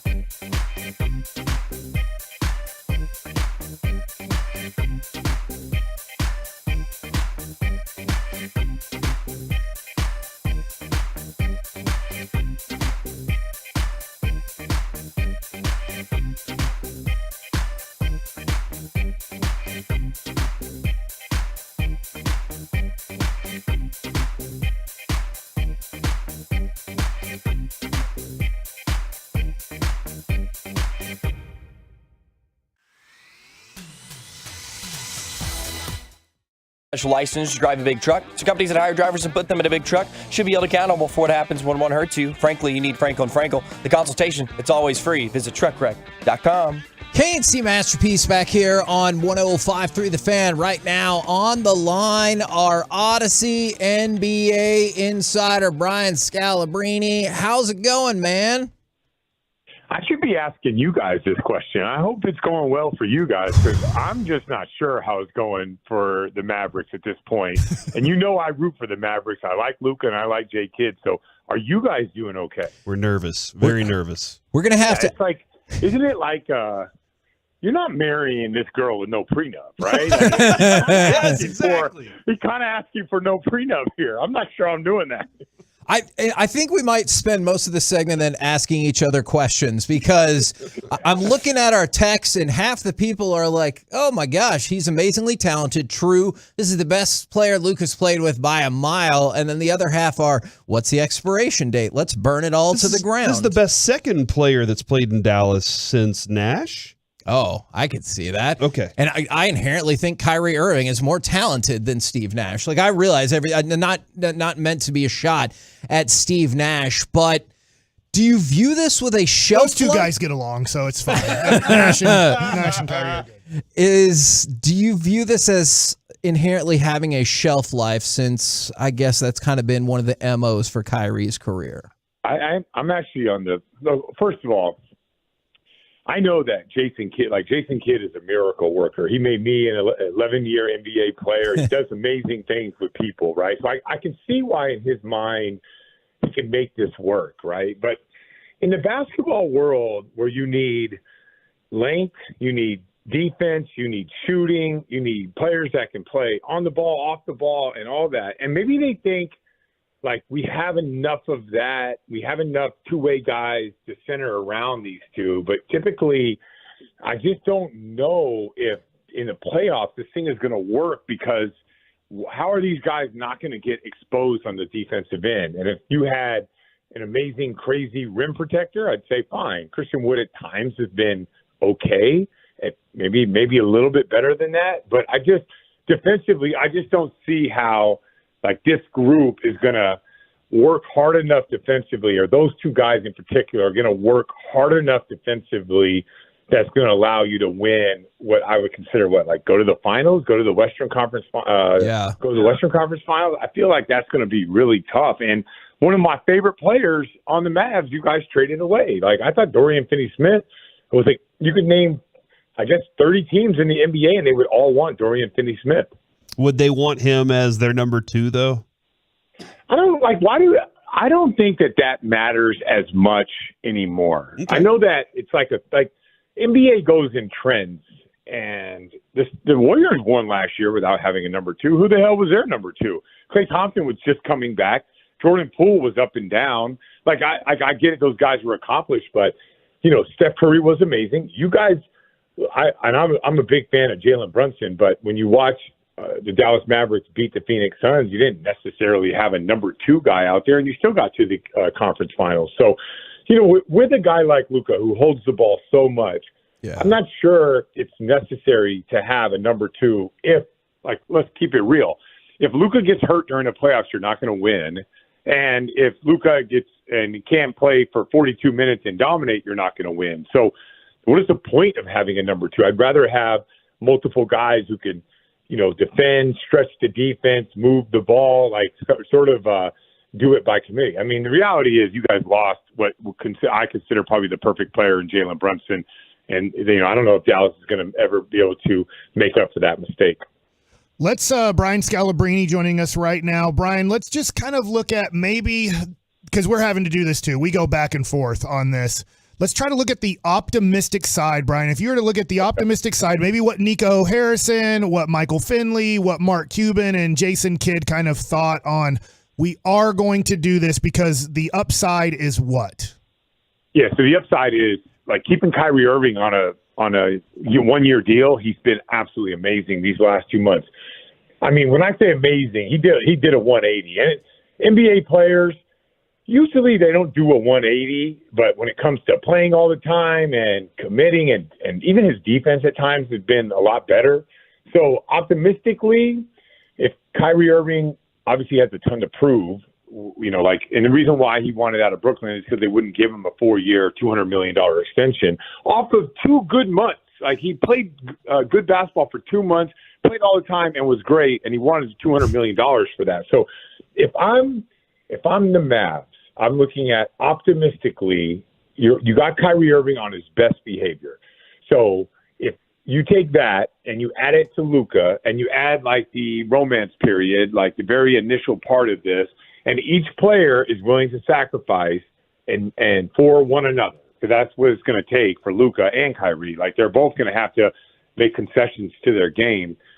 And you can find a way to defend the rim and have enough defensive players out there to hold, the Kawhi Leonards, Paul George, the Murrays, the Jokic, and all those guys down, then there's your optimistically thinking with the West being wide open. So, but even if you guys do well, would you guys still think, okay, let's give Kyrie Irving 4 years, $200 million, knowing that it could be the end of Luka Doncic somewhere down the road? So optimistically this year, and if you keep Kyrie Irving on 1-year deals and he's amazing like he has been the last 2 months, then there is a chance, especially this year. And when you say optimistically, it feels like you're like, but seriously, I don't think some of that stuff's going to happen, which I do get. I was curious, obviously media folks talk a lot about perception and reality and everything. How prevalent is that in the NBA where, like, will people be like, hey, Kyrie's going to ditch this team eventually? Like, how much does that kind of gossip or whatever go across the players in the league? I think they talk about that kind of stuff, but I think they're really kind of self-focused on their own team and whatever Kyrie Irving does, like he does it. Here's a side of this that I wasn't really thinking about until probably this morning. I know Mark Cuban's not stupid, and there has to be a sign and trade opportunity if this thing were to go south. Because remember, he made the Rondo deal, and he was like, man, that just didn't work out for the Mavs. So he had to say, like, okay, we've been through something like this before. This offseason could be an interesting time to kind of upgrade, I guess, upgrade Spencer Dinwiddie. Maybe right now it seems like there are a lot of people that are interested in Kyrie. Let's say Kyrie plays extremely well because it's a contract year and he wants to. There could be some people that are interested in a sign and trade, but you just got to find the right people, a couple, working in a few teams there and figuring that out. So optimistically, I would say Cuban has to think, well, if it doesn't work, I always, because of the cap situation that the Mavs are in, they could probably move on Kyrie and maybe upgrade their team in a different way than what they had with Dinwiddie and Dorian Finney-Smith. So, Brian, what we heard is kind of that Luka did say, let's do this, that they ran it by him and he said, yes, I want Kyrie, even though I believe Dorian Finney-Smith was his best friend on the team. I'll ask you, do you think they ran this by Durant? It seems like they didn't. I don't know if Durant in the next 24 hours says, I'm not playing basketball anymore. Like, can you give us the idea on where kind of Brooklyn is and then how tough it is maybe for a superstar to say, yeah, trade a couple of the guys that I really like for this better player? Yeah. So for the Luka thing first, it seems like a lot of people believe that you can, talent is what wins, and you can work through all the other stuff. So I'm sure he believes that. And I believe, Luka in his mind, who probably will eventually miss Dorian Finney-Smith because, defensively, I love that guy, right?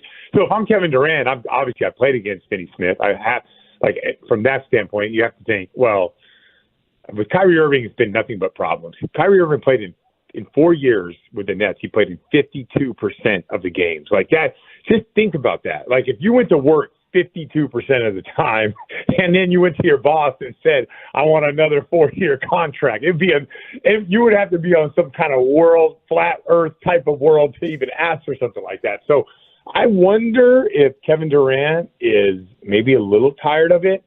And I will say this, I personally, depend on what they do with Spencer Dinwiddie, depending on what they do with Dallas's 2029 pick in the second round, I really think that the Brooklyn Nets are going to be active in the next, all the way up until Thursday, and they could end up making another move, like an OG Anunoby, or something like that. So if Kevin Durant and a bunch of long, athletic, tough guys, I would take that team over what I had with Kevin Durant and Kyrie. So maybe, like, I never know what Kevin Durant's thinking, but maybe he's optimistic about it. For Luka, I think he's optimistically thinking that talent is the overall end-all, be-all, which I'm not sure it is. I've seen Kyrie in Boston. I've seen Kyrie in Brooklyn. I mean, I've seen him in Cleveland. I know he won a championship, but at the end, it was pretty disastrous, and you heard some of the stories. I wonder at the end of this whole thing what it's going to be like with Kyrie in Dallas. Brian Scalabrine joined us here on the KNC Masterpiece on 105.3 The Fan. Mike was on Real GM or GM Generator, something like that last night, and we got Pascal Siakam in a trade. Yes! Is that the next step for this team? They add Siakam, they have Kyrie and Luka, and is that a championship? Hell yeah. Well, what were you giving up? Christian Wood? Yeah, it doesn't work. Don't worry. Brian. Well, more than anything, like, do the Mavs have another move they should make that you would like them to see? Yeah, I would try to get Dorian Finney-Smith. No, that's what we just said away. He would be. No, I just think, unless I'm missing something, you have to have defensive players to win in the playoffs. Like, look at the teams that win. They have guys like that. Like, even the Warriors last year, I know you probably don't think of those guys, but Andrew Wiggins, they're not winning that series without Wiggins out there. Like, you have to have two-way players that can knock down shots and defend at a high clip. The ball skills of players nowadays are so off the charts.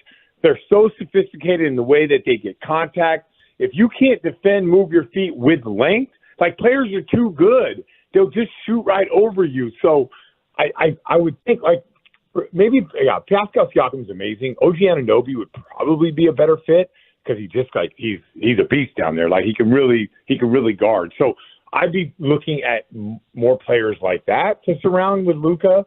And if you were going to give up Christian Wood for somebody, then just be big across the board. Like, Kyrie, and Luka's obviously a pretty big guy, 6'9" and above. And maybe you can figure out some different ways to switch and rebound at a high enough clip.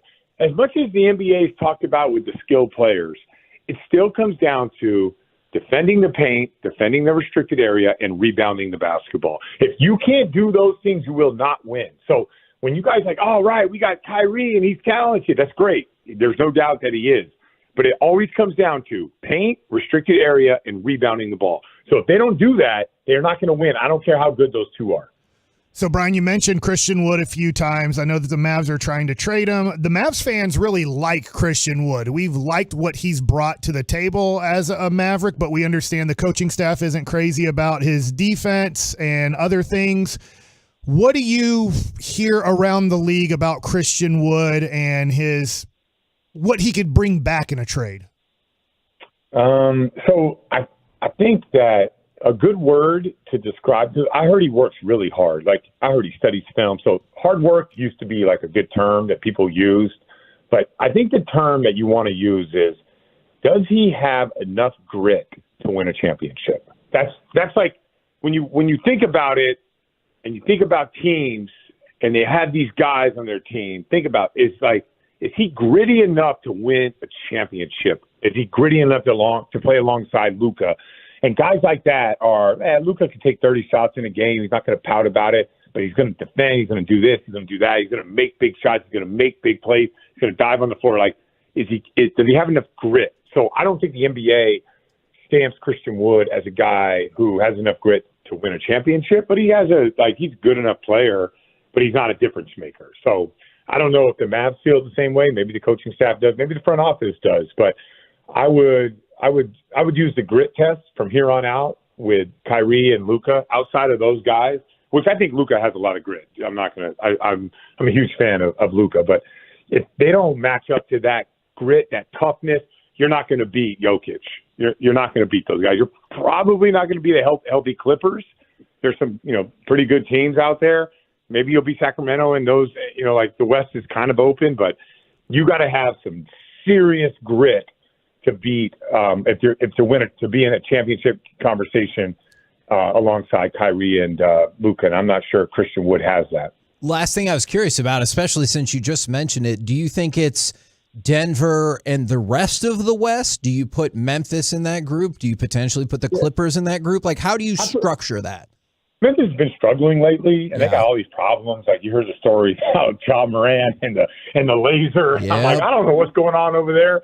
But when they're healthy, like Steven Adams is out, it's amazing when you start losing games how all these problems start to occur. And like I told you before, like no one mentions Steven Adams being out because they're always talking about the skill players, but it comes down to defending the paint, defending the restricted area, and rebounding the basketball. And when Steven Adams is there, they win. So if they're healthy, I would put them in that conversation. I don't know what to make of the Warriors. You saw the Steph Curry injury, so I don't know. He could be out for a long time. I have no idea.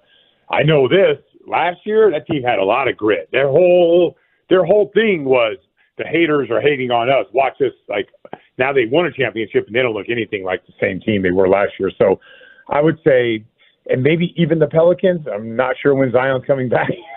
Or for how long, yeah. Yeah, it's like, so a lot of that has to do with injuries and stuff like that. But if everyone is healthy, I got Denver, Memphis, Clippers, Pelicans, and then probably Golden State, Sacramento, rounding out. Obviously, Dallas, if they make some, different moves. That's kind of how I round out the West. All right. Excellent insight as always. So glad we got the chance to talk with you. We will catch up with you this time sooner rather than later. All right. Sounds good. See you. There you go. Our Odyssey NBA insider, Brian Scalabrine. He's excited for the Mavs, huh? I do not believe that was we got grit. We got a Morris takeaway brother. Everything's on going to be fine. Yes. We got Marquise. We honestly might get the other one here pretty soon. Let's go. Man, do you have to talk to Luke about that first? And you're like, you're cool with this, right? He's like, I'd rather him on my team than stepping on my ankle. You know what? That is a good point. We're the KNC Masterpiece right here on 105.3 The Fan. Coming up next. We forgot about Neil Aquina. Let's switch it up just a little bit. How much is too much to pay for that sand? We'll talk about it next right here on The Fan. Coming up.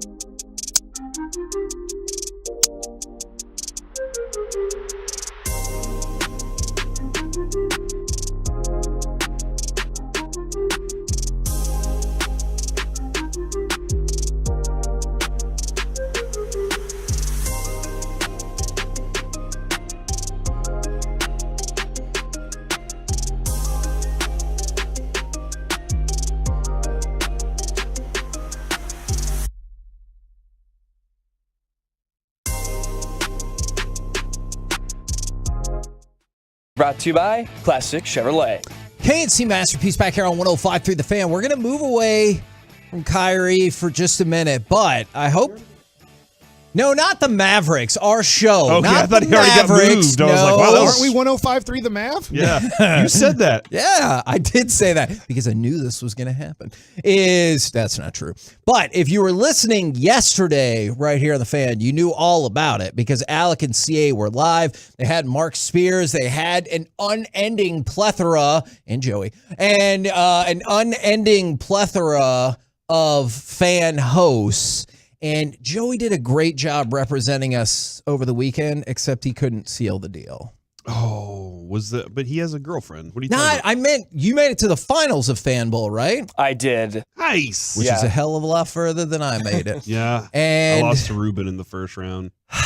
The things kept it was sliding off the table. I don't know why. It was the second round. Yeah, the Wade Phillips Oh, win yeah, that's right. with the bye and That's right. everything. But we'll talk more about Joey's performance at Fan Bowl when he beat two people back to back in the span of 12 minutes. Is pretty darn impressive.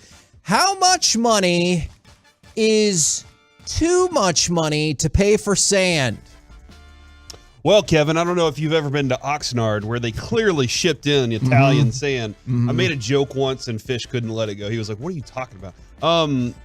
So sand is expensive. I don't know if you've ever purchased sand for a playground. Free at the beach. Or you can go to the beach. Can you just take buckets of sand from the beach? Just go to the beach, though. I can go to Galveston and I can put as much sand as I want in my truck and drive it back up here if I want. As much as you want, or Pretty as sure much that's as your illegal. truck will Yeah, hold? Joey said that's illegal. I don't think you're allowed to do that. Well, I feel like I take a whole bunch of sand into the house we rent by accident. Yeah, I always come home. My flip flops still have some sand in them. Sand is unlimitless. Okay, I think sand is cool. I tried to type in "Can you take sand?" and From a beach. What Google says is "Can you take sandwiches on a plane?" That is not what I want to know. What's the answer? Pretty illegal, says Swaggy Booties. I don't know this. I don't know. I didn't click on the sandwiches thing. For the I sand, need to go see how many people are in prison for stealing sand from the beach. illegal. It says Pound. It's like jaywalking. I'm sorry, 44 pounds of all-purpose sand, $4.78. like $4.78. $4.78. Oh man. Okay. Well, So when your kid takes a bucket of sand from the beach and walks it to the apartment thing you're Lock 'em renting, up. which is 20 yards away, Lock they're 'em like, up. you've just illegally taken sand. Just throw $4.78 in quarters out there and be like, there you go, beach. oh my God. All That right. was a snap. So I want to go to cut number 8. Let's play this for just a second so you can understand why sand is such a hot commodity This right person now. stole it. Won't be long-winded. I think you only get one super emotional retirement essay, and I used mine up last year. So really thank you guys so much to every That's a good single point, one Corey. of you. I'm done with this. All right. You make a good point, Thank you, Corey. Tom, for all the memories. I'll never forget it. Yeah. That was too long. He said, I won't be long-winded. Just then be like, I'm retiring. See y'all later. Yeah, I went to a restaurant once when they were like, "This is your birthday song. It isn't very long." And then they walked off. And I thought that was Awesome. amazing. I did Awesome. see a kid cry at that. All right. So I'm sure you've seen the news stories about the guy who looks like he's holding the sand hostage, who's put this up on eBay. It's a jar of sand. He's going to prison. That's a good point. From the exact retirement spot, and it's bottled sand. It looks like a hostage thing because he also put a copy of the paper out there. And so I was just waiting for the sand to get nervous Did to he talk. put arrows at the buildings? And he's like, Yeah. this is the exact point that Tom Brady's butt was touching Yes. when he made his retirement Yes, with speech. the Tom Brady thing. All right. You might be like, that's stupid. It is. You're a moron if you bid on this. Yeah, because I think Tom probably was the one that was like, hey, I'm going to scoop up all this sand and we'll just move this part into there. That would be genius. I'll sell it myself. Now, I With will my point water. out that eBay sometimes is the land of nonsense bids with people who have no intention of paying. Right now, this auction has 119 bids and is up to $99,900. However, that's just the beginning of the story. So before the Kyrie news broke, I worked on this yesterday and did some more investigation. There's another auction that says an empty jar that is not full of sand from Tom Brady's exact retirement spot. Opening bid, $25,000. What? Unfortunately, it has no bids yet. So okay. I don't know All if they right. need to put a best offer on there. But here's where it gets wild. I looked across eBay because I don't know how to spend my time properly. There are currently, now keep in mind, I think like none of them have any bids. There are currently 112 Tom Brady sand auction jars going for or trying to be bid for at least $1,000. Let's Okay. take that a step further. There are 26 auctions going on eBay as of yesterday, starting with an opening bid of at least $10,000 for Tom Brady retirement beach sand. Now, keep in mind, I don't believe any of these have any bids, but it's a thing that's We can happening. go fly to wherever he was at. Go fly to Tampa. Go find that spot and just start scooping up sand and then selling it if people actually want to buy this. For less than $10,000. Yeah, we That's- just make it for $8,000. Man, that is a good point. And you Mike just, knows how eBay works. you just hope that you don't get caught Taxes and fees. stealing the sand. Now, this reminds me, Corey.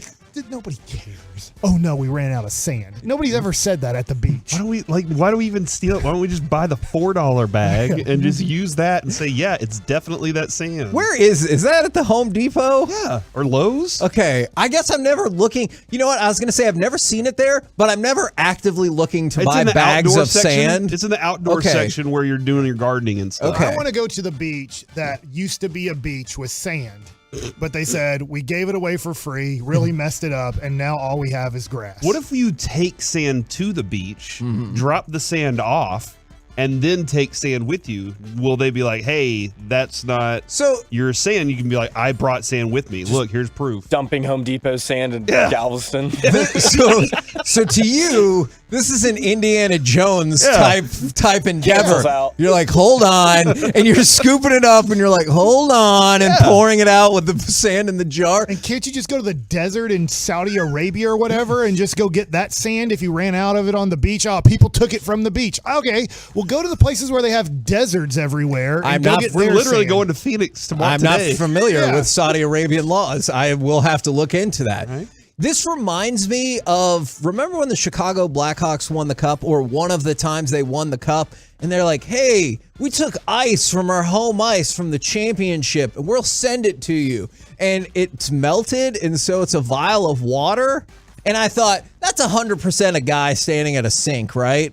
And just filling up all these little vials. and Don't be like, say that, yes! Kevin, because I have ice from the Winter Classic. What? So I hope it's not some guy in front of his water, in front of his sink, just dipping it into the little holder. Okay, according so to RD.com. That didn't happen then, Joey. You got the real ice. Of course I did.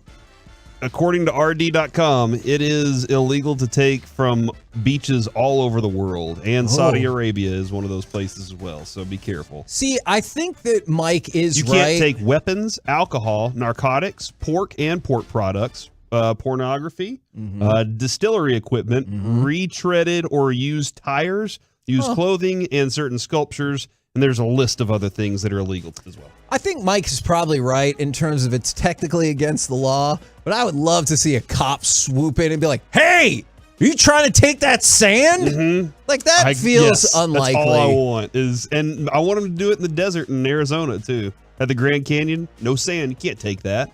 Is there sand in the Grand Canyon?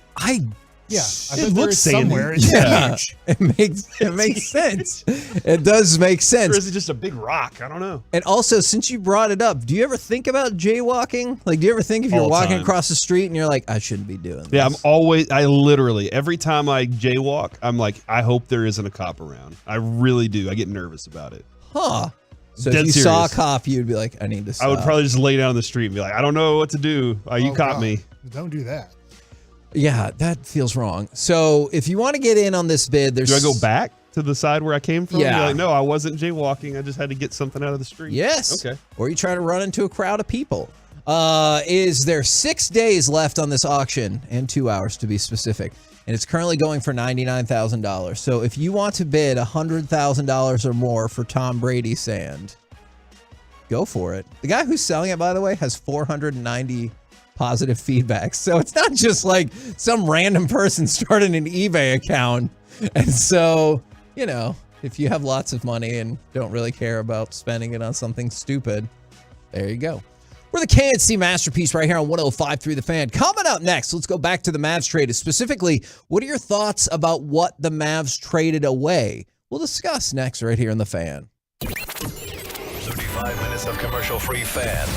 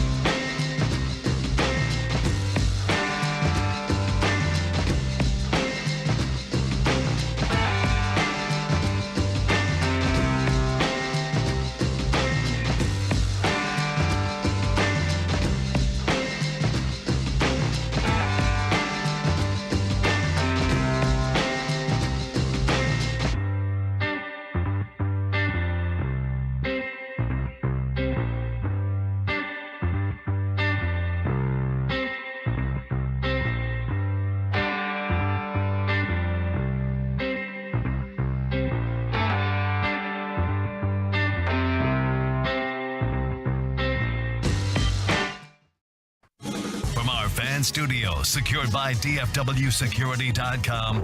It's the KNC Masterpiece on 105.3 The Fan. KNC Masterpiece back here on 105.3 The Fan. I want to talk about the other side of the trade, specifically the assets and the players that the Mavericks are losing. Like, I know so much of this conversation is caught up with Kyrie, and I think it's easy to understand why. Okay. But what about the players and the assets that the Mavs set down the road? Before we go Way there, down the road. may I ask a question? I mean, sure. Does baggage show, too. follow you everywhere? Yeah. Because I've seen people say now he has a clean slate in Dallas. And I'm like, I don't know if that's true. I think Mavs fans are more willing to say, hey, if you play, man, we're desperate to have something good happen here. Okay, let me ask you. We can do this later if you want. No, I definitely think we can. But my question, just to start that off real quick, was if Josh Green sits out a game for non-injury reasons, or Lucas sits out a game for non-injury reasons, don't you think people take it one way? And then if Kyrie sits out a game for non-injury reasons, don't you think people take that a completely different way? Yeah. I mean, I know we're all married in here, but if you are meeting a girl for the first time, but all your friends have warned you and you've kind of known this person for a while, and she's been married 3 times, divorced 3 times, and all 3 times she got divorced is because she cheated on her husband. Yeah. Like, you're going to go, I'm coming into this like with trying to have a clean perspective, sure, but I know what happened in your other 3 relationships, and I know what you did to those 3 other people. Like, there's no way. We're all humans, and so we're all going to take what people bring in, and sometimes we give the benefit of the doubt because of their resume or what they've done in their life, and sometimes like, I can't give this person the benefit of the doubt because time and time again they've done this to people. I was reading one story, Kevin, and I saw one paragraph of all the things that have happened. And then I saw another paragraph of a bunch of good things that he's done. Sure. You know, like some things where he's gone out of his way to help with financially for other people. Sure. And I was like, okay, like, does that balance? And then I was like, man, like, it just seems like baggage comes with you no matter what. And you're going to carry that, and I don't think you're going to get a clean slate. When it comes to the players we're losing, I loved Spencer Dinwiddie. I really did. Now, is he a guy that can produce and score points? Yeah. Can you find that? Did you replace it? You did replace the points. Oh, sure. I did think there was a quality of leadership and companionship that he brought into the locker room that I liked. He seemed to connect with those guys really well. Theo Pinson's a great friend of his. Man, I feel like you give Theo Pinson more airtime. Man, people are saying that because Theo Pinson and Kyrie were teammates back in the day that everything's going to be great. Okay. If that's the case, well then hell yeah. But Spencer became a quick favorite of mine. Sure. Next to Luka, like I was like, I'm not saying he's a star, but dude, I'll take he had grit. That's what I felt. Like that dude wouldn't back down. I'm going to go to the rack. It's going to be this, I might get fouled, but I'm going to do it. And so that was a character of him that I really liked. Yeah. Dorian, they loved him, but this was a question to me of, do we overvalue our own? And when I heard Brian Scalabrine say, hey, losing him, man, a lot of championship teams would want him. They would want him as their like 4th or 5th option is the reality. Yeah. Now, and he was maybe like, he was your second best player at times on the court because of what he could do defensively. And man, that team last year, the Golden State Warriors, they were running circles around this team. Andrew Wiggins was a superhero defensive player and was doing things offensively he had never really risen to. Jordan Poole got paid, and yeah. So like this team's starting depth was still missing in a lot of areas. I am going to miss both of those players tremendously, but I also understand the process of getting a star. I felt better about the trade when I saw what the competing offers were, because at first I was like, man, I get it. I've seen the numbers in Vegas as well about how much the Mavericks have climbed the charts. I've seen them from anywhere to 2nd to 5th in the Western Conference, just in terms of betting odds now when they were not in that position before. The thing that I didn't love is you didn't get off of a bad contract with the draft picks. I thought when I saw, and they're sending a 2029 first-round draft pick, and I was like, oh, okay. I thought we would get rid of Bertans or Hardaway. I really did. And so that was the part that bummed me out. And then the other thing... Even if it was Magoo... Yeah. Even if you get off of his, because he has 2 more years of sitting the bench here right now. That is true. And then in terms of the draft pick, here's what I want to clarify, because, sometimes nuance is difficult on Twitter, is it's not about the years. Like, I don't particularly care about the first round draft pick and it being 6 years from now. Like, I get that part, but it's the 2029 first round draft pick and second round picks in 27 and 29. I'm not fretting because I've already scouted the class of 29 and there's going to be this kid that's going to change the NBA. Right now. I'm not fretting about that whatsoever. My concern was once you convey the pick to the Knicks, the idea was going to be then you had your full cavalcade of draft picks that you could trade, your 4 picks, your 4 swaps, like however you wanted to line it up there to go get your superstar. But if they're like, this is our superstar and he'll work out, I get it. And at least now you can still trade 25 and 27. So you still have 2 first-round picks that you can trade if that's the direction you want to go. And in the next 3 days. Yeah. And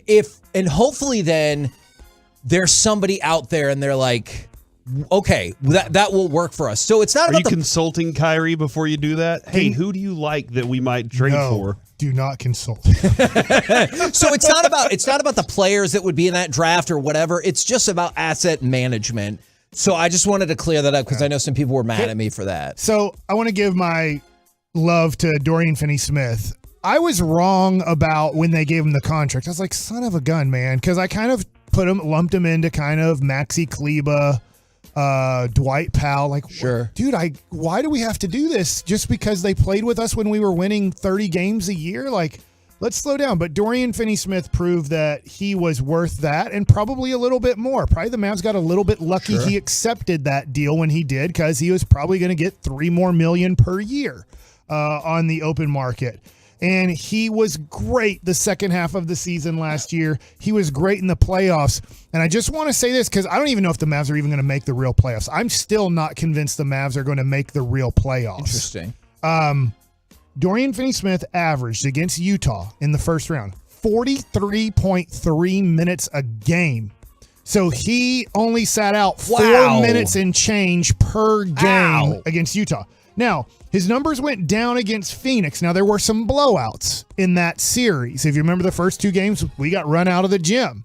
And obviously the last game, nobody had to play in the fourth quarter because you were up by 70 points. He averaged 33 minutes a game against Phoenix. Now, that was a little bit of not so many close games in that series. And then against Golden State, he averaged 39.2 minutes. So when you're looking at Dorian Finney-Smith, he was playing almost 40 minutes a night in every playoff game that if you do make the real playoffs, he's not going to be there. You're not just replacing 20 minutes. You're replacing 40 minutes there. Yeah. And for Dinwiddie he showed this year how good he was. In the playoffs, he was inconsistent, but when he was on, it was great. And I was surprised with these numbers with Dinwiddie last year in the playoffs because I just gave you Dorian Finney-Smith. Against Utah, he averaged 33.5 minutes. Against Phoenix, he averaged 23.3 minutes. Oh, wow. That is lower than I would But he guessed. started struggling so much. Yeah. He didn't have a good series against Utah. And so it was like, man, he had a great game 6. Yep. The closeout game, he had a good game. And then he started struggling again. So they were struggling using him. And then against Golden State, 27.6 minutes. So he was playing about half of the game in the playoffs, a little bit more than that. And you know that Kyrie's taking all those minutes. You don't have to if you're healthy and you make the playoffs, you don't have to really worry about that. We know Kyrie's taking those minutes. But for Dorian Finney-Smith, what Brian Scalabrine said, you got rid of a guy who most teams would say, hey, we can play this dude for about 30 minutes in a playoff game and know he's going to give everything he has against the other team's best offensive player. And that's one of the things when we talk all the time about like Josh Green, Jaden Hardy. I'm not saying those are the dudes now, but why you want your players to elevate their value as much as possible. That's one of the reasons this trade got done is because Brooklyn's like, hey, we can use both of these guys now. Like that's versus the difference with the Lakers and the future draft picks. And they're like, hey, that's all fine and well, but Spencer Dinwiddie, I will argue, is having the best season of his career. Like if you look at entire seasons, this is the best shooting percentage he's ever had. This is the best 3-point percentage he's ever had. And it's the second most points. So I would argue that Spencer Dinwiddie is having the best season of his career. And he loved it here. Yes. Like he said as he was exiting, he really enjoyed this and Brooklyn made his NBA career. Absolutely. And you add in what that was Dorian... a shot at Washington. Oh, sure. That's fine. He hates Washington. That's totally fine. And Kyle Kuzma. And with Dorian Finney-Smith, what he does, that was one of the appeals of this is like, hey, these guys can help right away. By the way, since you were talking about his social media, did you see his other tweet? And he said, this is Dinwiddie. He said, when Shams says it's time to pack your bags, you go pack your bags. And then said Elijah wanted to go back home. That's his 4-year-old. And so he's a sweetie pie. He sits on the first row with his mom. Every game I went with Derek, he was there cheering on dad. So I don't feel like you're going to find, and when there are people who are negative about this trade, which again, I think we all understand, it's because people like Dinwiddie and people like Dorian Finney-Smith, or people liked having the additional draft picks and everything like that, and they will miss those being, because you always talk about, Corey, your guys. I mean, look, if Kyrie comes in and they win a championship, then everyone will forget about your guys. But right now, it's like, hey, man, those felt like two of our guys. Even though you made the trade for Dinwiddie, he has like quickly become part of the fabric of this team. Yeah, I mean, can Kyrie do that? Like, I think that dude can walk out on the court, score 50, and then people are going to be like, I love him. Sure. But again, 3 days later, are you going to have him out there at all? And then, so that's where you kind of trying to figure out, he's like, hey, I don't know if I love Dallas yet, but maybe, but that's what you're losing with those two players, that part of, like, you could just rely on them. Now, I'm going to kind of give a opinion here, but kind of a question to you guys. I wonder how much. I think Dinwiddie's okay with going to Brooklyn, to be honest. He sounds kind of excited about going back there if he stays there. I'm sure Dorian Finney-Smith, he kind of said, I wanted to stay in Dallas. I kind of made a home here. I have, the horse. I have family, everything. I wonder if, because I think about this, when guys get traded and their life changes like this, and maybe for the better, maybe for the worse, if they would have just played better against the trash teams that they were playing against early in the year when everybody was sitting out games, and they're playing Washington with no Bradley Beal, no Porzingis. They're playing New Orleans with their three best players out. They're playing Denver with their three best players out. Like, they gave 5 easy wins away. Yeah. If the Mavs are sitting right now 10 games over 500 in the 3 seed with a good chance to being a 2 seed. Yep. Do the Mavs do this? They probably don't. They probably go, you know what? We are the second or third best team in the West. And we just came off the Western Conference Finals. We have issues. We might make a small trade here and there, but we're not going to take this big of a risk on a person that Brian Scalabrine, Tim Legler, just a lot of people around the NBA are like, man, you are taking a serious risk here. I just wonder if some of these players think, gosh, if we would have engaged in basketball early in the year, we would not be making this move. I think you're onto something, and I hadn't really considered it like that beforehand, but that is a very interesting point, because you would be right there with Memphis. And I think coming off what they did last year, I think people would look at it as it's Denver, and then the next tier, it's Memphis and Dallas, and then in the next tier, maybe put the Clippers in there too. And then the next tier, Kings, Suns, however you want to chop the rest of that up. Yeah. I think the Mavs are trying to make more trades the next 3 days. I think other teams are probably looking at this Kyrie thing. Not that they're going to react too much to it, but they'll probably say, well, what do we do now? What's available for us, maybe for Phoenix, LA, and LA to try to get better? You're thinking, though, is that the younger guys are taking the minutes over.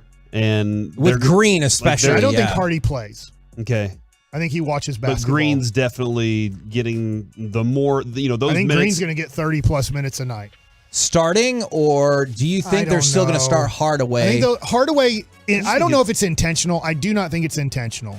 He is pathetic off the bench. If you think he's bad as a starter, bring him off the bench. I don't know why he can't make a shot off the bench, but at least you have a chance of him making a shot as a starter. Do you think this will change that, though? Sorry, Corey, I know there's another question. The other one's Rangers related. Okay. So. Do you think it will be different with Kyrie? Because I think one of the issues is the efficiency rate for Hardaway Jr. and Luka was so much higher, because obviously Luka's awesome at passing. Yeah. Well, Kyrie can do, it's not exactly the same at this moment, but he can be an excellent passer. Do you think just the logical rotation, I know Kyrie's going to start, but you would get more time with another star player like Kyrie who can pass the ball in an advantageous situation? I hope so, because the other thing, too, is I don't know if you can ever have Kyrie, Luka, and Tim Hardaway Jr. as your 3 guards on the court at the same time, unless you would like to, you won't stop anybody. Yeah. With Green is working his butt off. Yes, at times he gets a little bit too happy, and you can get by him by giving him a little bit of a pump fake still, but he's gotten way better at that. But you know that Green's going to work his tail off on defense and not care to have the ball. 12 shots the other day. I didn't know this till he took 12 shots. That's his season high in shots in a game was 12. So it just shows that Josh Green is not clamoring for the ball or needs 20 shots a game. Tim just needs 20 to 40 shots a game and could care less about anything else. And so 40. I guess my dream scenario does include like Bullock, Wood together. And I don't know how that works completely. And then Dwight Powell, obviously, at center because he's your best center, Mike. I'm just joking. Unfortunately, I think he's better than Magoo, and they're the only two guys that kind of play that position. I wanted to throw this Rangers news out there. Are y'all cool with this? The Rangers announced this morning the appointment of Team Hall of Famer as special assistant to the general manager, Chris Young. Ian Kinsler will now be special assistant to Chris Young, and he will start his duties following his role as a manager of Team Israel in the 2023 World Baseball Classic. That's true. So we got Kins coming back to the Rangers to be part of the family again. I'm a tiny bit surprised. Not at all. JD's not here anymore. He lives here. Okay, that's a good point. Because he said I want him to go 0-162. You know That's what? just the kind of competitor he is. It's kind of assistant to the general manager. Yeah. It's not. You're not not really assistant doing general manager. I got too many general manager things in that job. Okay. That's a good point. So you talked about baggage earlier.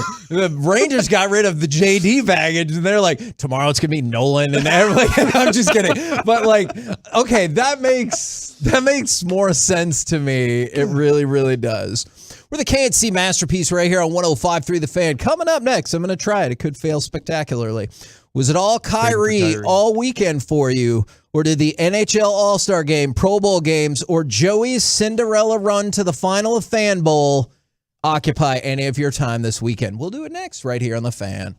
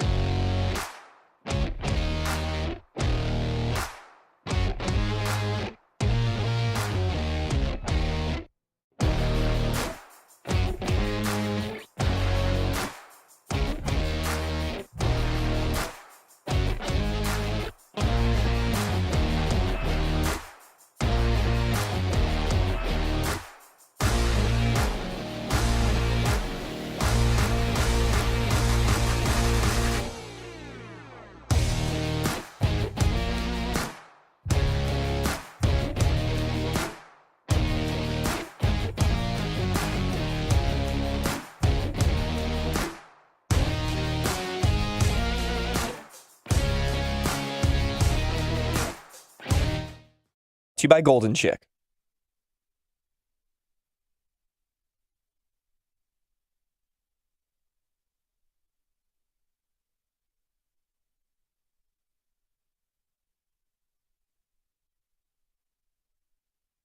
This segment of the KNC Masterpiece is brought to you by Frankel & Frankel. There's a reason you need a special license to drive a big truck. So companies that hire drivers and put them in one should be held accountable for what happens when one hurts you. Frankly, you need Frankel & Frankel. The consultation is always free. Visit truckwreck.com. Oh, Stephon Diggs throws a pick to his brother.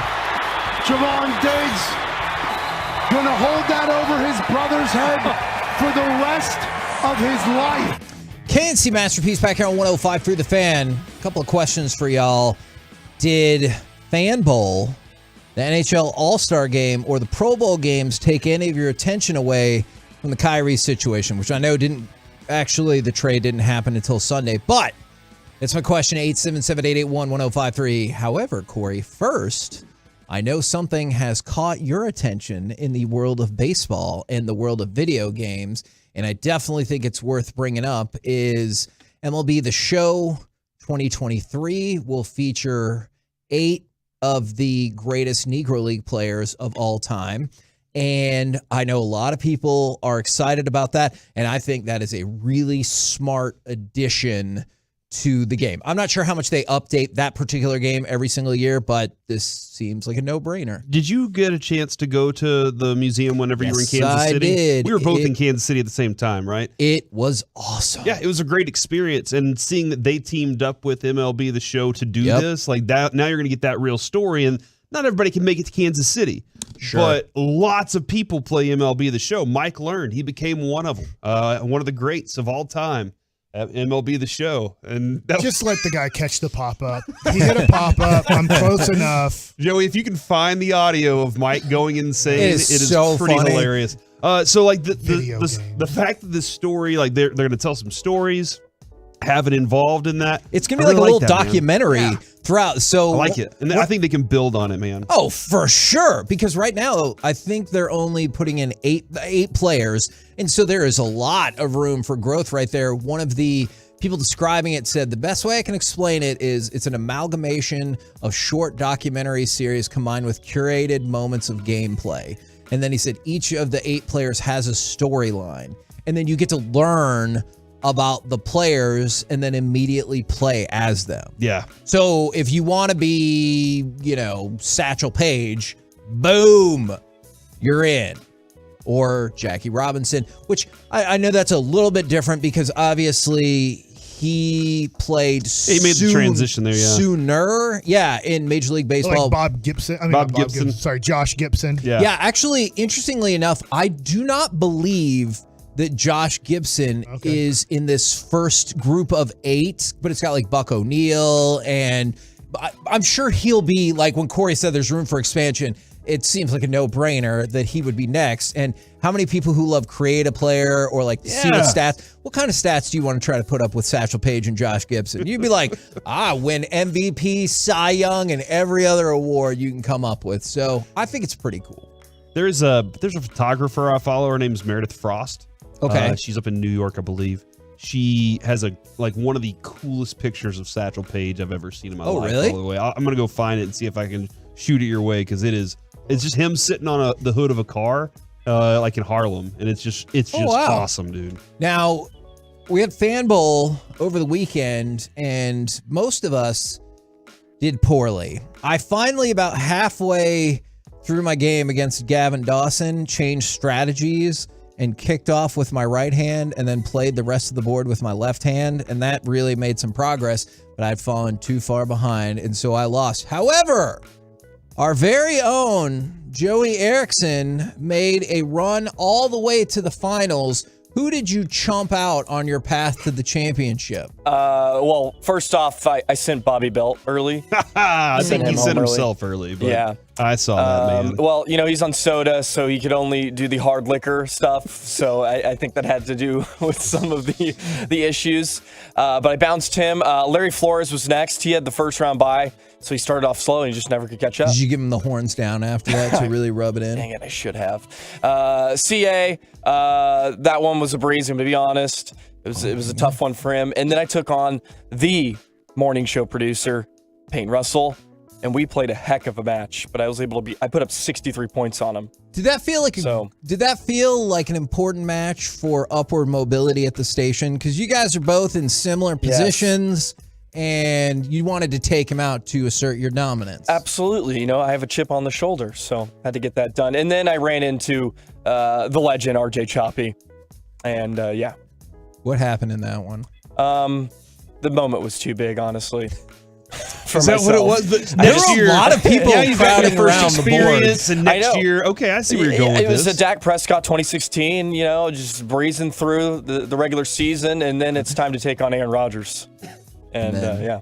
Well, you made it to the finals. I was happy with that. That was a heck of a run. Chop was clearly, he was the most motivated because Sarah was there.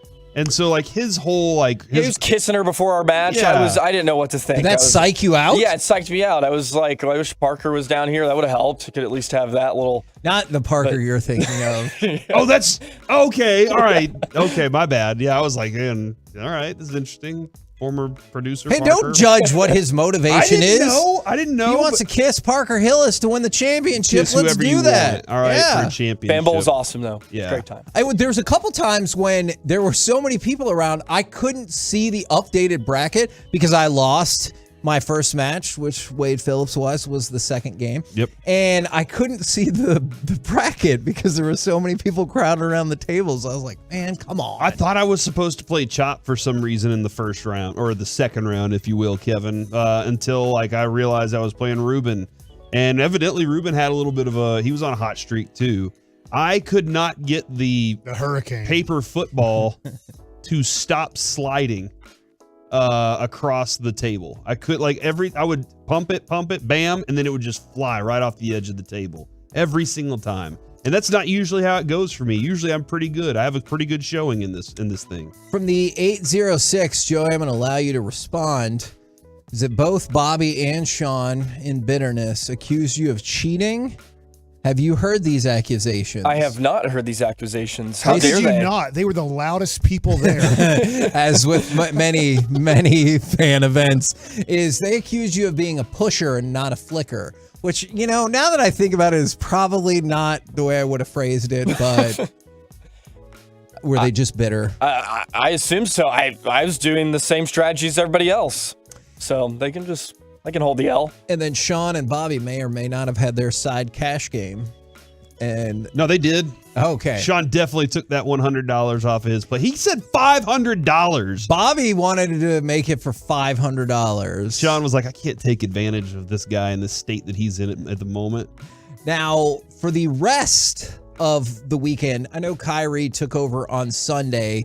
Friday night and Saturday, did you dive into any NHL All-Star game, or did you get into the Pro Bowl games either the Thursday before or on Sunday when they finished it up? I did watch the flag football game, Kevin, and I had a blast with that. I really did enjoy it because I was watching one Eugene Robinson. He got arrested at the Super Bowl that year. Is that Geno? Geno Smith. Absolutely cook. That's what Reggie was saying. I was like, he is, dude. He's throwing darts out here. Did you see? I saw one play, Kevin, where Devontae Adams was heading to the end zone for a touchdown. And somebody, I think Ramsey, was about to pull his flag. So he just dropped the ball behind him in the air to Tyreek Hill. And then Jalen Ramsey ran his ass over. And there were so many times where targets were very close to defenders and they couldn't resist hitting. It was just in them to hit. So it was, and then I don't know if you saw this. Devontae Adams got his touchdown, stood up, and did the discount double check. Ooh, okay. Are you more impressed by that, or did you see their dunk competition, essentially the skills catch, where Amon-Ra St. Brown went off the trampoline, did a full front flip, and then caught the football? Wow, that is impressive. It did look pretty cool.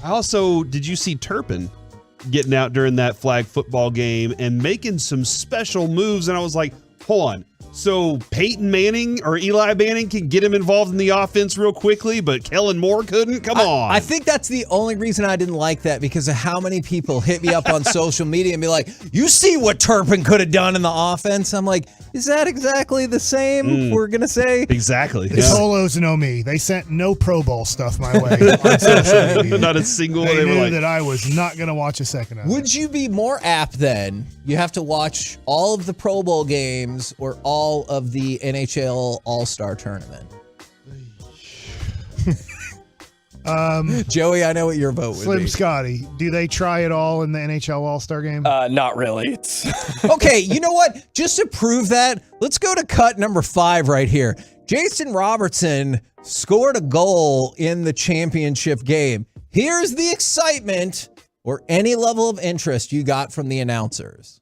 Said he gives Rick Bowness a lot of credit for his improvement, and he just was on ice for a goal. Yeah, he by set up Robertson. Yeah, beautiful finish by Jason Robertson. Catch the fever, Corey! I already caught the fever for Jason Robertson, dude. Yeah. You know that. You wish the announcers... I kind of wish they had known, too, that he was doing his thing. And they were talking about the other guy that had the puck because they're mentioning Rick Bowness. Yeah. Rick Bowness is awesome. great, dude. All right, are you going to go with the All-Star game then, because Slim Scotty recommends it? I don't watch the NBA All-Star game either anymore because I don't want to watch people walk around and diddle-daddle around. Okay, I think I might have been able to convince you to watch the skills competition then. Skills is better because I don't mind skill competition stuff. So I guess I would go with the Pro Bowl thing they did because there's not really a game anymore. That is true, but the NHL All-Star Skills Competition, Jason Robertson was in the Chipotle NHL Pitch and Puck, which was a combination between golf shots and hockey shots. Cool. He didn't win. What did the sumo wrestlers do that made the Pro Bowl? What's that? The offensive line. Oh, okay. I was thinking like they had that blow-up sumo suit competition. That's what they should do with those guys. Somebody get hurt. That is fair. Now, Corey, actually, Myles Garrett did dislocate a toe during the Pro Bowl. I would like demand. Sounds like Robert Edwards again in 1999. As the Players Association, I would demand to never have to play that game. I would be like, no. We're not doing it. Even though I was thoroughly entertained by all of it. Right. CeeDee Lamb didn't get enough touches. Okay, but this did also happen. To? This audio? No, well, this is unrelated to CeeDee Lamb. This is the most important audio. If we go to cut number 1, Snoop Dogg was there shouting out Diggs and Parsons. What up, though? This is Big Snoop Dogg. I'm hanging out with 7-Eleven. We up all night. All night. All night, boys, baby. The up all night, boys. What's happening? Hey! So Micah Parsons is so excited that Snoop was like 7 and 11 and then called them the all night boys and then the up all night boys. Open 24/7. Okay. Yeah. We're changing it from the hot boys. We're hot boys. Up Get your all night boys. Hot boys are sold out. All night boys. Get your all night boys here. There's no locks on this defense's door. All night. We got the boys. Uh-huh. I feel like... All night boys. Is that what we want? All night boys. When it's time for Diggs to tackle, Get Lionel Richie. Get a big gulp. Oh, because he's not going to... Probably not going to tackle. Oh, my gosh. Okay. All right, so... Go fishing. Oh, I so regret playing that audio now. I really That is do. awesome, though, man. Snoop Dogg, dude. Yeah. It's Snoop. That's great. Do you think next time we have Jerry on, we could ask him about Snoop Dogg? Hey, Jerry, what are your thoughts No on clue. Snoop Dogg? I bet, dude, hold on, Mike. He doesn't even know who the other team is. But was there a time that you thought, man, Martha Stewart and Snoop Dogg are going to be besties? Never. You never thought that until that happened. What if Snoop and Snoop has not been hired by the Joneses to play the halftime at Thanksgiving. So no, Jerry does not know who Snoop Dogg is. That's all I want now. Yeah. Jimmy goes into the Ring of Honor and Snoop performs at the halftime of the Thanksgiving game. Holy cow. We're the KNC Masterpiece right here on 105.3 The Fan. Coming up next, it's time for Gridiron Gravy. Will Brandon Ayuk put his money where his mouth is? We'll do it next right here on The Fan.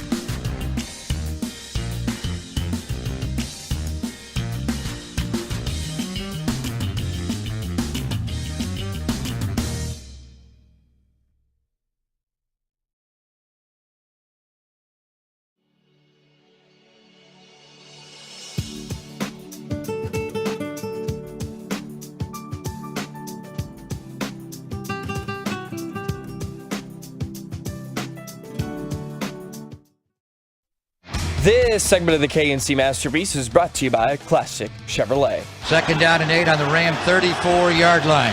Kittle is inside of Ayuk right. They motion McCaffrey. Backwards pass to McCaffrey. And he's going to throw downfield wide open. Brandon Ayuk!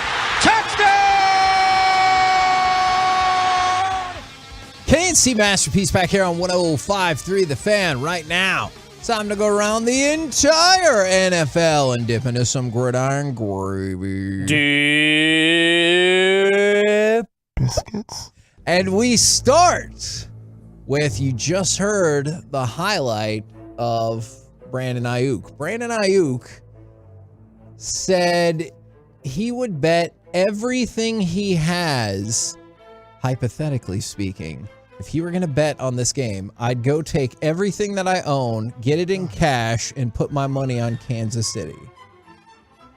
Okay. Makes Let's do it. Yeah.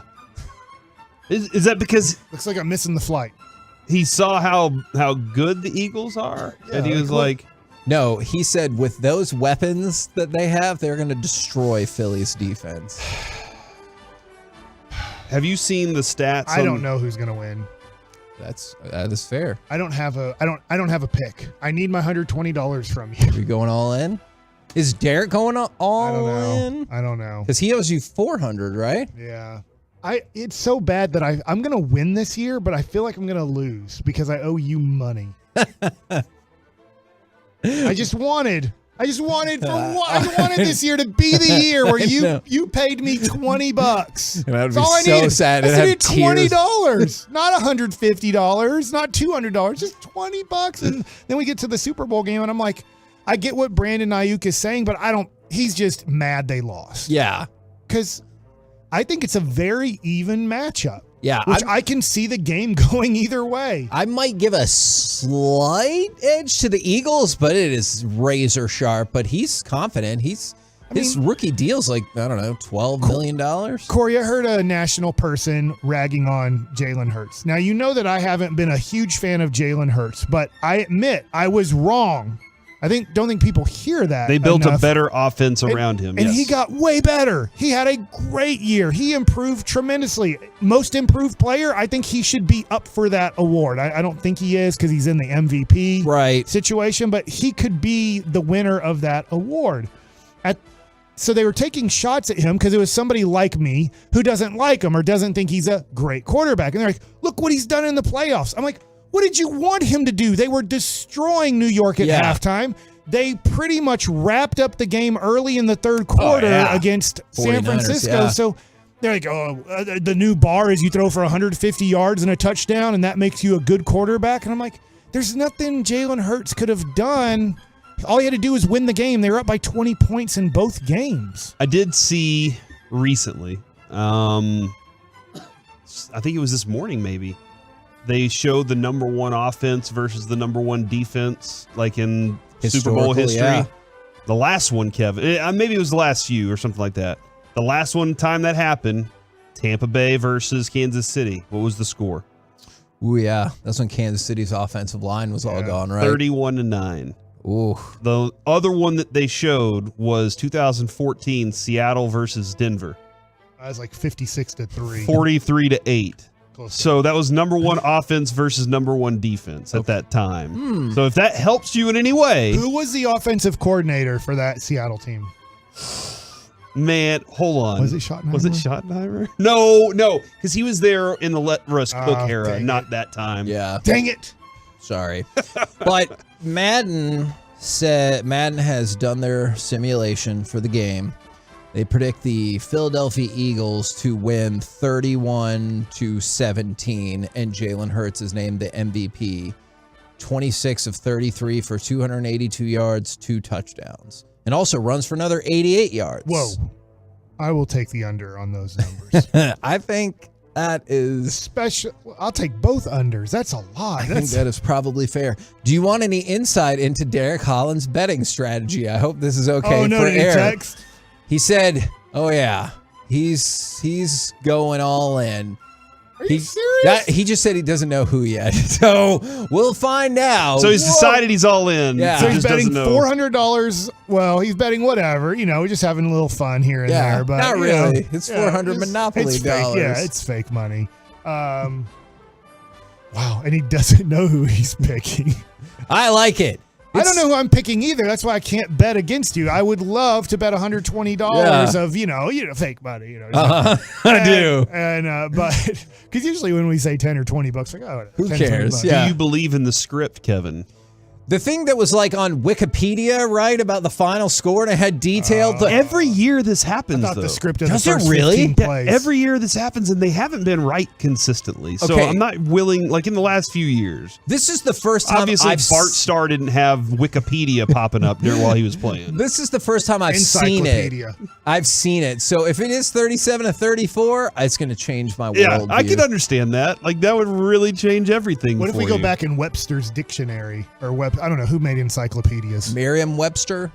Webster made dictionaries. Did Mm-hmm. they also make encyclopedias? I think it was John M. Encyclopedia. You guys are old enough. Did you guys know have door-to-door people that would Yes. come by with encyclopedias? Yeah, we had like them. We had them in our garage. $600 to know everything about everything. Do they also have like door-to-door vacuum cleaner salesmen or steak knives? And It was the Britannica family, I'm pretty sure. Okay. Now, Are you laughing about that? is it not joke? really the Britannica family? Britannica family. It was somebody else. I'm inclined to believe whatever you say. Yeah. By the way, the You said biggest it with good confidence. the biggest bet on the Super Bowl so far, because this is when betting will really ramp up this week. BetMGM took $1 million bet on the Eagles on the money line. And so the spread's 1.5, so the odds aren't too disproportionate, but $1 million on the Eagles right there. Here is a potentially weird and bad sign for the Chiefs. I meant to bring this up last week. Do you know, since 1991, there had not been... Washington. That is right. There had not been... Oh, actually, I guess it's 1990. They have to go back a year before. They were 13-6 against the spread. Next year, Washington 14-5, Cowboys 14-5, on and on and on. There had not been a team with a losing record against the spread until last year. So the span of 30 years, and then the Rams were 10-11 against the spread. Eagles this year, 11-9 against the spread. Chiefs 9-11 against the spread. Oh, great. So neither one of them are like that far away from the other, but this could be the second year in a row the Super Bowl winner has a losing record against the spread after it didn't happen for 30 years. I will say the Chiefs aren't great against the spread for multiple years now. It feels like the spread is they always always make their number outsized, very right? high because they know that a lot of people want to bet on Patty Mahomes and Kansas City, and I've unfortunately fallen into that, and that's why I owe you money every year, Kevin. Fake money. Yes, definitely fake money. All right, here's something that could help the Chiefs out is, did you guys already point out that Travis Kelce said don't put a jersey on the Rocky statue? No, why did he say that? Because he doesn't want like a Chiefs jersey or an Eagles jersey? No, he doesn't want a Chiefs jersey because that means they're going to lose. Is because several throughout the year and in the NFC Championship game, and I think maybe the last Super Bowl that the Eagles were in, opposing fans go find the Rocky statue and they put their team's jersey on it, and those teams lose. Wow. So he's like going into the superstitious mode of, if you put a 49ers jersey, or excuse me, Does he a only know Chiefs- that because he has a brother on the other team? Like, would any other Yeah, they do a Kansas- podcast together, so I'm I'm just sure. assuming, like, I don't know that. Like, I'm a Cowboys fan, kind of. As like, That's the spirit. Cowboy fans don't do that every year, do they? No. Like when Dallas goes to Philadelphia, and if they do, we don't know about it. The Niners were using it as like Brocky. They were calling Brock Whoops. Purdy. They were calling him Brocky, and then that happened. And he So hurt maybe his UCL. Maybe that is the curse, dude. Maybe that is. By the way, from the They're 940, like Dave Dravecki of San Francisco. I hooked up with a door-to-door saleswoman that showed up at my door, was trying to sell me some security system. They say, Kevin. Okay, I don't want to say no. I was just going to ask, for real, or is that like That's a- what they a said on the movie 940. that you watch? Because that's the dream, right? Is it? Yeah, like some hot person that you'd be interested in comes up to the door, and they're like, "I got some steaks for sale," and you're like, "Mine are free of charge," and then just bang, time to go. Right? Are they pork chops? Yeah. I don't Is know. it a porterhouse? Nobody has ever thought about hooking up with a door-to-door salesman. This might be like a bygone era question. I don't know how many door-to-door salespeople you see anymore.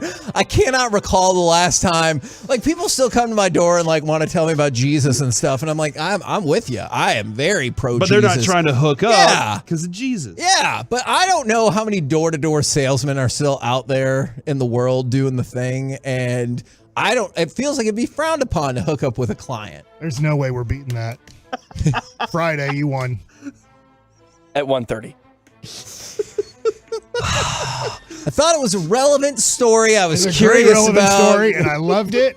And we will be hearing it again in the 1:30 hour in Phoenix, Arizona. It was amazing to see Mike's face and how quickly he was like, Joey, this is the winner. Wow. Good job, Kevin. In fact, can we play that at 1:30 again today? Mike likes it. Oh, yeah, that might end up in. I would love to that be your first question to Kyrie Irving, if we can just replay that just to see where he takes it from there. From the 817, Kevin, who the hell said she was hot? She's a door-to-door salesman, not a pharmaceutical rep. Yeah, that's fact. Are you just basing that off of the Anne Hathaway movie? No, I'm basing it off of every time I've been. When she played Catwoman? No, when she wanted to hook up with Jake Gyllenhaal. Was it two night stand or something like that? But then they like fell in love or something, and Tony Romo was at the same theater that I was at watching that movie. Wasn't she dying? I think that does sound right. Yeah. And then she pushed him away because she didn't want him to be Can't too close. really remember what happened. We're like, who's that person that keeps saying Jim after every sentence? Oh, it's Tony Romo. All right, let's go from that. Jim. By the way. Third down, big play here, Jim. Yeah, I know. Your name's Jim Nance. Nobody else says that. Troy Aikman doesn't say Joe after every sentence. I want to point out. Come on. I want to point out I was going after Tony Romo when he thought every play was a touchdown. Like, what was that Cowboys game when it should have been 58-52 or something? It's just a sprain. Yeah. Oh, yeah. And Dak's just a sprain. Hopefully we can work the cramp out there. And you're like, no, his leg has turned the opposite way. Probably not. As long as we're talking about football players or former football players who also loved golf, did you see that Aaron Rodgers won the Damn it. Oh, the Blue Bell. I think the Pro-Am at Pebble Beach. I wanted to say the Pro Bebble at Am Beach. He beat Josh Allen. I think I saw it on the bottom line. I didn't watch it. So congratulations to him. But does that go in line though with when they asked him about teaming up with Devontae Adams again, and he said, "Tell Devontae to buy me one of those houses buy me a house out there." But it's only fair. And then Devontae tweets, "House shopping is fun." Yeah. See, Devontae knows what works. I'll give you a car. I'll get a house from this person. Like, I appreciate that. The Giants OC, Mike Kafka, is going to be interviewing with the Cardinals today. That is his second interview.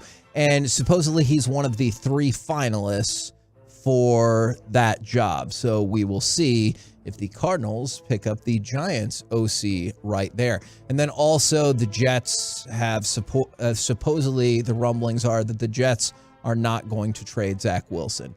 I don't know if that's because they still believe in him, because they're waiting to see what happens to Aaron Rodgers, or they think they'll get no value for him. That I'm not sure.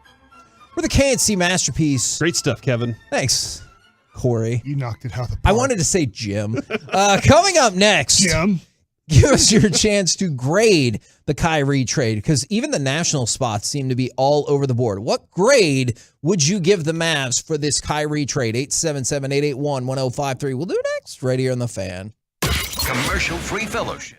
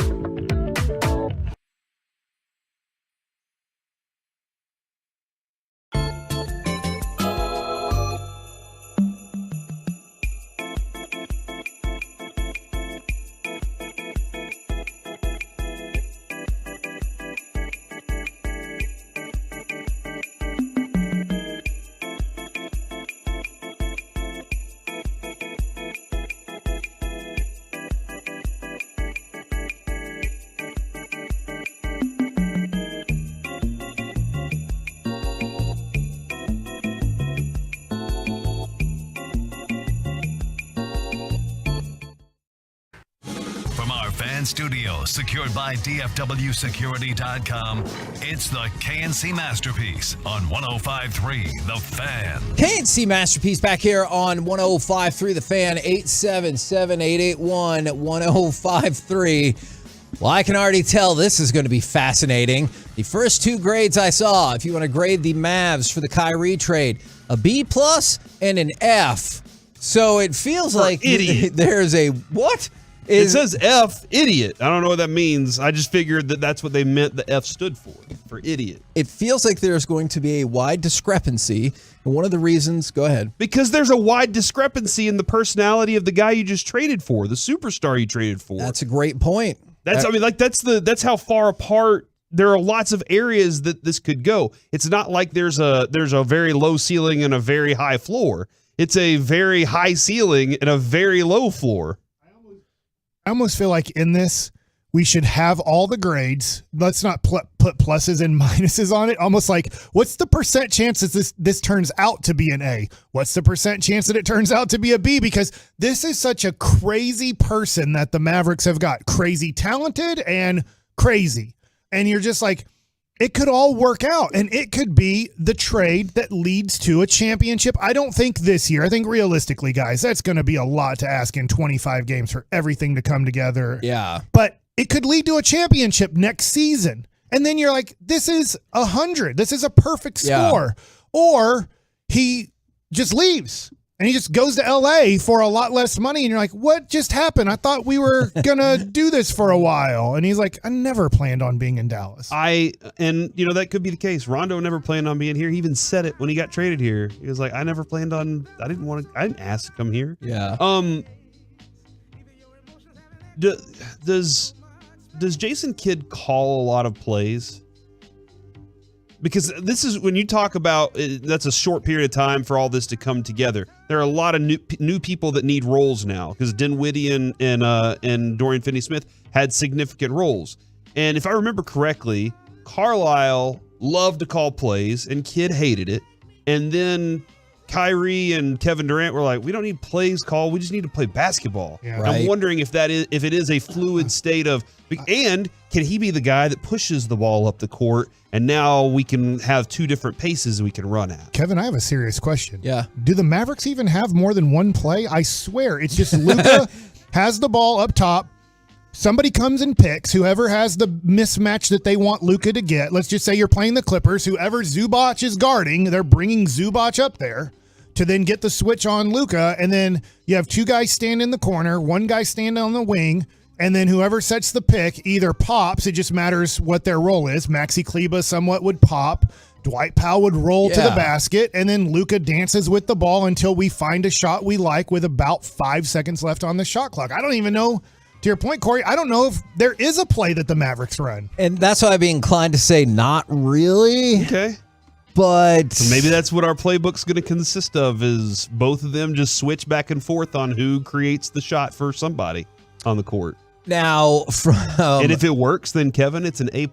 Yeah. I see the path to get to A+ for sure. But to your point about starting off, I also see the path to get a D or an F on that. So I will give it a 30% chance, being as optimistic as I possibly can right now, that this becomes an A trade. Okay. And it's interesting because that's kind of replicated across the national spots. I just want to give you this kind of snapshot. Is Sporting News gave it a B+, just for the Mavericks. I don't care about the Nets grade. For the Win gave it a B, Sports Illustrated gave it a C, and ESPN gave it a D. So that a B+ to a D is a pretty wide range of grades right there. Now, I will give it a 40% chance of being an F. And I do think that this could possibly be the death of the Mavericks and the death of Luka. Wow. Now, obviously, the Mavs aren't leaving Dallas, and Luka isn't immediately leaving Dallas. But if this goes as bad as it possibly could, and I'll just give you what would make it an F. Kyrie plays this year. Mavs don't look that good. Kyrie says, I want my 4 years in 210, and they said, look, we're all in. We're pot committed. Yeah. We're all in.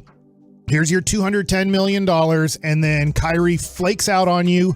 Luka's like, I'm not sticking around for this. This guy's psycho. and he doesn't even show up for games half the time, and I don't think he's really that hurt. Then you have to trade him, and now you're stuck with a $50 million player you can't get rid of, you don't want, and Luka's gone, and you don't even have your 2029 pick, which somehow, some way, will be the first time in the history that the Mavericks hit the lotto. Oh my gosh, this is apocalyptic. So that's why now look, the number one pick thing probably won't happen, but there is a decent percentage, whether you want to put it at 10% or 50%, somewhere in that range, that this thing totally blows up. And Luka 2 years from now is like, look, I'm not sticking around for this. He got his $50 million a year, but I'm not doing this anymore. Yeah, that's the terror, Kevin, right there. He just described everybody's biggest fear. Okay. Now, so I think that is kind of where like everybody's kind of in this, I don't know, because of the goods and the bads. All right, so I'm looking across the fan text, and from the 682, A-. This team went from unwatchable to must-watch in one trade. I don't disagree with that. This was a very boring style of basketball, I agree. From the 817, A-. From the 469, C-, because the roster is still not close to championship.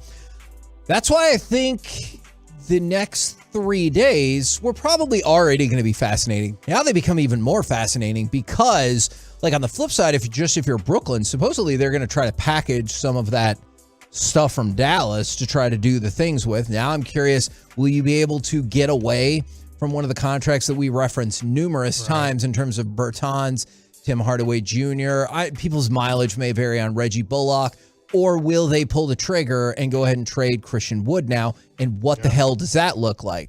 I think to your point, I'm going to guess the Mavs are still not even done trading. Now that they pulled off this Kyrie Irving trade, I do think they are going to work very hard in the next 72 hours to try to upgrade this team more, because I think that they're all in. Yeah.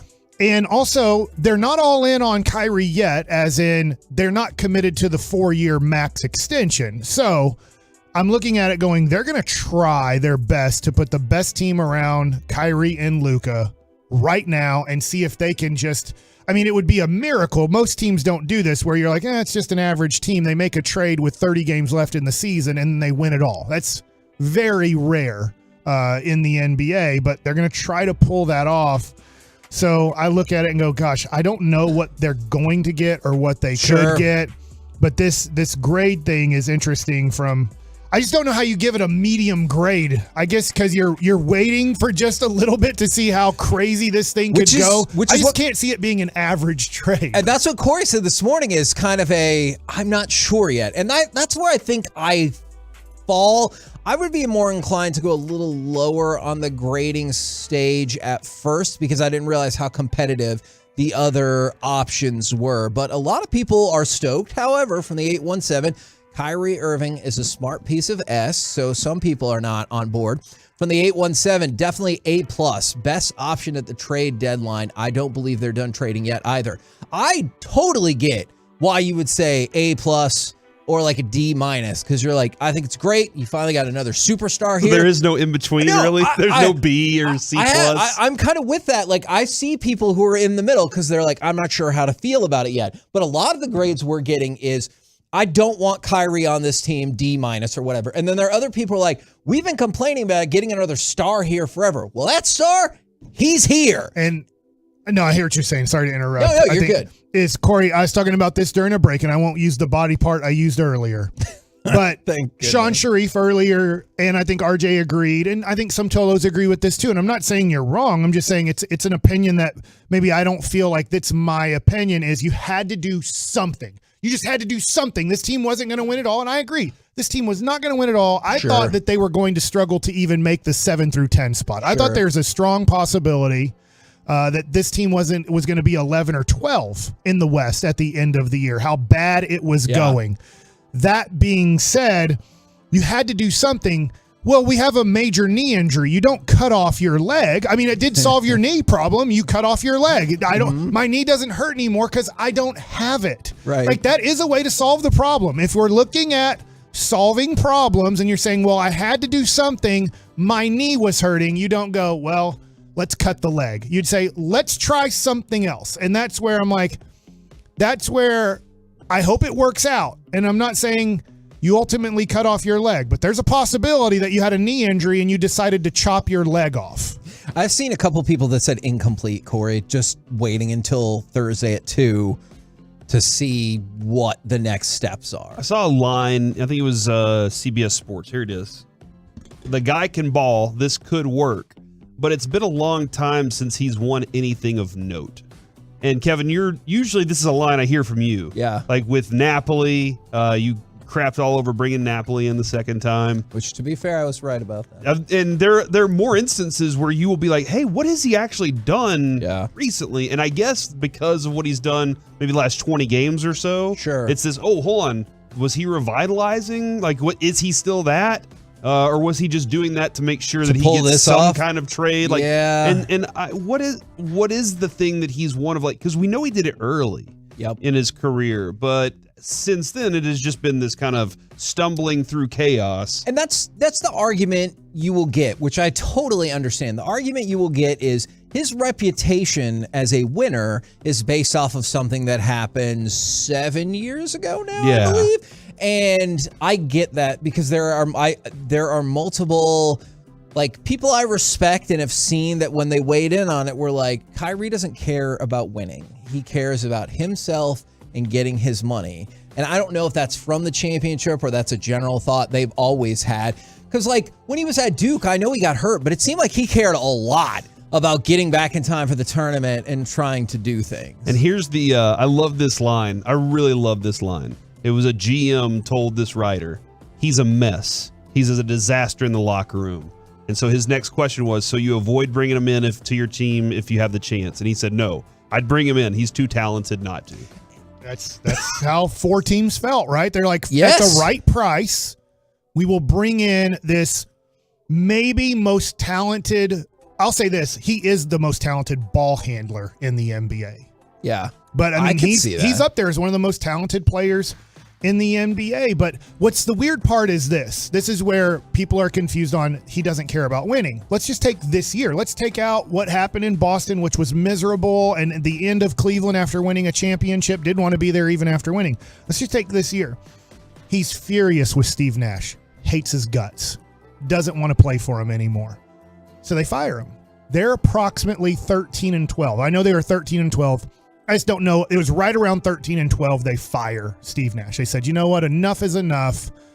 Our 2 guys don't want you to be the coach anymore. Yeah. You don't want to coach them anymore because you've tried different things. They're not listening. Let's just move on. So they get Jacques Vaughn. The next 15 games, the Brooklyn Nets go 14-1. They go from 13-12 to 27-13 just like that. And then Kevin Durant gets hurt. They're floating around 500 for 2 to 3 weeks. Kevin Durant's about to come back. During that time, Kyrie Irving saying, we are a championship contender. We are doing great. When Kevin Durant gets back, we're going to be ready to roll like we did in those 15 games. Then Friday comes and he says, I demand a trade. This place stinks. And you're like, wait a second. Yeah. You got the coach fired. You get to 14-1 your next 15 games. Kevin Durant unfortunately gets hurt, but you know it's not a season-ending situation. He's coming back and is going to come back healthy. And 3 weeks into that process, you've demanded out. Now, I know that's contract stuff, but you literally just said 2 weeks ago that the future is so bright in Brooklyn. I think we can win it all with this group of guys. Like a season and a half ago, he was 3rd-team All-NBA, so widely considered one of the top 15 players in the game. 2 years before that, he was 2nd-team All-NBA. But I feel like when you describe him and look at the talent, shouldn't Kyrie Irving be like a first-team All-NBA, multiple second-team All-NBA kind of guy? Every year. Yeah, and I know there's a variety of, political and injury and all kinds of reasons that it hasn't happened, but you chase the talent. It just feels like too strong of a, sorry for using the reference like this, but too strong of a drug to turn away from. Is what else were the Mavericks going to do to get a player of this talent? But isn't that no Cuban? Way they could. Oh, for sure. Like, that's what Cuban, like every time we're like, dude, you could have gotten this guy. And he's like, that's not a superstar. Like you could have tried to trade for this guy. It's not Dwight Howard. Like that's the mindset. This is what Cuban's been wanting the entire time. for is sure. some kind of player like that. I love you say that because it makes me think of this question. I wonder how much Cuban possibly had to be talked into this, because it's Nico and Kid who have the relationship with Kyrie Irving. As far as I know, there's no relationship really at all, except for probably hello, Kyrie, from Cuban and Kyrie. Kyrie's close to Kid. He's close to Nico. I wonder if they said, Mark, we really believe this is our championship team. Not like right now, but if we get Kyrie with Luka, and it's going to cost an S-load of money possibly down the road, but we believe this brings us the championship or championships with Luka. If we don't do this, we have literally no chance of getting Luka a championship in the next 3 to 4 years. I don't know. I don't know how those go, because Nico and Kid are the ones really connected to Kyrie. Oh, I mean, that conversation will come up. I mean, we're always reaching out to the Mavericks to make sure that we can have some of their highest ranking people on our show. Sure. I think we've already done that. As a matter of fact, looking forward to next week for some conversations there. So that could definitely happen. But yeah, I did see, I think, was it Cuban that said my comments are already on record about Kyrie, and he just kind of left it at that. So I'm very interested to hear more. As Kyrie walks in, does he go, I didn't ask to get traded here? Or does he go, I can't wait to get started with Luka? I think it's going to be that second one, because there was a source out of the Mavericks that said he's ecstatic to be here. So you take that for what you will, because I always think back to Frank saying, there's reporters you can feed information to get your message across. Yeah, I want to see him do it at a presser. I want to see him say that at a press conference. Say, I'm ecstatic. By the way, He's done that every place he's been. Christian so Wood is playing tonight with the sore thumb and everything. He is going to play tonight, so he's going to battle. Can he run the point? I mean, why wouldn't you give him the point guard role? And then back to a couple more grades that are all across the board for this deal for the Mavericks in the 817. C+ from another 817. A+ from the 806. I'm giving it an H for hold on to your butts. And from the 940, I give it a C+. And it's just on and on and on. It's all over the place. A+, a D from the 903. And so I'm hopeful. Yeah, I am. I know we got to go to break. It says like TX Rock 7. I hear what you're saying. It says, I'm really happy to see the Mavs make a move. This is on Twitch. A lot of people on Twitch today. Thank you very much. And I get it. I think that's kind of the sentiment going around. Hey, they had to do something and they did something. But once again, whether it's a body part, just because something hurts doesn't mean you cut it off. Yeah. And this could, I'm not saying it will, this could be the death of the Dallas Mavericks and Luka Doncic. Woo, that is a strong statement right there. We're the KNC Masterpiece right here on 105.3 The Fan. Coming up next, we get into the lunch rush and the expressway. Let's start with this. The Cowboys' new OC. How do the facts compare to the memes? We'll do it next right here on The Fan. Are you ready for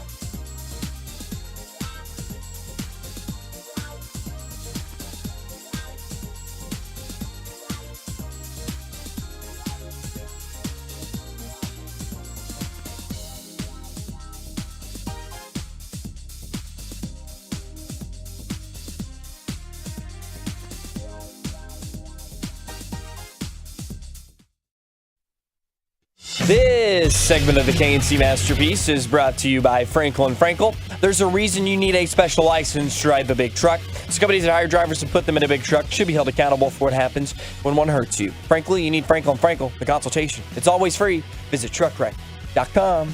KNC Masterpiece right here on 105.3 The Fan. We didn't talk about a lot about Kyrie, but the Cowboys also officially hired their offensive coordinator, which I think a lot of us felt like was a foregone conclusion.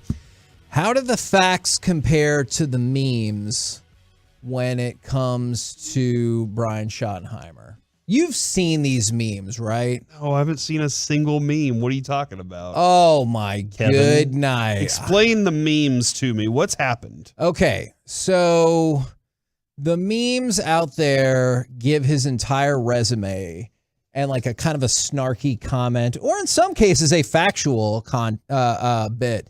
He was the quarterback's coach for Washington in 2001, 28th ranked offense. He was the QB coach for the Chargers 02 to 05. The comment on the meme: the only years Drew Brees didn't look like a Hall of Fame level quarterback. I think you might want to go back and check that meme person. From 2006 to 2011, he was the OC with the Jets. Wasted some of the NFL's best defenses with Mark Sanchez. Is that his decision? That was not his decision. Yeah. I'm pretty sure that was Rex Ryan's wife's decision. Oh, yeah. Because didn't he have a tattoo or something? Mark Sanchez, or she did, or something like that. Oh, because he has a foot fetish? That was a combination of things there. And then for the Rams, 12 through 14 offensive coordinator, 25th, 21st, 21st in offense. And it goes on. Can I just say, who cares? He's not calling the plays. He's keeping the chart. And teaching the offense. He's just charting the game while it's happening. Well, I'll say, when it comes to this, Kevin, the memes and all that, my buddy asked me this question, and I was like, man, that is a very good question. What's he ever done good? That was how he asked the question, too. Good job, Ryan. Okay. And I was like, man, I am struggling to find what he's ever done good. Now, I'll give it a shot. Mike's right about this part. He is good at drawing up plays. He is good at designing plays. And if the understanding is he is going to design, he is going to help install, he's going to be part of that, but he is not calling. And then Mike McCarthy still has a lot of, what's the word that I'm looking, power, impresarioisms when it comes to making sure what's going to be called. Then he has a right-hand man that can help him do that part of it. That's kind of where I stand on it. It's nothing special. But you're getting the Mike McCarthy, I'm going out swinging my way if I'm going out at all. And one of the last parts on the meme was with Seattle didn't let Russ cook. I feel like that's did. I feel like that's a positive. We've seen enough of that to be like, okay. I still believe it was Pete Carroll that didn't let him cook. Yeah. But because he was like, hey, complimentary football. When Russ cooks, we don't do that great. But the other part of that was they cooked for the first part of the season. And then I think the last part of that season, they couldn't do anything offensively. And I guess that kind of goes along with the fact that Russell Wilson couldn't do anything in Denver either. So maybe it was just Russell Wilson. But that being said, those guys, they were like, they had a problem somewhere and they couldn't correct it. So somebody has to be able to recognize what's deficient in the offense middle of the season and say we can do these things better. So there's some of these things that I think are unfair, like the listing of he was the QB coach for the Colts in 2016 to 2017. It says 30th in offense in 2017. That was when Andrew Luck didn't play. So that's probably unfair to be like, hell, he lost his quarterback and they weren't good. Well, sure, that makes sense. All right. So you ask, what does he do good or well? He makes offenses better than when he starts there, and that's just a fact. However, this is also easily the best offense he's ever been a part of. So when people rip on him for the Jets, here are the Jets' offensive rankings when he was there. 18th, 25th, 9th, 17th, 13th, and 13th. So pretty middle of the road. Before he got there, the year before, they were 29th and scored 15 points a game. So that's pretty terrible, and he got them to average. All right? to the Rams. People point out 25th, 21st, and 21st with the Rams as their offensive coordinator. That is true. When he got there, the Rams were dead last in the NFL in offense and scored 12.1 points per game. So that is an improvement. Now, would you have liked to see it go 21, 25, 21, 15? Sure. Yeah. And that's a fair point. And then with the Seahawks, before he got there, they were 11th in offense. There, they finished 8th every single time with 26, 25, and 29 points per game. So what you're saying is the Cowboys offense, number one offense in the world. They were 4th this last year, but I hear you. For the last 3 years under Kellen Moore. And now we got a guy that makes everything a little bit better. Is what you just told me. Yeah. They're going to be better offensively this year because of Schottenheimer. Historically, that has been the case. And so the problem is he plateaus and doesn't ever move beyond that. Like I told you, with the Jets, in year 3, he went 18, 25, and then 9th, and then never in the top 10 again. With the Rams, plateaued second year at 21st, stayed there.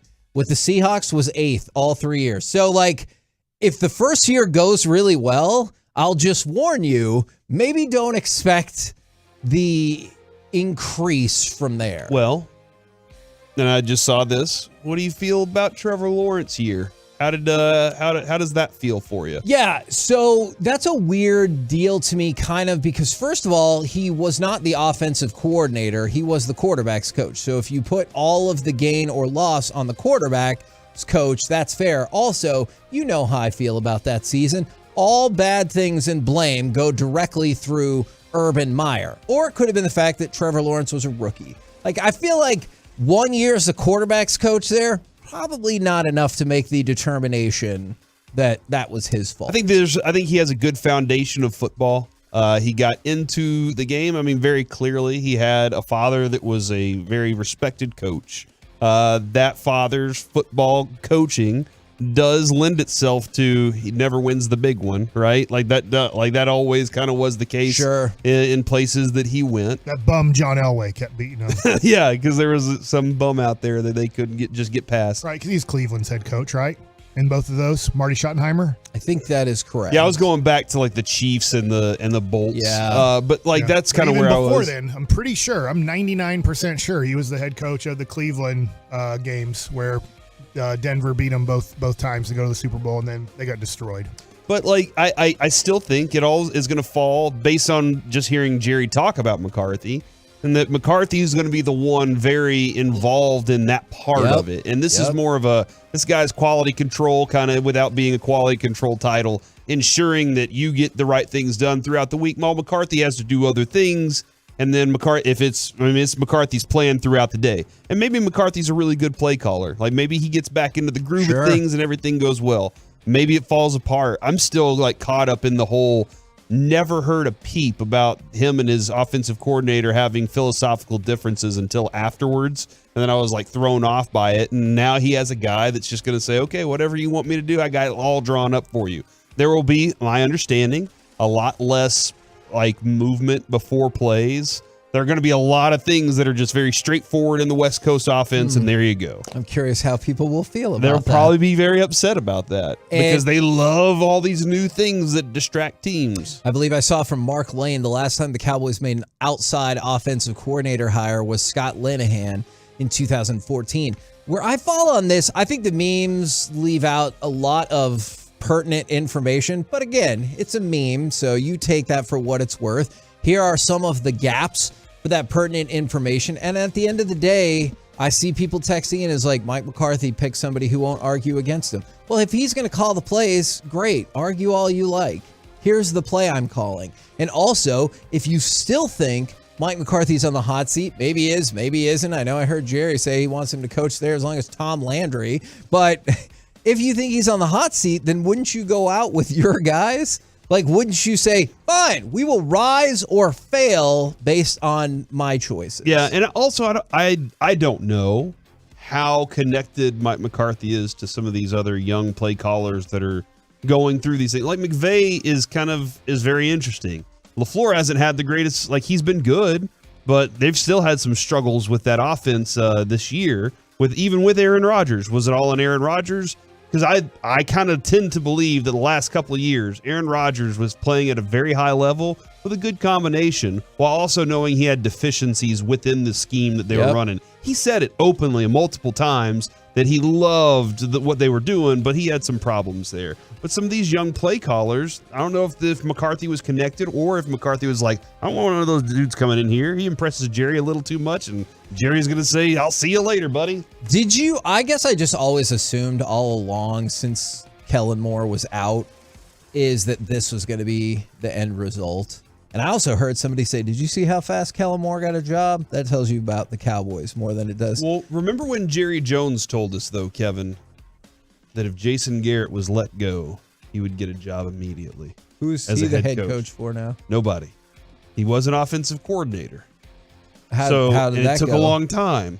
So maybe that is telling that Kellen Moore got a job very quickly, and it took Jason Garrett that long. But he's still the Jason OC? Garrett, I'm pretty sure, is a TV guy now. What? Yeah, He was at least at his job for like years and years and years after he left the Cowboys. No, like he had I will God. tell you, he had a bum of a head coach for him though, and Joe Judge. That dude was kind of a moron. So like that didn't work in his favor at all. I thought this was a done deal. I know they did their interviews and everything like that, and they're like, oh, we got to talk to all these other people. I thought it was a done deal the second Kellen Moore was out the door, that Brian Schottenheimer was going to be your offensive coordinator.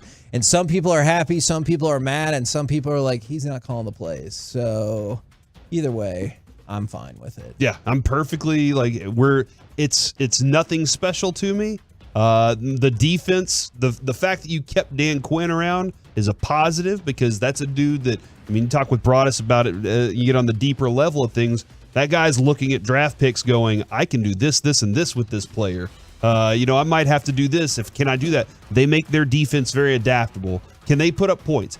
Can they put up the type of points that they were putting up with this Kellen Moore offense? Or do they even need to put up those type of points? If you're winning games 28-17, 28-21 every week, Kevin, it's winning, right? And that matters more than anything. And if Mike McCarthy's saying complimentary football, Kellen didn't quite understand it, then Mike McCarthy's going to look at it in a different way while he's trying to call some of these plays. Well, if you want the good and bad of it when it comes to the points, is I can point out in 2020, he was the OC for the Seattle Seahawks, and they scored the most points in franchise history. That's the good. The bad is some people will point out how their offense sputtered in the last 6 weeks because of predictability. So that's the part I think drives some Cowboys fans crazy.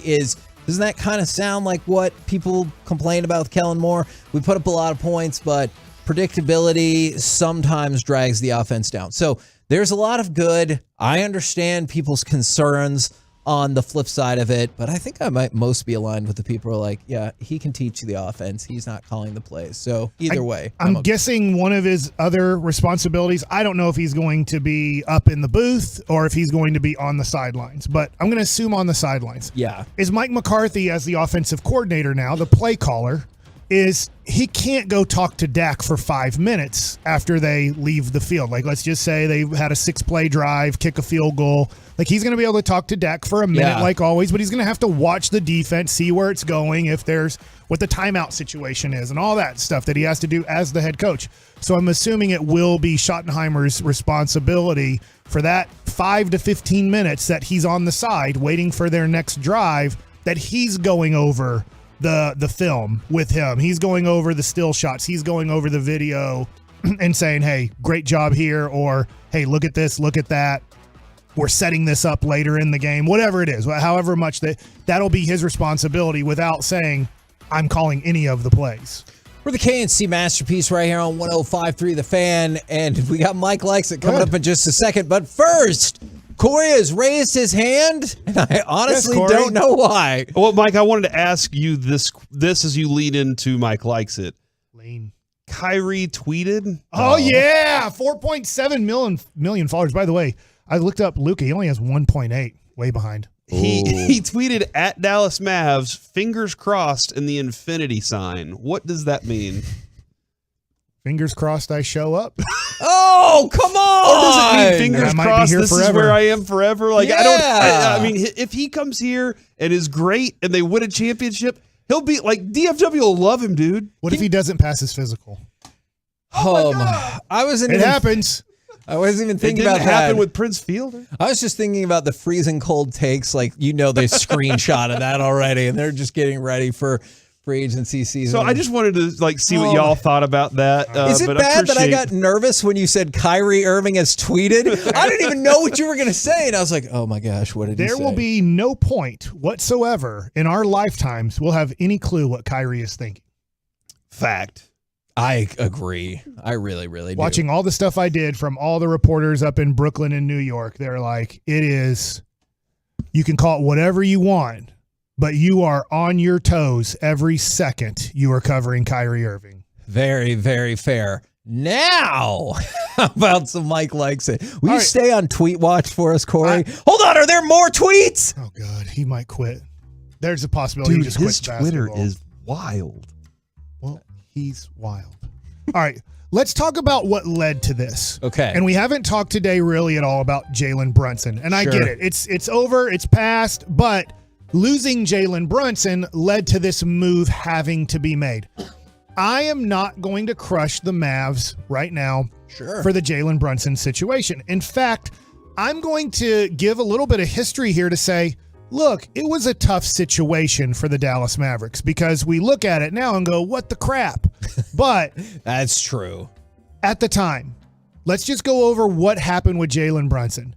You're going to play the Clippers for the second time. He did not get to play in the bubble because he got hurt and he couldn't play. And it was I forget who did it. It was a really dirty play that took out Jalen Brunson for the rest of the year. And then COVID happened and he couldn't even come back to the bubble. He was still so hurt. So you're going into the playoffs against the Clippers, and Brunson's a pretty valuable piece to your rotation. You're like, hey, man, he's a solid player. He's not standing out at all, but pretty solid. Like one of our 8 guys we rely on for 20-plus minutes a night. Well, you get to the playoffs, and he really struggles against the Clippers. He averaged in the series 8 points exactly in the 7 games and 1.4 assists. That was his average in the Clippers series the year before. In the final 3 games, game 5, 6, and 7, you win game 5, you lose game 6 at home, you lose game 7 on the road. He scored 11 total points in those 3 games. So, I mean, you're looking at now 3.2 points in the last 3 games. Okay, so he has a pretty good season, his 3rd year. Nothing super special, but a nice 3rd year. Not a good playoffs. Jalen Brunson was very disappointed with. They pretty much said after a few games, put Nicholas Batum on him. Put a 6'8" guy on him and see what he does with an athletic 6'8" guy. And it was over. He could not do anything. And so it put a lot more pressure once again on Luka to do everything. So now they don't win in the playoffs. Brunson is going into the final year of his deal. Now, Donnie Nelson is fed up with Vegas Bob and Mark Cuban. He can't stand it anymore. So he kind of speaks out, and then the next thing you know, he's fired. Vegas Bob seems to be a big issue, and Vegas Bob has put out on Twitter he wasn't a huge fan of Jalen Brunson. Not that he hated him or anything as a person, but he's like, I didn't see in my kind of analytic side of Jalen Brunson that he was a valuable piece. So then the information kind of from the major analytic person from the Dallas Mavericks at the end of that Clippers series and the end of that season was he's not that valuable. Then Rick Carlisle, who had pretty much gone sideways for a while with Luka Doncic, after all of this chaos in the front office goes, you know what? I quit.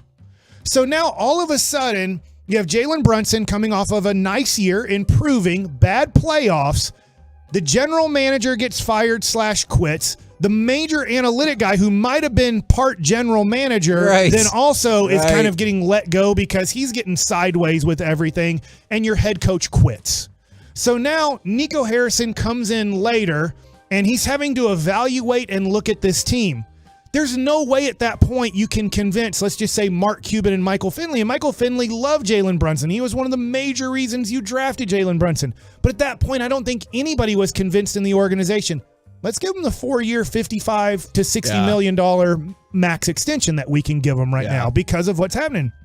So I look back. in October, to start the year, 6 games in October, Jalen Brunson averages 10.7 points, 4.7 assists, and 4.2 rebounds. That's nice. Yes. But that's nothing to start going, dude. This is about all the money. Now, he starts improving from there. The next month, he improves his shooting percentage by 10 percentage points from 41% to 51%, averages 16.4. Then the next month, 18.3 points, still on 51.1%. And here's the great thing about Jalen Brunson you start noticing.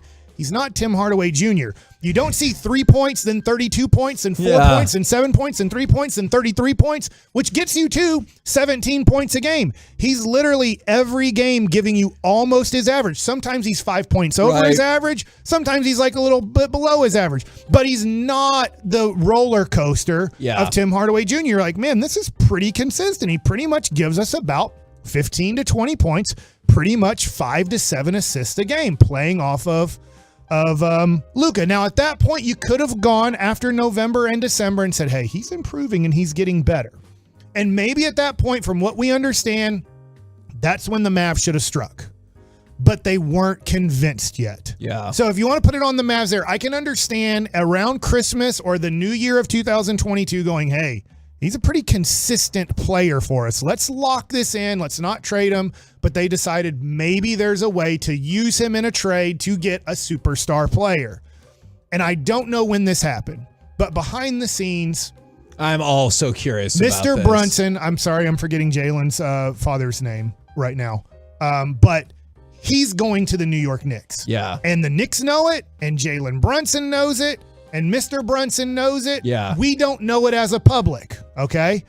And then also, close family member is the general manager of the New York Knicks. Right. So I don't know. At some point during the All-Star break and during the playoffs, Jalen Brunson knew he was never coming back to the Dallas Mavericks. How much did the Dallas Mavericks know that? I don't know. But after the Dinwiddie trade, where you got Dinwiddie, I was pretty much informed by multiple people, Jalen Brunson's done in Dallas. Yeah. Okay, and I was like, you're wrong. I thought you were wrong, and I'm not saying anything like that. You're wrong. You got to keep Jalen Brunson. You cannot lose him. You give him whatever he wants, and if you have to move him in a trade, you move him in a trade later. But they were right. There was no path of keeping Jalen Brunson. He was headed to New York. So I just look at it and I go, unfortunately, I'm not a big fan of this trade. I hope I'm wrong. I hope this thing works out. And Kyrie Irving is on his best behavior I'm going to pray for 2.5 years. I think that would be a miracle if you get this half season and 2 more years of good Kyrie, pretty healthy Kyrie, helping you in the playoff Kyrie. Because if he's that good, if he's as good as when he's at his best, you do have a chance to win it all. You have a legitimate chance to win it all.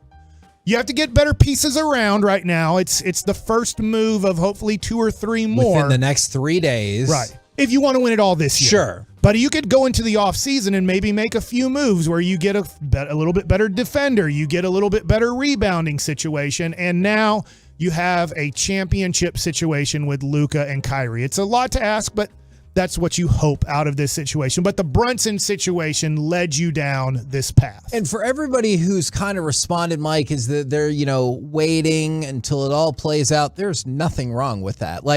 But that's when sports media, you get those trade grades immediately after the fact. But I said put percentage on him right now because I don't know. This is the riskiest trade in the history of Dallas sports. There has never been a riskier trade in my lifetime in Dallas sports than this trade. Ooh, that is fascinating. Because you never did anything like this with Dirk, where you're like, dude, if this doesn't work out, it's over. It's completely and totally over. Because that's where you're at, right? Like if this fails, Luka's out the door.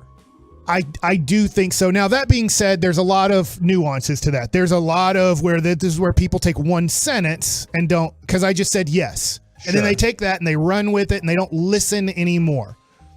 If you don't sign Kyrie to an extension at all, I don't think it immediately ends it. But if you have to sign Kyrie to a $200 million contract and then he flakes out on you in year 1 or year 2 of a 4-year contract at $50 million and more a year, you're in huge trouble with Luka. Yeah. Because at that point, if he's making over $50 a year on a multi-year deal, he's untradeable. You run into a little bit of a Russell Westbrook situation, which maybe we can get Davis Bertans back again. Right. And I don't even know if you could do that, even though I don't want to do that. So, that being said, I do not want to blame the Mavericks too much. I understand why it was tough for them in December, January to say, we are ready to give 4 years and $50-something million to Jalen Brunson based off of what happened the year before in the playoffs and early in the season. It stinks that it's played out this way, but it has, and I hope it works out perfectly, but I'm scared to death. It won't, but I'm hopeful that it will. I'm excited to watch. I'm nervous to watch. We're jumping off a cliff with a parachute that might open. To Corey's point from earlier, there is such a high potential for lots of fun. I see what you're saying. When you said parachute, a lot of people that are scared of heights jump out of a plane, and at the end they're like, I was so scared to do it, but it worked out. Now it's very rare, but the one that the parachute doesn't open and they splat on the ground, they probably regret jumping out of the plane. You don't know that. But he said probably. But you don't know. What if they're like totally worth it? No, you're right. But you know what I kept thinking about, Corey, is when you talked about wanting to do the squirrel suit thing, I kept thinking about this as the squirrel suit, and you open it up and maybe there's a hole in it, or maybe it's the greatest experience of your life. Now I have this question for Kevin. Corey, you can answer it too, but I find this to be an interesting one. Now, this was not available. Is this going to be about me wanting to be right again? No. Okay. This is going to be about a player about a month to 6 weeks ago that had run. Oh, yeah. He had made the Atlanta Hawks think about trading him. Now, we haven't heard any rumors anymore about Trey Young. I want to ask you, if you could trade the exact same trade, 2 seconds, a first-round pick unprotected in 2029, you trade Dorian Finney-Smith, you trade Spencer Dinwiddie for Trey Young. Who would you rather have right now? Now, he's on a max contract. He's long-term. You don't have to worry about him leaving. He's under pretty much the same contract almost as Luka, a little bit less, but pretty much the same contract. You have him under contract for 4 more years. Would you rather have Trey Young for this exact deal, or would you rather have Kyrie Irving on a 1-year, see what happens? I'm thinking percentage-wise, like shooting percentages. I think Kyrie is a better shooter. Oh, he is for sure. So I'll take that's the sliver right there. I like Natty Daddy said this is a good question. So he said this is it is a good question. I think that's the sliver that gives the advantage to this player. And he is the epitome of a real star. Trey Young, listen, he was a winner a couple of years ago. Yeah. And now he's not a winner. So I guess I got to leave it at that. I'm honestly, this question flummoxes me to no end, because I just want to point one thing out, because sometimes people think I'm too harsh on Trey Young, and maybe you're right. I just want to point this out.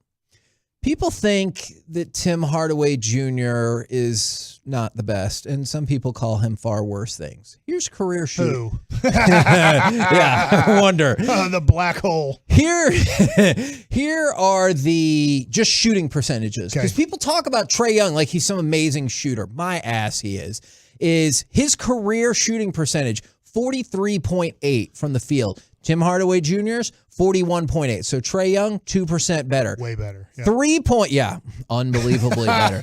Trey Young, 3-point percentage, 35. Tim Hardaway Jr., 35.7. So obviously, compiled, Trey Young's a better shooter, kinda. But people talk about Trey Young like he's this unbelievable marksman, and he's just not. He's not. Okay, I hear what you're saying. He has a lot of distance. He misses a lot. But he takes horrible shots. He does. It's also Luka's main issue on his percentage. And I know you say the same thing about Luka, that he's not a very good shooter. It's like, well, if they would stop taking stupid shots, it would be better. But it's in their DNA to take stupid shots. Do you have to factor that in? Tim Hardaway Jr. is like, I've touched it. It has to go up. I cannot see anything else except the rim. It is going up. And that's, you never break out of slumps, or it's very rare to break out of slumps when you just keep taking horse-ass shots all the time. And that's what runs into Tim Hardaway Jr. going into such horrible lulls, is because he can't not shoot the ball even when it's a bad shot. But I hear what you're saying on Trey Young. I do think it's a decent question. I don't think it's a slam dunk. I would lean towards Trey Young, but then there'd still be major issues with Trey Young. He's horrible defensively. He takes horrible shots. At times you're like, dude, you got to read the game a little bit better than this. Now, Trey Young gets to the line a lot. I'm going to say a positive again. I've said it only once, and I want to say this again because it's been 3 hours since I said it.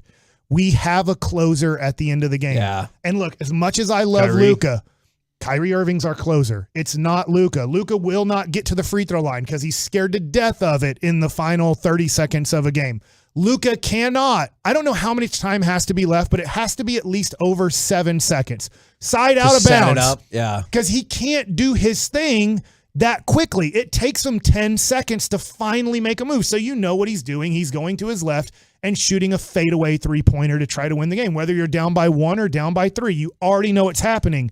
And with Kyrie, I want him to have the ball at the end of the game. I don't want Luka to have the ball at the end of the game because I believe Kyrie can get to the basket. Kyrie could get fouled. If he gets fouled, he's making his free throws. There's a whole bunch of He's more. a great free throw shooter. Yeah, there's a whole bunch of more positives about Kyrie late in the game than there are about Luka. So that could help out. I'm taking Kyrie.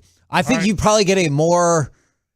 I told you that before. You should just listen to me when I said it. I know. That's usually my answer. You hate Trey Young. I don't hate Trey Young. I just think he's vastly overrated. What's the one thing you hear him say?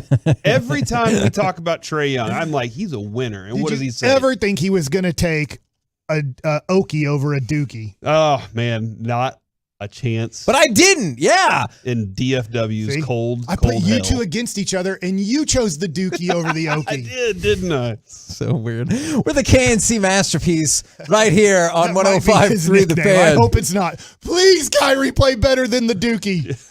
Coming up next, We did it all for I the would Duke. say things will get more normal, but I have an idea of where this next segment might go, so I'm not sure. It's the C Block starring Corey Majors. I have some Tim McMahon news, some Stein news, some Tom Brady news, and pickup lines. Does There my it is. wife really want this thing to work out on Wednesday? Next on The Fan. A massive.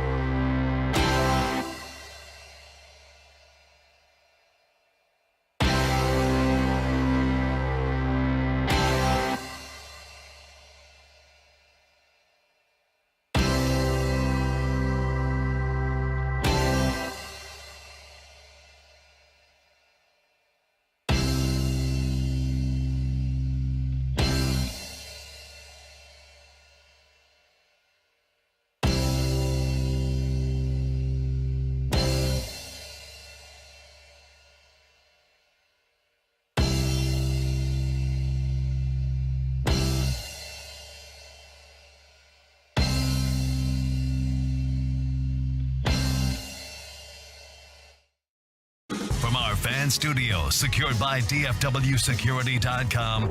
It's the KNC Masterpiece on 105.3 The Fan. KNC Masterpiece right here on 105.3 The Fan. Don't forget, tomorrow we will join you live from Radio Row as we get amped up for the Super Bowl. Pretty confident about our flight and everything, huh? Oh, man. Oh, my gosh. I think he's going more along the lines like Southwest has struggled lately with cancellations. Oh, yeah. That would be. Right? Please tell me that's what you're talking about, Mike. Troublesome. I don't. Oh, my gosh. You never know. Driving me to drink again. You want us to live in the moment? Yeah, then let's not live in the future. And oh my God, it's time for the C block. Let's go.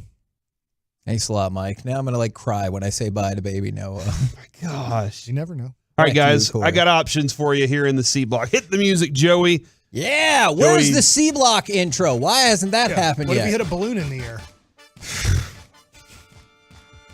Or you can play I Spy. I can't believe that Biden has let Big Tech Stop it! Stop it! That's get all the street addresses in the entire country. Stop and it. now anybody in China can just type into the internet. We need to find out interview what our Kyrie. addresses We need to are. interview Kyrie first and ask him about that situation. All you do is just type it in, and now they know. Anywhere in the world, they can know what our addresses are. Can you believe that? Shocking. All right, guys. Tom Brady is confirmed. He is in Florida for fall of 2024. That's when he'll start for Fox in 2024. Oh, my gosh. I thought he's going to go Tim Tebow and play in the Arizona Fall League. So See if he could make it. What do y'all think will happen? A, he goes Tim Tebow, plays for the Arizona Fall League. For the Expos, because that's who drafted him. B, travels Australia for a year before coming back. On a walkabout? C, gets on another football team for the 2023-2024 run. Please Chuck and don't Duck. let it be C. The interception in the end zone let me know it's over. I get he didn't have the best protection. I get he's Tom Brady, and I'm the biggest fan of Tom Brady in this room. But when you chuck and duck in a playoff game, it's over. Tim McMahon also has some quotes if y'all would like to hear from some of those quotes. I'm betting he'll let us read these quotes on here.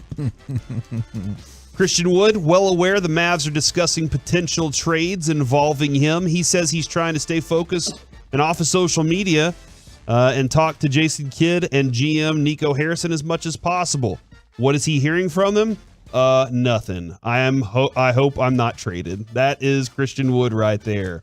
Nothing. I hope I'm not traded. Who is getting interest from the Clippers, by the way, regarding according to Mark Stein. I also hope he doesn't get traded. Neither do I. I still think, look, if you don't want to play him the last 4 minutes of games, if you see your championship team going, Christian Wood needs to be our 6th or 7th man coming off the bench for 25 minutes and giving us 15 to 20 points and 5 to 10 rebounds, fine. I feel like that's still very valuable for a team that has no rebounders on it. And he is... I guess maybe Luka's getting a few more rebounds than him. Percentage points are both around 8 rebounds a game. Like literally, nobody's close to rebounds. Our third best rebounder now is Kyrie Irving, who's 6'3". Mm-hmm. So I mean, he literally is. He's our third best rebounder. Gosh. You have Luka, number 1 rebounder, Christian Wood, number 2 rebounder, and Kyrie Irving, number 3 rebounder. Those are our 3 best rebounders. I was looking at JaVale McGee's career, and 2 of his worst seasons ever are the ones with the Mavs. Like, it's just wild that he decided Dallas was the place that he wanted to. At least he's only under contract for a couple more years. What? Are you joking? No. Would you take Luke Kennard's contract so you can trade Christian Wood for it? No. But he's a dookie. Yes, I'm aware. I like Christian Wood a lot. Would you take Marcus Morris? I do think that's possible. I could see that because everyone keeps asking us about Markieff Morris, who was part of this deal as well. Just the issue is at the moment, I think he's still hurt and he might come back soon. Like I think he's still day to day, but he just doesn't play a lot. Like if you're curious about that 15 minutes, I think that's a possibility. That's the perfect amount of minutes for the goon, you know? Sure. Just send him out there and say, go step on that dude's ankle. But that's his brother, He's right? Their best chance. Hey, they're identical twins. Do you think it'd be identical twins? If you're the what other do you one, think identical means? If you're the other one, do you Similar. think you'd be mad if your identical twin threw you a surprise birthday party? You're like, what the hell, dude? Or lady? What is this from? I don't know what this is from. There's no such thing as a boy and a girl being identical twins. Is there not? Yeah, there is. Oh, How could Joey, they be you have a identical? twin? No. I'm pretty sure you could be identical. How? That's just like genetically identical. You don't have to look exactly the same. Man, I typed in "can boys and girls" and the first thing that said "be friends," and I was like, "What?" Be identical twins. I'm looking this up. I don't know. Yes, I went to high school with boy and girl twins. I know there's boy and girl twins. In 99.9% of cases, boy-girl twins are non-identical. However, in some extremely rare cases resulting from a genetic mutation, identical twins from an Sounds egg. like you were wrong, Mike. And extremely. And on the sand. Yeah, did you hear extremely there? This is very not common. You've never met identical twins. I guarantee you haven't. I haven't. I'm sure you're that right. are boy and girl. I'm sure Boys you're right. And girls, yes, but boy-girl, extremely rare, which means we probably haven't met them. What were their names? The identical twins. Ann and Andy. Adam and Eve. You know what? What? That's. Are you saying the only Adam and Eve that ever existed in the world were the two that were created from? I think Mike's about to concede the argument. They took a rib out of Adam to make Eve, so that kind of gives them family blood. I was curious if that sentence was going to end or not. Back to you, Corey. I don't know what to say. You've stumped him. Mike is speechless because of that question. I did want to add this from Christian Wood regarding the Kyrie news. Please be about twins. I like it, but I hope I'm still here. Man, that dude wants to be here so badly. He does. He wants to be in the playoffs. He wants to play meaningful basketball. That's all that. Or it is like this. Hey, I committed to the idea that I can be in a place, and I want somebody to hold on to me because I'm tired of moving around. Just don't go look up what he said at every place he's been at. Yeah, and then you'll really believe this one. Is it time? I think it is. I'm sorry. I've started to get caught up in this identical twin thing too, and I'm trying not to. Oh my gosh, in the 214, I went to school with a pair of identical twins. They were a boy and a girl. They looked exactly the same? I'll have to follow up with that person. I have not. All right, so guys, is it Wednesday? Is it Wednesday we're interviewing Today's Kay Adams Monday. or Thursday? I believe we have a schedule that has everything on there. That's the one I stopped looking because I was so excited, Mike. I know it is Wednesday. Okay, Wednesday. I'm going to sit out that interview. I'm just going to watch you. I'm just going to take pictures of you. I appreciate that. See, because I figured that Mike would be like, "All right, here's the deal," and he would really want in Your on. cheeks are going to be pink. Probably You're so. going to stutter a little bit. And I did present. So too. on Friday, because Kevin had Tim Collins told me that we were going to interview one of my crushes. Yep. And Kevin was like, "I can't tell you who it is." So the next day I saw the list and I told Adrian, I told her who all three of the possibilities were. And she was like, "Who are these girls?" And she started looking them up and everything. And I was like, "They're on my list, Anyway, Kay's actually the only one on the list. You don't bring that up though, do you, right? I showed her the list. No, I mean with Kay Adams. I'm definitely going to show her the list. Shut up. I'm going to ask her. You? I don't know. I'm going to ask her if she feels like the rest of the people, like if that's a compliment. Like if she sees it, does she look at it and go, "Wow, you put me up in the category with these people"? I wanted you to pretend like you were milk last week. I want you to pretend you're a girl now. And you're getting interviewed by a whole bunch of guys. And in your 14th interview of the day, this guy says to you, Corey, the girl, "Hey, do you know you're on my list that I want to do?" Oh my gosh. And my wife said it's okay. He makes a good point. That he is really not going to does. go well. All right, then. You can tell her that AJ Green just retired. That being the case, then, Mike, my wife has given me a list of pickup lines. Based on this list, she was like, I want you to succeed because I think she thinks you're going to fail. That's it. I just want you to succeed. Well, I agree. Based on these pickup lines, Mike, does my wife want this to go well or does she want it to go poorly? Here we go. 877-881-1053. You let me know if my wife wants this to go well or not. Here are some pickup lines. Well, here I am. What were your other 2 wishes?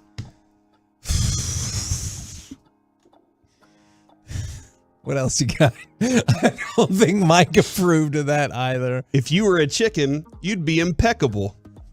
All right, now you're making your way. Mike's. I hope you guys are watching the fan cam. Mike's like, you know what? Maybe. Does Adrian want this to succeed or not based on these pickup lines? If women were boogers, I'd pick you first. No, don't do that. I think you might have something with the chicken one. Do you like cheese? Because you'll have a Gouda time with me. I think she wants you to fail. Do you live in a cornfield? Because I'm stalking you. Oh my dear goodness! Don't. These are tough. Did she look them up on a website? I think she wants you to fail. Based on this is just a few of them. I got a lot more. You can just hug her and smell her hair and go soon. Oh my goodness. What about? We might all get ejected from Radio Row, and I'd be like, I barely even know him. You get to go home though. Mike's all about it. He loves being home. I love being home. Hey, you breathe oxygen. Wow, we have so much in common. Okay. My wife is stupid. Oh my God, what are you doing to me right now? Corey! Joey, you can't do that. Why would you play that? Joey, Why would do you that. say that? You know what's bad? Now people are suggesting lines for you from the 214. Your wife wants you dead. That is rude. You could never be ice cream because you're so hot and a person. That's not bad, Mike. That goes right where Mike's logic This is. is the least favorite segment Mike has ever participated I just in. can't imagine a woman thinking that these are good at all. I think you might do better with. You ever randomly did it with somebody? Because I want to do you. I think you should ask her what the best pickup line she's ever heard is. From One to America, how free are you tonight? Okay, and I would listen to more of what that person had to say. It's a good thing I have my library card because I'm totally checking you out. Oh my God. Oh, because you have to check out a book. Check out the library book. Kevin, what do you know? Oh my God. It's Kay Adams. People are asking, which girl is this going to work on? Just for the record, I don't think any of this is going to happen. Okay. I hope for your sake, for our show's sake, I hope none of this happens. Your eyes are like IKEA. I always get lost in them. Okay. People are trying to help. From the 817, if you're a vegetable, you'd be a cucumber. A cucumber, I love it. If you were a fruit, you'd be a pineapple. I don't think you're going to succeed. I think your wife wants you to fail. Are you hooking up with Shams or what? Are you a Wi-Fi hotspot? Because I feel a connection. My wife, because of this, my wife has texted me and said, you're not allowed to do any of this, by the way. Okay, thanks for the heads up. That's the Jess. great thing about my relationship, Kevin. My wife doesn't allow me to do anything, all right? I can do whatever I want. I'm a man. My wife is stupid. I'm 40. You can't do that, though. That's not cool. Where did you even find that? I thought we deleted that from the Someone log. told me about it. Oh, my God. My Oh, wife no, will Nims. probably text me back and be like, no, you have permission, and then permission to go find a divorce attorney. Oh man. Don't do this, Are you Corey. in any serial killer podcasts? Oh, I meant to say into any serial killer That podcast. sounds dangerous. That is too far. I'm turning off my mic for the Kay Adams interview. I'm taking my headset off and I'm just watching. That's all I'm gonna do. Because I don't know what to say. Yeah. Hey, do you know this dude drools over you when you come on NFL Network? She does. She's not even on NFL. She's on FanDuel TV now. So she left. This is gonna be like the Cowboys interview. Who was it that looked at me after you said something? They looked at me and said, "Man, what's wrong with this guy?" Justin Durant. Well, like, what am I? If she looks at me and she's like, "Seriously," I'm just gonna shrug my shoulders and not. You would take the cake because right now the worst question ever in fan history to me was when Gavin Dawson is sitting down with Sean Marion and I can't remember the other person. It might have been like Brendan Haywood and said, which one of you guys is getting cut? Oh my God.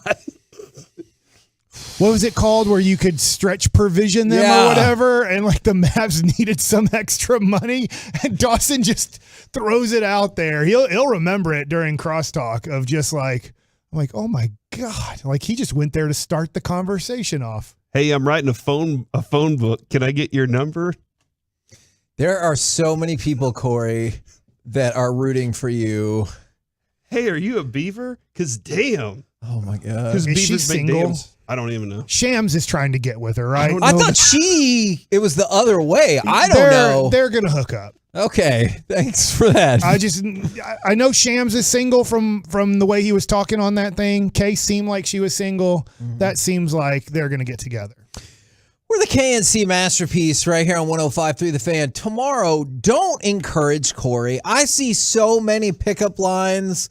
From the 214, Corey, you need to commit and do this. Do this for us. We need this radio gold. Tomorrow, or Wednesday, if you make the request. What time is that on Wednesday? That is at 11:15. If you make the request for both me and Mike to lay out of that segment, and you take it over, I'll agree to that. Just stare at her for 5 seconds without saying a word as we get on the air, and then you just say, "Do you want me?" Oh my God! Please. And then Please just don't pause, do and let's see where it goes from there. Yeah. Hey, girl, want to go half on a baby? What does that even mean? Oh, my God. Somebody texted that in. So What's going to happen next is one of our backup segments is going to get used. That's what's going to happen next. The best of. Listen. Stream the Fan 24/7 all day, every day. Download the Odyssey app or listen live at 1053thefan.com.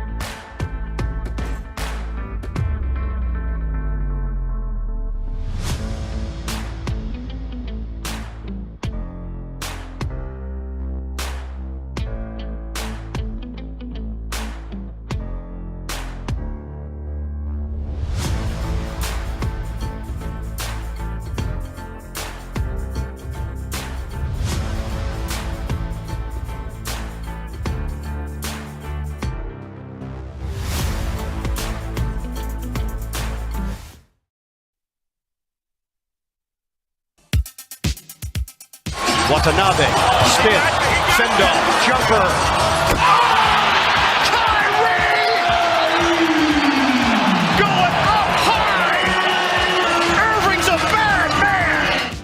KNC Masterpiece back here on 105.3 The Fan.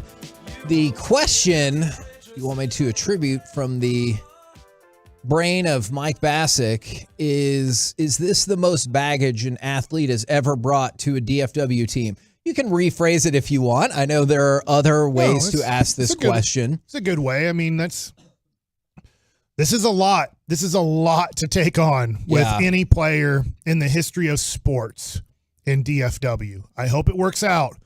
This is a lot to take on, and I think there are candidates that you can choose from. You want me to give you some? Yes, I would enjoy that. Okay. I think one who was considered going to be great, and it was a somewhat nothing trade at the time, but a lot of baggage with him, and it worked out. Hopefully as well as it could work out. Josh Hamilton. Yeah. Number 1 overall pick. Yeah. Can't miss. Becomes a drug addict. Out of the game. Somehow makes it back into the game. He's a fourth outfielder with the Cincinnati Reds. He's not even a starter because I was in 07. He was in Cincinnati. I was in Washington. And he was a guy that really wasn't even on the scouting report much because it was Adam Dunn. It was Ken Griffey Jr. It wasn't about Josh Hamilton. We knew who he was because we had heard of the can't miss kid in 1999 who was going to change baseball and be maybe the next Mickey Mantle. But drugs took him away from that. Yeah. So when the Rangers traded for him, the thing is he had a lot of baggage coming in, and the Rangers had to put a lot of they really had to put like a babysitter on him. Narin, is it Jerry Narin, I believe? I think that is correct. Yep. And they we have to watch him a lot to make sure that he does not go off of this path. Now, different than Kyrie, but a lot of baggage. And, hey, MVP. Yeah. World Series 2 times. I know you didn't get it done. He hit the home run in Game 6 to retake the lead. It could have been the perfect story that he hits the home run that wins the Rangers the World Series in extra innings. But I would hope and pray that Kyrie works out as well as Josh Hamilton did in Texas. Now, it ended up bad at the end with Josh Hamilton. Yeah. He got Ron Washington really mad at the end of the 2012 season, and he left, and it wasn't a great ending to his Rangers career, even though that was a good year for him.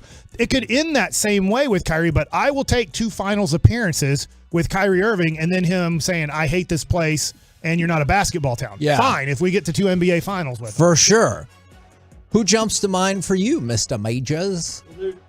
There are a lot of names popping up on the fan text, and I'm like, oh, those aren't trades. Those are, that was a signing. Then maybe that didn't go quite the same way. Like Greg Hardy was a signing. Right. T.O. was a signing, so I don't consider those. But it's okay to say that they came to the Metroplex with baggage for sure. Do you feel like it was, I'm wondering if people feel like for sure. more baggage than what we're about to take on? T.O. was probably right in line. Just working think about, out in his parking lot or whatever. Yeah. Oh my gosh, I remember that was amazing. Call it as quarterback. Certain things. There were a lot of other even when he got here with the whole did he really try to commit suicide? Everything about T.O. was just chaos. Yeah. And Jerry was like, I can't wait. Yeah. I think they're 12-1, and then he does an interview. I think it was with Dion on NFL Network, and he's like, yeah, they're making up plays, and I had to get left out. And you're like, son of a B, man, we are 12-1 and about to go to the Super Bowl against New England, most likely. And now you're upset with it. How is this? And that's right. Kyrie can be like, I don't care. We've gone 14-1. I don't like the way things are going for me.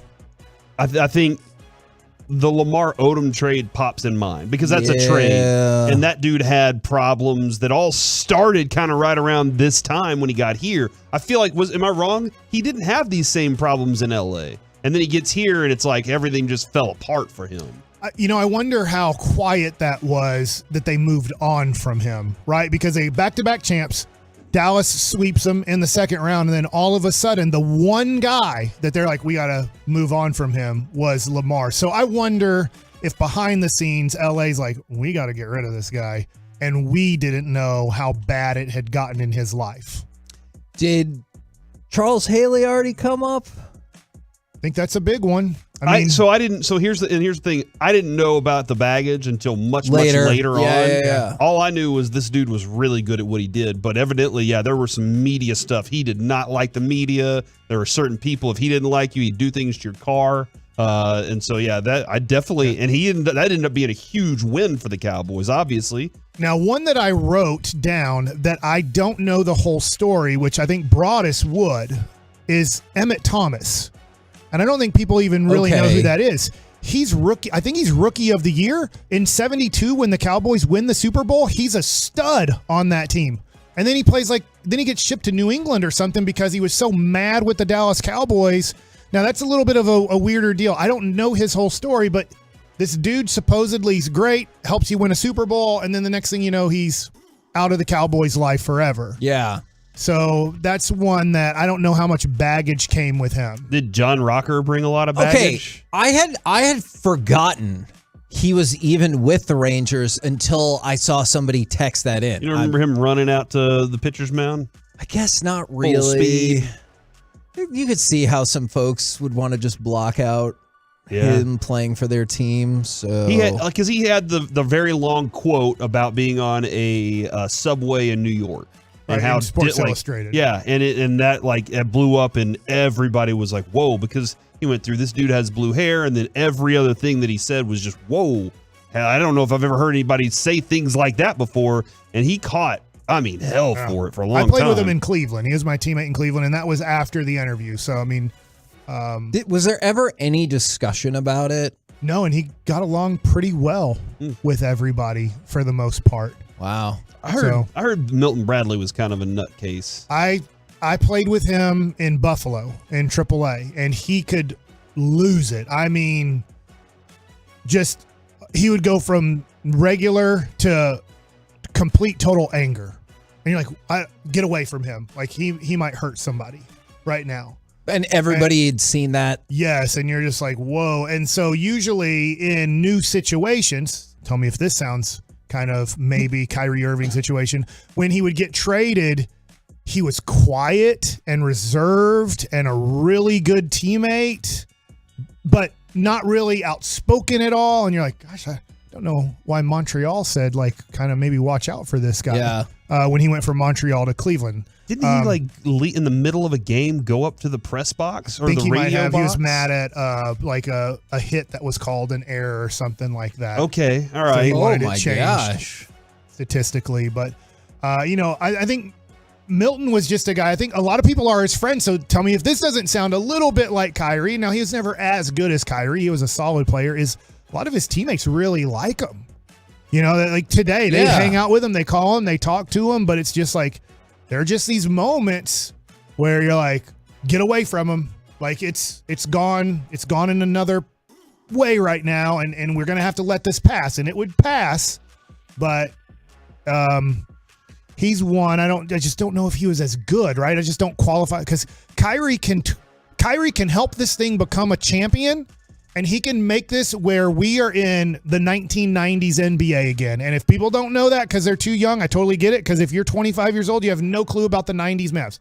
Worst franchise in sports. Not Sports Illustrated voted the Mavericks the worst franchise in all of sports. And if this thing goes bad and Luka takes off because it goes so bad, I'm not saying he'd take off at the end of this year, but 2 years from now, he takes off and you still have 2 more years of Kyrie at $55 million a year. You are going to go down a path of being a horrible franchise. I saw this come up from the 214-817 and then the 469 Matt Bush. And we got the chance to talk with him, so I get that. And that was while all that was in the middle. They were about to number one pick. Yeah, they were about to do I can't remember if it was Real Sports or whatever it was, talking about that. Yeah. And so we got an interview with him, and he was very honest with you. It was with us, but I think, and we even talked to him off air a little more about it later on. Didn't he kind of once that happened, he was like, finally, I feel like I can get a little relief from it all. It feels like that should be done for me now. Yeah, and that's one of the things he told us, to be quite frank, is he was like, no, I'll talk about it. And then I'm hoping after that comes out, then I'm just done with it. Everybody knows the story. They can feel however they want to feel, but I'm done talking about it. Kevin, and I think Natty Daddy 972. I love that you're putting here on the Twitch stuff, but and you're looking at the fan text thing. There are a lot of people, and I'm not saying Natty Daddy you fall completely into this, but they don't want to look at any part of the negative side of Kyrie. Like there actually is no negative side to Kyrie. Almost like they've erased from their memory anything that's been said. It's like, let me see if I can get Natty Daddy here. Kind of a lot of people have bad takes, including myself, I'm sure, but Kyrie knows all the angles of the game on and off the court. Like he's just been playing a game the whole time, not destroying teams or destroying relationships along the way. Okay, well, even if that's the case, and that's the hook, otherwise, why the hell would this trade have taken place? Why wouldn't it have been, if it was just good Kyrie, it would have been 4 first-round picks and your 4 swaps. Like, that's just a fact. Right. That's what it would have been. It would have been more than what Minnesota had to trade. Exactly. So the thing about that is, if you think that's what he's doing, then why would Dallas be any different? Why wouldn't he continue to play his game, be on his best behavior, and get his max deal to go somewhere else? Like, that could definitely happen. I am not disputing Kyrie is an awesome player. When I saw him at Duke, I thought this might be the best player I've ever seen. And he didn't even play that much that year. He was did say that. Yeah. A couple different times. He is that special. I think he's that good. I think his handles are unmatched in the NBA. It's just, there's some other stuff that comes with it. That doesn't have to mean that's who the person he is right now is, but he stifled the progress of Boston, and they took off once he left. Brooklyn was unquestionably the favorite to win the NBA championship. Then it went Jack S there, and you can close either. Yeah, you can save me with the injury talk and everything like that. And he was like, "Let's make it work," and then I want to leave. That kind of stuff is included in the package. It doesn't diminish the fact that he is awesome at basketball. Yeah, I just think this is a tough one. I understand being happy about Kyrie. I'm not saying don't be happy, but I don't think maybe you should bury yourself to Will McDonough. I was listening to him on NBA TV. We've had him on plenty of times. He was a general manager from 13 to 18 in the NBA, so he knows all about Kyrie's career. He was part of Kyrie's career being a general manager. I think it's Ryan, but Ryan, I'm sorry, Ryan. Yeah, I'm sorry. Will's a broadcaster. He said, I wouldn't have done this. I just would have stayed away from Kyrie. That's just his opinion. You know, when they kind of asked him on NBA TV, I just would not take on this risk. So it's not, people are making this up. Scalabrine didn't sound too excited about it today on our show. Tim Legler didn't sound too excited. Obviously, Ryan McDonough was saying, today as a former general manager, I probably wouldn't have taken this on. Yeah, and I think all that's fair, but on the flip side is how good he is. Let's win all the championships, Kevin. If you're just looking to add talent, I'll go ahead and go out on a limb and say no team will acquire a more talented player. They may never miss another shot again. I mean, that would be awesome. I think our boss might go a little bit crazy at times because there's times we're like, hey, let's just be honest here. At times we really try not to talk about politics. We try too much not to talk about religion. We know that some of those things can really upset listeners, but I don't know what to do because there is going to be a point that Kyrie's going to start unloading some missiles, and he is here in Dallas, and I don't know how we don't talk about what he just said. Or how that balances out when the next night he scores 52 points. You know what I'm saying? Like, I have no idea how this is going to go. The guy with McMahon on the podcast, who he's been on ESPN a lot today, said, you never know with Kyrie. When things seem to be at their darkest, he'll have 2 weeks of unbelievable basketball and pulls you out of something. And you're like, wow, I thought it was totally completely done and he's awesome. And then when you think everything is good and going smoothly, a day later, you're like, what just happened and why did he say that or do that? And now it's caused a whole other bomb to go off. We're the KNC Masterpiece right here on 105.3 The Fan. Coming up next, let's chit-chat with those fellas from the G-Bag Nation right here on 105.3 The Fan. All right, before we get them in here, let's...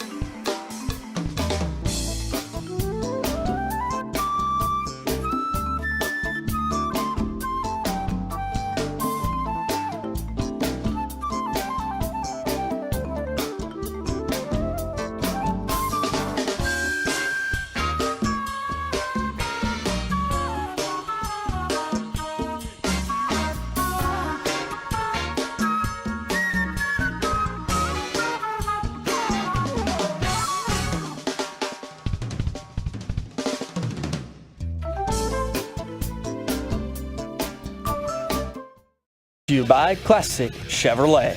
KNC Masterpiece back here on 105.3 The Fan. Really excited to chat with everybody at Radio Row, especially since a screw just fell out of my computer monitor. That is weird. I don't think that should happen. Probably not. We are going to be the most American show in the entire country tomorrow, because we have Miss America joining us on the show. What's more American than that? Laura? That's Laura Rutledge will also be on with us as well. She's also a as pageant well as queen. Miss America. Oh, really? Yeah. Laura was. Yeah, she did some of that stuff. Whoa. But yeah, we also had, like, come on, man. America's greatest show. Yeah, trust me, I know. Do you want to hang out with us during that interview? She said it's over the phone. Oh, yeah. So? Otherwise, I'll be listening. Hey, you know what? I'll be there. burn on that interview. Thanks a lot, Wolchuk. Wow, it's on the phone. I don't want to hear If what it's she has to I've say. seen you guys in person. I'd be there. Okay. Now, the Kay Adams interview, Corey, step aside. Mike's already said that he's not talking, so. I'm out, too. Now, this is your time to shine, buddy. You've been waiting for this moment. Corey, do whatever you got to do, buddy. Good luck to me. I'm really concerned. I hope you don't. So don't show her the list, is what you say? Don't show her the list. Only if she's number one on the list. I can change that. No, even then, don't. What's she going to do? Be like, you know what? I've been waiting for a radio guy to just be like, I would like to go and do this with you. There's no way And that she's like, you're the first that's asked. Come on, let's go. There's so Segment many more cool people to interview throughout the week too, man. I think we got Emmitt Smith lined up for us. We got Tony Dorsett lined up for us. Okay, the same vibes that Corey gives off when like Kay Adams sits down is the exact same vibes, or Rutledge is gonna be the exact same vibes that Wolchuk would be giving off when Emmitt Smith sits down. I believe it. I'm dead ball serious about Come that. hang out with us for that one too. That'd be awesome. Let me let you know what time. Ask for an autograph. I'm not going to do that, Mike. I've heard what happens with that. And I feel like Mike's like, no, it's cool, it's cool. No, Mike is it's now cool. actively It's Radio Row, bro. It's cool. Mike's trying to get us booted. He's like, no, yeah, you should definitely use your pickup It's lines on Kay inappropriate, Adams. right? Or ask for autographs. Hey, we're interviewing Jake Plummer, and I did bring a Jake Plummer card. In my box of cards, I found a Jake Plummer card, and I'm going to ask him to sign it because he's the person who I paid $250 to go to a Dallas Cowboy game. And after that debacle of a playoff game, I swore to myself I'm never paying another dime to go to a Dallas Cowboy game, and never have ever since. Jake the Snake. How was the 11:15 on Thursday is Emmett, by the way. Okay. Thursday. Consider it. I'll be popping in there. My Twitter still has the I'll probably picture stay for the rest of the show. My Twitter still has the picture, Kevin. I do believe my background is still the time I got to do Emmitt Smith's thing down Are you going to there. wear a tie What you this got time? to do is what? His thing. He had a Jerry speaks charity highly of event. it. No, he did a charity event, guys, down at the Omni Theater, and we were filling in for a month for a show that was no longer with the station. Which show? Can we not say Rage was that show? Okay. And Kevin couldn't do that week with me. So I had Kevin's voice fill in. Nate Wood joined me that week. Not a real person. And me. So we interviewed, I think it was Falk, David Justice. It was a huge Eric Dickerson, right? Eric Dickerson. Marshall Falk. Yeah. How did that crazy. go? It was great. He wanted to be combative, but he held back just a little bit. He was like, the first thing he said was, people in DFW don't like my opinions about the Cowboys. No, And we I don't was like either when he dines while he's doing his broadcast with you too. Yeah, well, and Trent Richardson did that. He ate wings the whole time. Yeah, He was just sitting there. we did an interview with Marshall Falk one night, right there, Gavin? Yeah, he was eating dinner. He was eating dinner. We could hear the fork and knife. He was cutting steak, and then he would take a bite, and he would think about his answer, and then and then he'd have a little good question. Yeah, then he'd have a bite of asparagus, as he was eating it. Yeah. He did. The cool thing about that interview is he talked about Sean Payton coaching him when he was at college. Yeah. And Payton was the running backs coach. So there was like 90 seconds of gold in there. See, I think that was the Dickerson interview was when he said, and man, did you know when a guy a linebacker on steroids hit you? And I was being told like the hurry up, get Wrap done. it up. Yeah. And instead of going, like who? I just kind of was like, all right, man, it was great to talk Thanks to for you. Have a everything. good one. Because he had run long. And Dickerson was fantastic, man. You could tell he wanted to tell you too. He was like, "Hey, just ask me. I'll definitely tell you." I'll tell you what. That we One of the did greatest it. duos of all time. We did that interview Falk with and Eric Dickerson, and I just flat out asked him about taking money from Texas A&M. Yeah. And taking the car and all that stuff. I asked him, I said, how close was A&M to buying you? He says, man, real close. I mean, he went into detail, and basically his grandmother told him, like, you give that money back to them. You don't take that money from those guys. And he's like, well, they gave it to me and all that, but It was. I was thinking, man, should I ask this question? And sure it enough, seems like he's pretty honest about it. He was very honest. He goes, man, it was close. It was close. It really was. How did you guys fare at Fan Bowl? Now, I know, Gavin Dawson, you stomped me out. Yeah. How did it go for everybody? There was a lot of else? hype about you going into this thing. Can I tell you? Can I tell you a secret about that? What was the reason for the hype? Was it were you worried about your child the whole time, or no? Here's the secret about that. I definitely took all the credit I could for being a defending champion because was that like in 1990? It was like 3 or 4 years ago. But before that, I had ever won one match ever in Fan Bowl. I don't know. You were in your zone. What that kind one of night. magic happened at that at that last event? But Landfill. I don't know. Amazing. I don't know what I was doing there. But it was a miracle run that I won the championship, and I was like, before this, I had one win, and I kept that little card you get for winning because I was so proud. It took me like 3 years to win a match, so I'm not surprised that you stomped me out. Well, I got a nice win. I was in the zone. I made a few too many mistakes against Peyton Russell because I have to win 6 points at a time while most people get 7. Because you can't kick. So I have to have the ball first and last. Yep. And the timing was off. And Peyton beat me by 2 in the quarters. Yeah. And then he eventually fell to Joey. Yeah, Joey was in his bag. Kudos to him. Very confident Joey was right until the end there with Chop. But yeah, Choppy took me out early round one. And I'm the same way as Dawson where I can only score touchdowns. I can't kick the field goals. And then I didn't understand until about halfway through the different angle that you should be doing it. I was putting it up like vertically. No, you put the triangle. You put the flat angle down, and then you could just see. That wasn't something that I was aware of, and so. But Choppy would have beat me anyways. He was in his own. I tried to tell Eric. He just didn't. He didn't listen to me. He listened to the listener instead, the Tolo that was there. I'm like, Eric, put it down flat. I was able to nail a couple of PATs, but it's still very difficult. Sean and I went back and forth. And then he got me on a last-second touchdown. I actually got one in. Somehow it hit the base and kicked up and rolled over the bar. It was like a drop kick. I saw you do it. Wasn't that nice? Yeah, it was. Spittle was good enough to call it. Yeah, it's a drop kick. And Choppy goes, can you make an extra point? Yeah, a drop kick. You get ball touches the ground, you kick it. That's pretty epic. It should have been 2 points for you, by the way. Peyton was very upset about that. He wanted that to go to the reviews. Peyton was, understandably. Instant replay. Let's do it. But no, it was a good game by him. Now, Chief, I have snagged a couple of paper footballs. Maybe we can get in some work tonight on the plane. We'll get this sorted out for next year. Yes, oh my gosh! The training starts now. No days off. Wow. How long do you continue that training? Is it like till looking tomorrow? Until I'm very confident. Okay. Until I'm very confident. And I then did calisthenics this morning, so I'm ready. Yeah. Okay. Sounds like we have a mission. It does. 2024. I think those are your series of videos right there. It's just y'all working out and like doing finger flexors and stuff like that. Training for next year. I hope Russell Wilson's at the Super Bowl and he can tell us what we need to do to get our fingers just right. I would also suck the next season. Exactly. What a weird way to say that. I'm sorry. I would like to request an official K-ball for next year though, because they're too pointy. And up against the slippery table, it's hard to actually set it there and flick it. If it's not hard for everybody else, then dang it. If it's not difficult to kick that football for everybody else, then I guess I'm old and totally washed. But I think we need a K-ball. I have the Rocky montage video of us just practicing for Fan Bowl a year from now. I think I can win this thing next year. Is it wrong for me trying to help Ruben how to improve his game while he was playing against me? Yes. Yeah. It's kind of like when you get notes in the middle of the show. Do you take it and thrive, or does it rattle you? And then you're like, oh, crap. I was encouraging him, like, listen, bro, you're doing it the wrong way. Here, think about this. And he's like, then he started making the extra points. I'm like, there you go. You got it down now. So maybe if you had intervened earlier, he could have pulled he was it out. He was up 20-0 before I even got off the bus.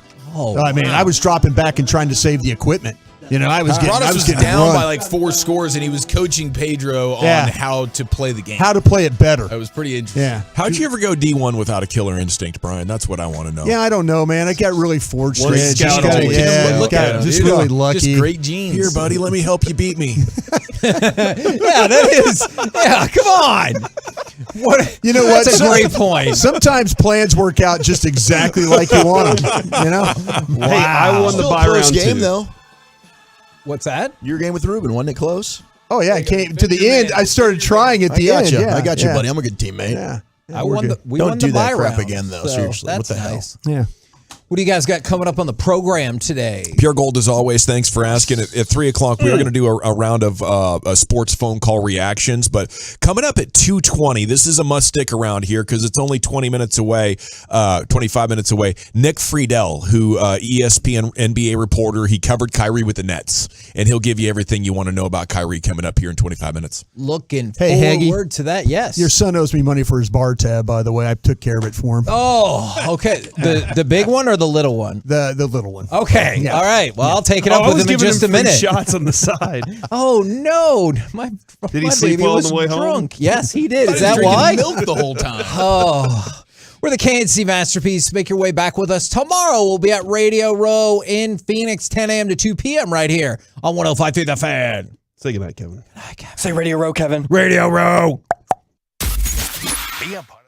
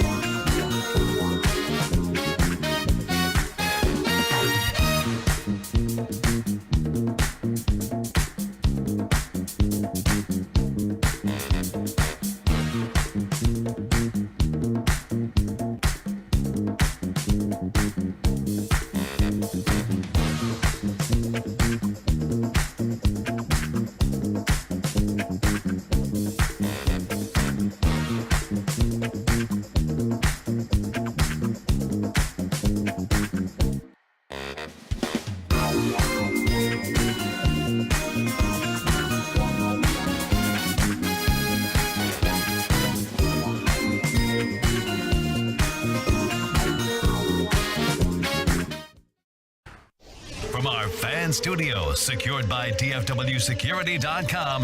You're rolling with the G-Bag Nation on 105.3 The Fan. It's hour one of the G-Bag Nation on 105.3 The Fan. Hope you're having a great day. What a massive sports weekend. Schottenheimer, OC of the Cowboys, Kyrie Irving coming to the Mavs. Let's discuss. General at your service. It's a travel Monday. After the show, we're heading out to the airport. We'll be at Radio Row tomorrow. There's Brian Broaddus, former Cowboy scout and NFL executive. Lucius Alexander is in the Pimp Cup over there at Master Control here at 75 and Fitzhugh. And, of course, Zach Wolchuk, Eric Chiafalo, Carter Freeman coordinating your video, and along with you, we are the G-Bag Nation here on 105.3 The Fan. It was a lot to give up. I like that they did the trade. I don't know that it's going to end well. You know, who knows? It's why Kyrie Irving was available. But I love that they did it. I want to see where this goes. They gave up less than what James Harden had to go for, right? Yeah. So, you know, if you think about things. I mean, you look at some of those trades for superstar players and what they've gone for. Dallas gave up nothing, basically, to get this guy. Now, again, it's one of those things where it's, you know, the situation could be a little treacherous along the way, but if they don't make this move, if this guy ends up with the Lakers, who knows what happens. Any type of, you know, talking to people in the organization over there, they don't make this move, they're thinking, you know, our championship possibilities are probably dead. There was no other move to make. Yeah. And now you open up the possibility that the respect that, Kyrie and Nico have mutually and Jason Kidd and Kyrie have mutually can equate to the best version of Kyrie, and you go on a really exciting run. You know, and in the meantime, I'm just excited about getting Kyrie on the court in a Mavs uniform. He's one of my favorite players to watch. Just so smooth, so skilled, so aware. We've talked a lot about the basketball IQ needs on this team. That's what they need. And he has it times 1,000. Jason Kidd is the reason why I'm the most optimistic about this. I feel like this is Jason Kidd. He's the one that's making this thing go. His relationship with Kyrie. And that's why they probably feel comfortable. And you're absolutely right, the desperation part of this.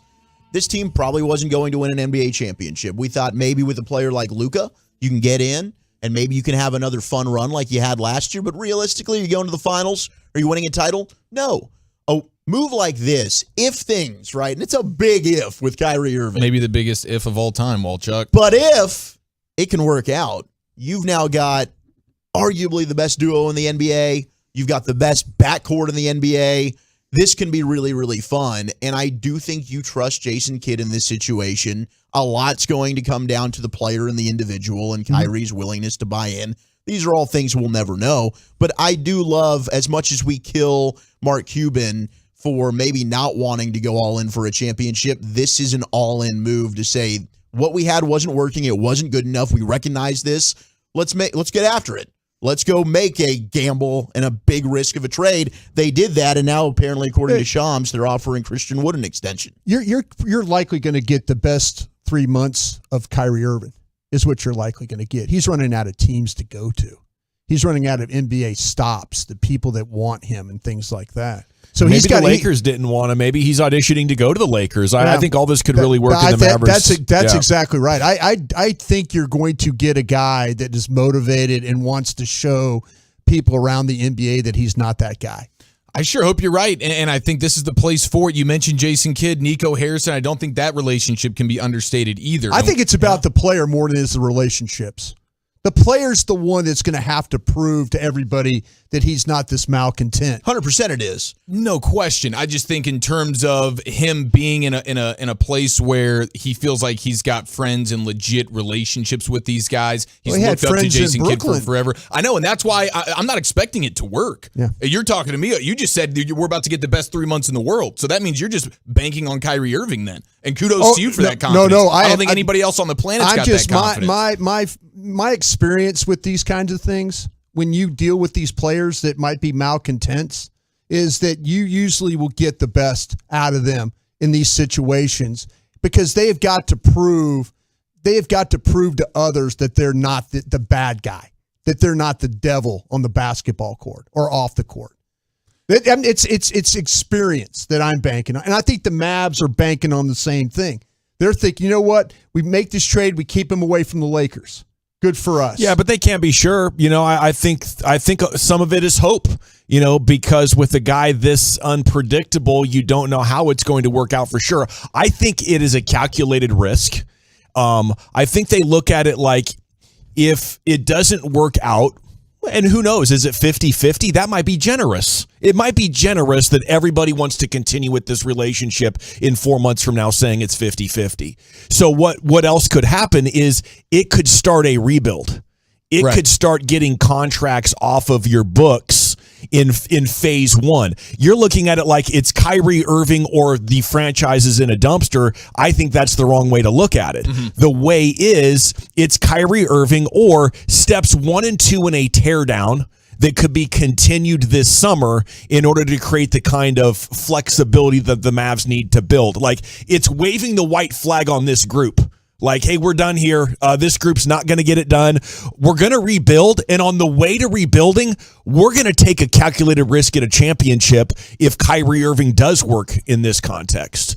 Because the West is down, Like right now, nobody's taking over the West. I'm assuming when the playoffs start, the Golden State Warriors will rise to the top. But they might not be able to. They might get hurt again by the time you get there. Now dealing with a ligament injury. Yeah, their guys out for a while. Yeah, I mean, this is fun. I mean, that's all that you can really bank on over the next couple of months is this is going to be fun. Your team is now a national headline sort of team. You have 2 dominant superstars on a night-in, night-out basis. You want to watch this team, and magic could come from it or disaster. Either way, it is going to be extremely entertaining. There is almost not a better or more weird feeling in the world than when your team, especially one that you're not expecting, when you get the Woj bomb to your phone. Like when I got that yesterday, it was an amazing feeling. And you don't know how to feel, especially with a guy like Kyrie. You're like, oh my gosh, this thing could go insane. But it is going to be extremely fun now over the next few months with this Mavs team. And it really only completely screws them in a way if it goes haywire, if they end up coming to a big agreement in the summer and then a year from now and then things can get weird on you because you've committed big money. But right now, you've punted on a 2029 second-round pick or a first-round pick, and then Dodo right now, okay, I got a superstar, and I'm at least showing Luka, hey, we're here, we're trying, bro. We're making moves, we're trying to make things happen. We're not going to look stagnant. Yeah. The fact that you're showing to Luka, hey, we recognize things aren't good enough around you, we're making an effort. And if it doesn't work, then okay, we'll deal with those afterwards, with those issues. But we're showing you that we're willing. And I don't think they're flying into this like all reckless, taking on unnecessary risk. This is a team that has hoarded talent. They didn't want to let Dorian Finney-Smith go. I mean, sure, Jalen Brunson went, but they've hung on to so many guys. And Spencer Dinwiddie is one of only 2 ball handlers they have. They're not going to give those players up unless it fits a big picture strategy that does make a lot of sense. I don't think the Mavs are making a huge mistake, and if Kyrie does not bring them a championship, that they're going to be like, oh crap, what do we do now? I think they'll know exactly what to do now, and it wouldn't be surprising at all if those things start to fall in place over the next couple of hours or days. You mentioned Shams reiterating that the Mavs have made a contract extension proposal to Christian Wood. That's a hell of a big 3 right there. If they can make it work, there's such a strong initiative. I think you go to Kyrie Irving and Luka and Christian Wood and say, guys, we have the makings of something right here that should be unfreaking stoppable. Yeah. And you go to everybody involved and say, it's a very unique opportunity to acquire talent like this. Can we make the most of it? And who knows? Like 469, stop hating on Kyrie. Well, Kyrie has brought a lot of stuff onto himself, by being unreliable, by being unfocused on basketball. That's not hating. Like, hating would be taking a guy who comes to work, ready to do his job and be a great teammate, and making stuff up about him. Nobody's making stuff up about Kyrie Irving. He just had the longest winning streak in the NBA. The Nets offered him an extension that wasn't perfect in his eyes because he's been unavailable and unreliable. They wanted some assurances of his availability to give him all that money, and their request for assurances offended him, so he demanded out. Out of a championship situation with the Brooklyn Nets right now, he demanded out. And it hasn't been good. He demanded out after winning a championship with LeBron James. That wasn't good enough. Boston wasn't good enough. Brooklyn with a big three wasn't good enough. So what we're not going to do here, I'll go out of my way to be fair to Kyrie Irving and talk about him as a basketball player, but what we're not going to do is pretend like he's been professional and hasn't let his teammates and the organization down at every stop that he's been at. Okay? We can be fair. But we can all, you got to be fair, hating on Kyrie Irving. Get out of here with that. The truckwreck.com fan text is open at 877-881-1053. Let him know. I mean, he invited his best friend KD and convinced him to go to Brooklyn, and then even that is not enough for him. So, well, he only played in like half the games anyway. You know, and then some of it was just his own, which we still don't even know why he didn't play last year for some of them. I mean, the guy is such an amazing talent, though. He's a very interesting mind, and at times he considers ideas that the mainstream is going to find very offensive, and he'll want to discuss them. Like, wow, this is interesting to me. Let's discuss it. The mainstream world says, you can't even talk about that, right? You can't even ask questions about that. And he has shown that he's willing to consider any idea that is outside the box. And I think that gets him in trouble on social media, where the thought police there are lurking around the corner to shut down a discussion that they don't deem anybody should be having. I think he considers his role on the team differently than almost anybody, where, you know, I need to be happy, and maybe he goes too far with the focus on my own mental health, you know, and doesn't consider his responsibility to the team nearly enough. Especially if you're going to take that level of money. That's a commitment that you're putting your signature on something. You know, that's a handshake. That is a business contract, and the way that he's just so iffy with that, I think, is going to be offensive to a lot of people's work ethic, you know, and honor and integrity gauge. Like, all of this stuff is very real with Kyrie Irving, and I'm not here to tell you it's not, but it is super exciting right now because everybody's weird. Everybody's got ideas, you know. Nobody gets along with everybody. Nobody's the perfect teammate. And on sports teams with 15 or 50 guys, there's a bunch of guys that don't get along. They're there to play the sport awesome and go home. And now we have absolutely one of the best guys to do it here. In today's game in Kyrie Irving with the Mavs. Okay, we got Brian Schottenheimer, official OC. Who's frustrated by this? Who loves it? Oh, he's not going to call the plays. He's just going to set up practice. We talked about this last week. You know, I mean, people on Twitter asking me last week, who's going to be the OC? I said, it's Schottenheimer. So everyone's like, no, you know, McCarthy's going to call. But right, McCarthy is going to call the plays. Schottenheimer is going to be responsible for the day-to-day operations of the meetings, this practice scripts, running practice, him, Mike Solari, whoever they hire at running back coach. Those are going to be the guys that are responsible. They're just going to get everything ready for McCarthy to call the plays on Sunday and Monday. I think the influence that Mike has, there's certain things that he might want to put in there himself, but it's going to be likely Schottenheimer and them kind of preparing the meal and then McCarthy serving the meal. See, so that's why it matters. That's why it definitely matters, because it's his playbook. Schottenheimer's giving McCarthy the playbook and saying, you can go call the plays, but this is my design. This is my philosophy. This is the menu you have to work for. Yeah, that's what I'm saying. Well, Schottenheimer knows what McCarthy wants to do. So that's where, I mean, the influence of if people are worried about Brian Schottenheimer calling plays, that's not going to happen. Sure. It's, you know, I mean, you could practice all week with plays and stuff like that. It's up to Mike which plays he feels like. I mean, Schottenheimer's just say, hey, these are the plays we think are going to work this week. I think the influence is big, though, during the practice week, because it's the opportunity to have a more creative passing game mind on board in an influential position. They're not interested in that. It'll matter if, in fact, that McCarthy practices. Well, and it's Schottenheimer. The creativity is not going to be in the passing game. It's going to be in the running game. That's where his forte him and Mike Solari, that's what they'll do. They'll come up with the way they want to run the ball. Yeah, absolutely. And that's where I do think you'll see improvement, because that was something that we complained about the last 2 years at the end of the season was, what are you doing running the football? Why has all of a sudden your running game that was very good the first half of the season just fallen apart? And that's one thing that Brian Schottenheimer has proven that he's very good at with the inside zones, and building off of that, he does develop a very good running game. Yeah, and I do think there is a Dak component here as well. You know, I'm excited that we're going to run the ball more.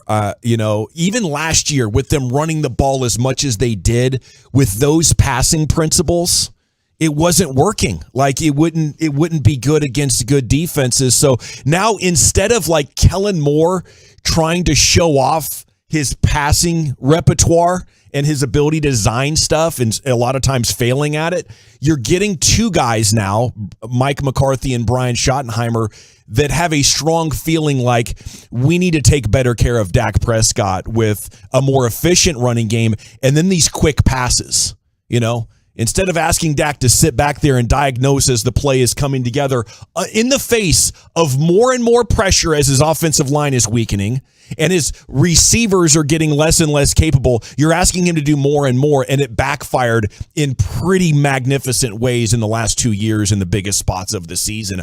I think this is saying, hey, that's just not going to get it done, at least with this level of offensive line that we have. We need to go back in a direction of running the ball. I don't think many in the media are going to blow that trumpet loudly. I think a lot of fans want it. They're like, oh, yeah, that's absolutely what this is. It's acknowledging Dak Prescott isn't a Patrick Mahomes type of quarterback. I think that's going to be good for their win probabilities and playing complementary football. And I don't think I'm going to get it, but all these Dak homers that have been killing me for 3 years, this is a huge shot to your guy. This is a huge turning point for the organization. We can't play that kind of football and expect Dak to deliver results in the passing game. That's what Kellen Moore out. Why did Kellen Moore want to leave? We never heard jack about Kellen Moore wanting to leave until what happened? They lost the season, and it's clear Jerry and Mike decided we're playing a lot more complimentary football. Screw this aggressive passing game stuff that Dak and Kellen Moore were talking about all season. That's when Kellen Moore wanted to leave. Nobody wants to leave the Cowboys. LA's nice. The Chargers are nice. But nobody wants to leave the Cowboys until they say, you can't pass it as much. And I believe that's when Kellen Moore decided he was gone. G-Bag of the Day is coming up at 2:30. NBA reporter Nick Friedel, who covered Kyrie with the Nets, is next here. It's the G-Bag Nation on 105.3 The Fan.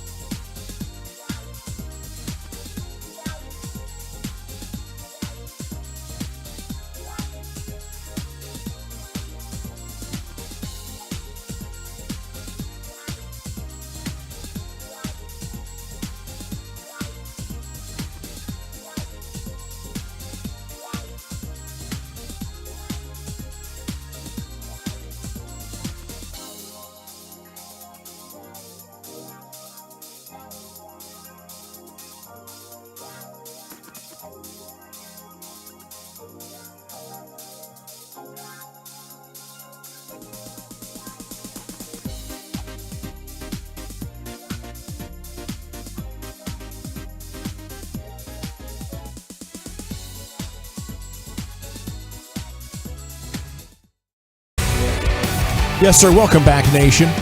Okay, the NBA today will have a trade deadline special Thursday from noon to 3 Texas time, and that's going to be on ESPN and continuing on ESPN2. And our next guest, ESPN NBA reporter Nick Friedel, who covered Kyrie with the Nets, will be a part of that coverage on Thursday. And he joins us now here on The Fan.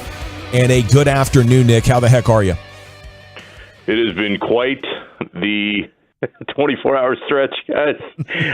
In a year full of Kyrie intrigue almost every single day. So if I learn anything being around Kyrie, it's that you expect the unexpected at all times. Why do you sound so happy? You sound like my boy Tim McMahon. You sound elated. Yeah, it sounds like you just dumped all your burdens on McMahon. Yeah, McMahon knows what he's getting into, and he is not a happy camper. I mean, he's usually not a happy camper unless he's with Maria, but he is really not a happy camper now. What are the chances Kyrie plays good basketball for the Mavs over like the next 5 months, do you think? Very good. I think he knows what's at stake here. He knew coming off that suspension when he returned that he couldn't be a distraction off the floor. And to Kyrie's credit, prior to a couple days ago, he delivered. I mean, he is still an incredible player. He is a very, very talented guard offensively, the likes of which we really haven't seen much in this era. The guy's going to the Hall of Fame. The issue with Kyrie, guys, when you get into the Kyrie business, you know two things for sure. One, he's going to produce on the floor, and there are going to be nights you're like, I can't believe he just did that. That was unbelievable. And two, there's drama. There's always drama. In the moment right now for Dallas, I would soak in whatever happens over these next couple months because as history has shown us, the longer Kyrie stays in one place, the more the drama builds up. So that part is not going to change. But as far as Mark Cuban is concerned, it feels like the juice was worth the squeeze in this case because you have to hope that he can push Luka and the rest of that group to a different level. And that is the risk that you've got to take when you take this kind of swing. And I am excited short term. I just wonder, like, when you guys say he'll be the best version of himself, but he also just demanded a trade in this same time period where he needs to be the best version of himself to increase his value, right? Oh, yeah. That's part of the experience. Get ready. Okay. All right. And just when you think that things are going good, that's when you should really be prepared for things to start to slide off track. But when you think things are all the way off track, that's when he pulls you back in and he'll drop 35 on somebody and you think, oh, here we go. You know, they're rolling. So it's the most fascinating character, Kyrie is, that I've covered in my 15 years covering the league. But for all the good things that he brings, having watched the way that this Nets situation has imploded and knowing that Kyrie is at the center of so many things that have burst within this group over the last few years, I was surprised that Cuban made the move that he did here. Well, Nick, you covered Kyrie obviously with his buddy in Kevin Durant. How do you think that the fit will be with him and now Luka? Great players always find a way with other great players. They know, and I'd say this about Kevin and Kyrie, they knew that they could trust one another on the floor. Late in games for the Nets this year, it was Kevin came down the floor and he took a shot, and then the next time down, Kyrie took a shot, and when they were looking for each other, when things got really rough and the game was close, they were really only passing to each other. So I think from an offensive standpoint, it will work because those two are great players, future Hall of Fame players who will find a way to make it happen. Having said that, and it is a big but here, I don't know who the hell plays defense on that Mavericks team, especially when you trade away Dorian Finney-Smith and what he provides on the wing. So for as much hope as Kyrie brings in excitement, understandably, from the fan base, you're supposed to build teams to win titles. And I don't see with the construction, unless they make another move here in the next few days, how anybody could realistically believe that this Mavs team will be able to play defense at a high enough level for this to ultimately pay off. But that's why they play, and we're going to find out here in the next few months. But that, to me, it's not so much the fit with Luka. That will take some time, and there will be some growing pains. It's who is going to defend night after night in those postseason games. Nick, what did Jacques Vaughn do to kind of keep this thing on track? It started off so poorly for the Nets, and then Jacques came in, had the interim tag, became the head coach there.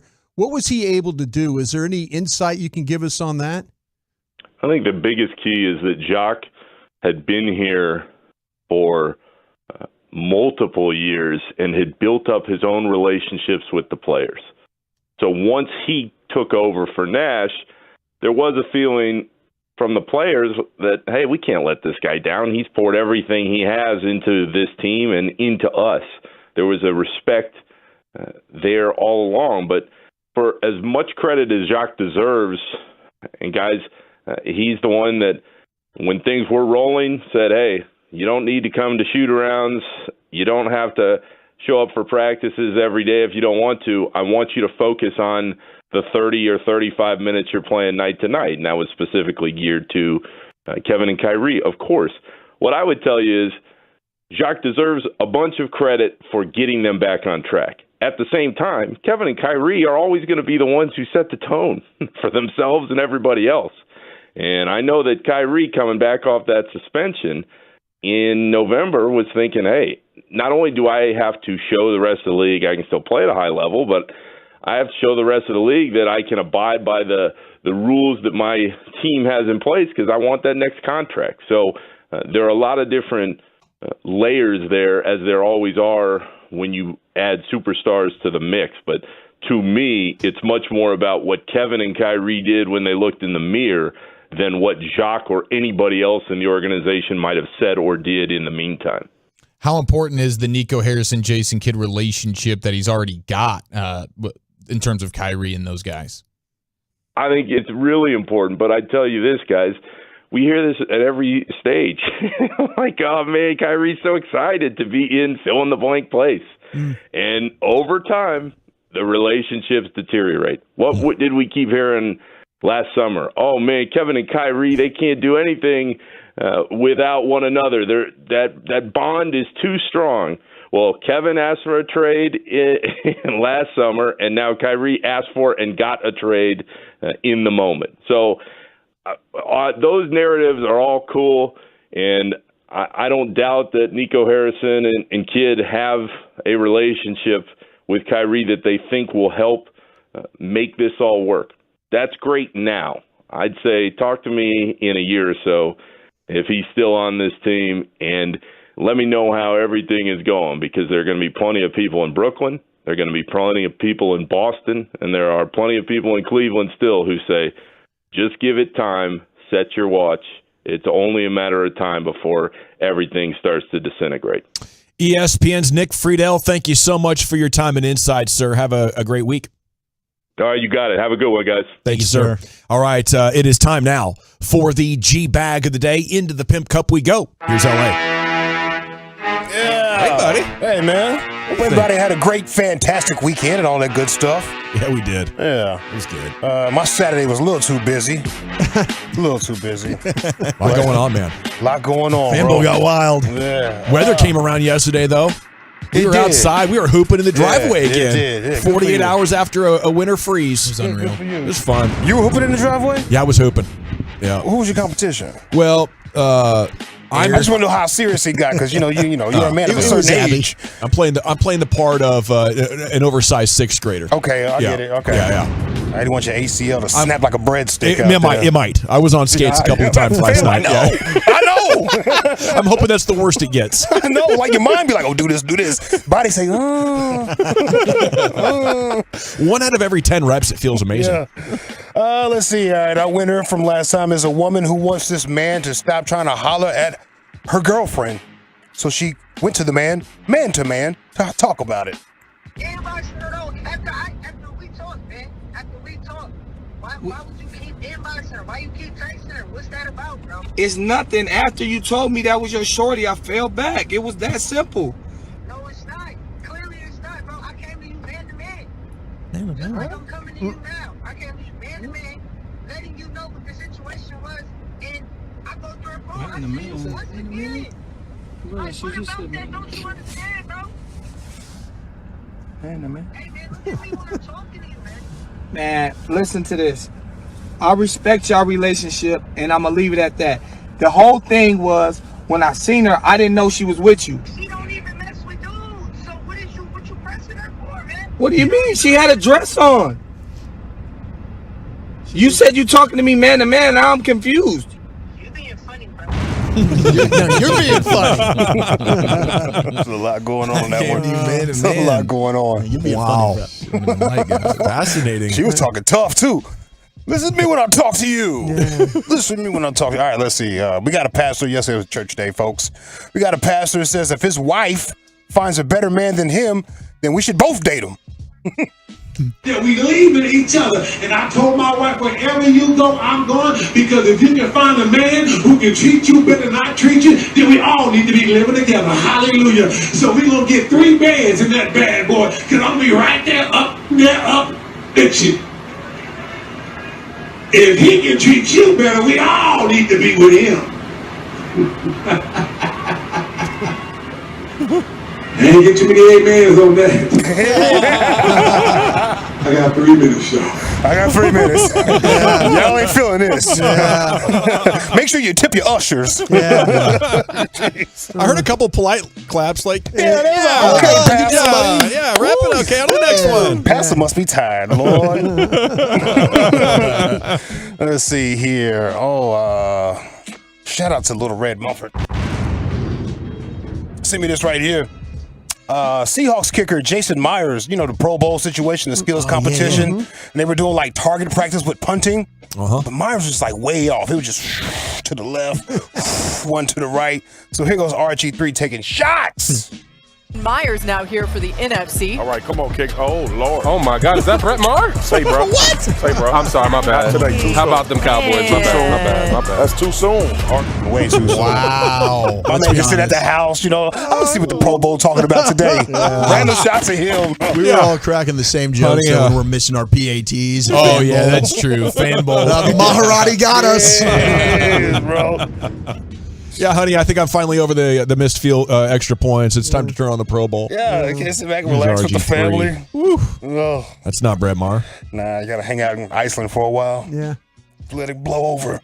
Let's see what else I got for you boys. Oh, this is for Broadus. You ever heard of Cooking with Cajun? Cooking with Cajun? A little cooking show. Yeah. Yeah, a little cooking show right there. Some Cajun boys talking about cooking. Right here, they're cooking red beans and rice. Okay. With ham hocks. They need them. Some smoked turkey. Okay. And there's something else, a very special ingredient you have to have. Listen to this. What we cooked today? Well, I'm going to be honest. About 5 o'clock, we was laying in bed this morning. My wife said, you know what I really want today? Is some red beans and rice with ham hock and smoked sausage. Just like this. A little bit of hot sauce. And ain't but one thing that goes good with this. And I don't care where you're from or what you got going on. Red beans and rice, you gotta have that motherfucking cornbread. Red beans and rice, hot sauce, smoked sausage, ham hock, and motherfucking cornbread. Yeah. Bro. That's a good one. Bro, he's not wrong. Man, not wrong. Cajun Cooker sold me there at the end. Might get a sub from me. Make it taste more better. Is it the Cajun Cookers? Is it RG3 taking shots at Jason Myers? And Brett Maher. I'm sorry, dude. I didn't say the V. I didn't say the V part. Brett Favre. That's all I said. Brett Favre. We're good. Preacher man having a rough day. Oh, crap. What's wrong? Oh, you got another one? I did. I forgot to label it. Hold on, man. Shoot. Hit it. I love a good late edition. Watch me vote for it, dog. Yeah, all right. Sean was struggling with something right here. Oh, yes. Sean Sharif. I love watching the virginity being taken of the young guys. Mark. Don't mark that. Making it all. Don't know. I meant like radio new the young guys. New. Honestly, don't use that. That's like. Please use it. That's like Chris Hansen. No. Oh my gosh. Yeah, you got to explain that, man. You can't even play around. Wow. That is fantastic. Well, I will say we do perform better when we have an audience. Well, Chuck, It's that's true. the truth. We'll text Sean our room number when we land later tonight, and he can come by. Y'all still keep in touch with the virginity people? You guys, Facebook or something? Give them a like every once in a while. Do you see them? Oh, yeah. Yeah, mine is still hanging around, bro. I appreciate it. At least I'm not like a bad person in their life. You know what I mean? Yeah. Look at how y'all looking at me. Screw Great y'all. memories, bro. They got great memories. Yeah, you know. I'm with you. I think it's adorable. You look cute. You're blushing right now. I said too much on the microphone. I recently found out my parents have started watching the show again, which I think is a good sign, guys. Okay, thank you. They really like you guys. Okay, you got a big thumbs up from Cole and Linda. Yes, love you, Cole and Linda. So I might be a little less of an oversharer here as we move into the future. Okay. Is it Sean was struggling? Is it discussions between a stud and a possible side man? Is it the preacher man? Is it RG3? Is it the Cajun Cookers? I don't know, Chief. You start the voting. Sharif. Lucius. The Cajun Cookers. We're tied at 1. We'll Chuck. Virginity. Brian. Cajun Cookers. Oh my goodness. We're tied at 2. Is it the Cajun Cookers or is it Sean was struggling? You know what? You guys decide. I'll go ahead and vote for RG3, creating a two-way tie at 2, the Cajun Cookers or Sharif. Jump on to @GBagNation's Twitter account. We'll create an Insta poll. You can vote on this while we're at break, and then we're coming back with Krusty's Corner, sir. Where is the subject matter today? Yeah, could Kellen Moore take these 3 Cowboys? We'll talk about those guys next. Coming up Tuesday morning.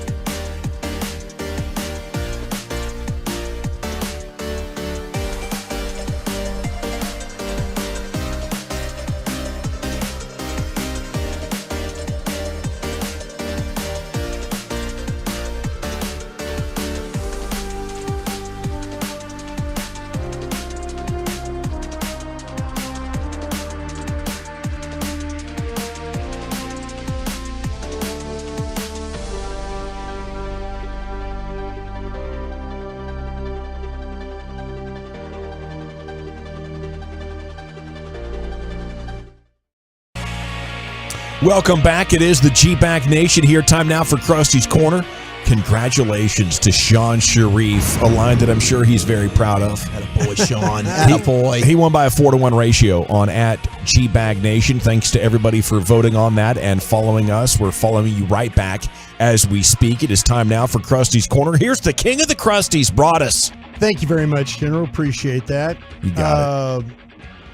I tell you what, it's kind of, man, yesterday was crazy with the whole thing with Kyrie and all that was going down. I mean, I was like wild, but dude, I'm telling you, there's no better feeling than the Woj bomb, and it's your team. He's here. He just landed. He could be listening right now. Oh, Kyrie? Well, welcome. Getting ready to take that physical, baby. Let's go. Welcome. The whirlwind of breaking news was awesome, and thanks to Alec Medford and KG who were in studio hosting it all as CA too. Yeah, CA. Several people called in, and they did a nice job. They really, really did. I think everybody did a good job handling that. All right. Well, I know I teased about some potential Cowboys that could end up with Kellen Moore, but I wanted to ask you guys first: are you guys a fan of curling at all? No, I think it's stupid. You think it's a stupid sport? Yeah. You want nothing to do with curling. Correct. Yeah, it's on TV and it's good for jokes. Yeah. It's fantastic. It's good for jokes. I'll pop it on during the Winter Olympics on occasion. Otherwise, I don't pay attention to it. More of a luge guy at the Winter Olympics. The luge. Yeah, the luge is skeleton. Unbelievable. Face first or feet first? Face first into the luge every time. I think Sharif enjoys the two-man luge. He does. The sounds of things. Well, he likes watching it for sure. Yeah. He's a voyeur. He is the watcher of the luge. All right. Well, would it interest you if an NFL Sharif. Sorry. Peeping Sean. Those little tiny hands on the window pane. Oh man. Man, those hands found a way to beat Walchuk at Fanbowl too. I'm surprised. It's funny. He everybody talks about him, and I'd really noticed him the other day. At Fanbowl. It's like the first time because he was standing next to me. He was doing something, and I looked down in his hands. Stumpiness. I had him on it the jumps ropes. out at you, dude. I'm just like, whoa, those really are small hands. It's crazy. But did he catch you like looking in his eyes or something like that? No. So you look down at the hands, he's looking back at you in the eyes like, say, man, feeling uncomfortable about this. He just waves them and you get mesmerized. I think this is personal to me. I think I was handing him a drink, and I just noticed I was worried that do I have to put my other hand on the drink so it doesn't go through? That thing, baby. I was thinking, do I have to Two hands. Do I have to give him an assist? Like, don't put drop a lid it on it or something just in case. Yeah. Anyway. Two little handles on the side. Sippy cup, Sean. But okay, would you be interested in curling if I told you there was an NFL athlete involved in curling? Yeah, I'd be a little bit more interested. I want to know but how not it went. overly. Let me read a story about it. All right. Just real quick then. I'll just tell you. Jared Allen, remember the defensive end from the Minnesota Vikings? Okay, now I'm in. Hall of Fame finalist. Is he still doing his old-fashioned sack dance? rodeo stuff. Well, Jared Allen is on a quest to make the U.S. Olympic curling team.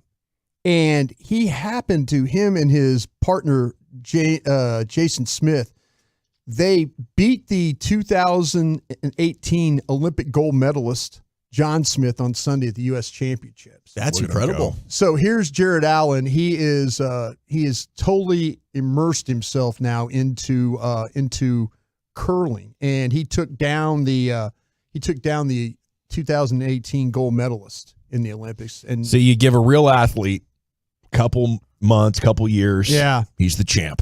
Well, that's what it comes down to. Yeah, I'll just finish Dual up with sport, man. Yeah, I'll finish. He's coming for the cornhole guys next. Yeah, his team was ranked 89th in the world by the so his by the World Curling Federation. And this real quick here, I'll say this. He said, I thought curling was going to be a lot easier than it was, but I'm one of those guys who once I start something, I'm going to see it through. Our goal is at the Nationals is to beat as many teams as possible and see where we land. So good luck to Jared Allen, and hopefully that he will be able to have So hold on, he just beat the American champions, and he said he thought it was going to be easier. I know, that's what's so funny. Yeah. He's like, I really thought that I could just wake up one day and arrive at the Olympics because this sport is bull bleep and everybody knows it. Well, Found out that I do actually have to practice for about 30 minutes a week, and I can be in the Nationals. Well, he was, That's 30 minutes more than he was anticipating. He's on a put a lot of basis. I would say your hunch is confirmed, sir. Man, he took down the Olympic gold medal. I think it's amazing. impressive. I'm not going to belittle it, Brian. Imagine Great what stuff. an offensive player could do. Yeah, I thought somebody with some real skill. Yeah, okay. We know all what Brady's doing now. Yeah, exactly. He's taking pics. He's going pick for pick with people, posting thirst traps. He's Did you see thirst Brady? trapping. Did we all see Brady in his underwear today? Hell yeah. Did everybody see All right, that? can I ask what did. was Was up it with the that? sun? No, No, the sun wasn't part of this one. Thank God, bro. It was the single longest father-son kiss I've ever seen 5 years ago. Tom versus Time, Facebook. Oh, it just wasn't- ridiculous. This wasn't good. Yeah, what was that all about? The underwear? Did somebody else do this? Was it Somebody hit him up and said, "Hey, you said that you would do this if you got a certain number of likes or retweets," and so he did it. So he did. Okay, I see what he's doing here. All right. The real story here: possibility of guys going on with our guy Kellen Moore. And tell me if these are guys you think would be realistic options, or would you be disappointed if the Cowboys didn't bring these guys back? The first one that they were talking about, and this is from Galvino Borquez. He writes in the. He sounds like a real person. He is Galvino Borquez. It's one of Broadus' favorites. It's like a forward. It's soccer. But he says the first guy he says is that Kellen Moore should bring to the Chargers is Noah Brown. Take him. Yeah, Make him a focal point of the offense, man. Yeah. Move over Keenan Allen, Mike Williams. Well, I can find another receiver to block and play special teams. Well, this is what they were saying. He says the main element of the Chargers need is wide receiver is speed, and they feel like they could add that through the draft. Oh, okay. I was about to say, I hope they're not going to Noah Brown for speed. But to your point, he's bringing it. To your point, Zach, you were saying during the break, Keenan Allen could be a cap casualty there. Yes. And so they're saying that Brown was coming off a very productive season as a pro where he had 43 catches, 74 targets, 12, almost 13 yards a catch for 555, 3 touchdowns. Can you imagine if we get ourselves a hell of a Noah Brown comp pick because somebody thinks he's going to add some free agent value? They pay him a bunch of money. Who knows? Very well might. But I would be genuinely surprised if we hear Noah Brown signing with so-and-so team within the first 7 days of free agency going down. And if I'm wrong, if Ian Rappaport in the first 48 hours and Garofolo and those guys are on NFL Network breaking Noah Brown news, I'll put a little something on the line. Oh, yeah, okay. For 7 days, 7 days of Noah Brown not signing with a team. I'm all in on Keenan Allen, though, if he gets cut. Could be. That dude's a hell of a player. Next one he said was quarterback Cooper Rush. Back up. Don't they have Chase Daniel? Chase Daniel and Easton Stick are set to be free agents in March, and it could be difficult to see a scenario where they are brought back. Instead, it would make sense for the Chargers to bring in somebody well-versed in Moore's system. Okay. Rush was 4-1 as a Dallas starter. So would you guys be disappointed in losing Cooper Rush to the Los Angeles Chargers? No, I'd be fine. Honestly, let's do the old switcheroo. Let's do the good old fashioned Chase Daniel homecoming. You got to overpay for that guy, though. Nah, maybe not anymore. Hometown discount. You should look and see the He's contracts. made so much Eric. bag already. I know. Him and Mad Shab are like he one of the breaks greatest the bank. finessers of all time. It's impressive. All right, I might see if this one might get you. The other two doesn't seem. I thought you guys would be more on Cooper Rush. No, I'd like to bring him back, but I'm not going to overpay to do so. If the Chargers, if it ends up being a bidding war, it's like, go ahead, leave. All right. How about this one? Connor McGovern. He started the season with Jameer Seiler at left guard. Next season is viewed as the likeliest option, but filling that void with someone whose starting experience at the position like McGovern could be more appealing. McGovern was efficient as a pass blocker, allowing only 22 pressures and 2 sacks on 486 pass blocking snaps. McGovern was also a fixture in the Cowboys' rushing attack. He had his own wrinkle as a fullback, tight end, and even as a wide receiver. Additionally, McGovern can play center in a pinch. Is that a must sign back? Is Connor McGovern a kind of a? I think that's really good depth, and the different ways they use him. It's only a must sign though if you don't plan on drafting somebody in the first 2 days at that position. So that kind of it's an option for them. If you bring back Connor McGovern, then you're freed up to take best player available. I think on the first couple of days a little bit more. He's the guy I'd most like. Of all the guys you've listed, he's the guy I'd most like back. Mm-hmm. But I do imagine with how hard it is to come by solid offensive linemen, just decent offensive linemen, which is McGovern, somebody's probably going to money whip him in a way that the Cowboys won't want to match. Yeah, I think he's going to end up being too expensive. And there could be a guy there that you like, maybe at 26 even. Let me ask you this real quick, and I'll ask you the question because you know the guy. And this is just a real quick draft question about that. Did you like Osiris Torrance from Florida? Not a super athletic dude, but I mean, he's a solid player. Like at 26, if you needed a guard, I'd take him, and I wouldn't be upset about it. Okay, 6'5", 347 pounds. Yeah, he's a solid. But I like Cody Malcolm from North Dakota State. He's the guy that I'd draft, and he's also can play center, I believe. There you go. You've been talking about that quite a bit. Absolutely. All right, thank you guys. Appreciate it, man. King. Okay, sports phone call reactions at 877-881-1053. Schottenheimer on the Cowboys. Kyrie Irving coming to the Mavs. What's the bigger story in your sports world, and what do you think needs to be said about it? The phone lines are open for you at 877-881-1053, and we're back in the nation. Listen.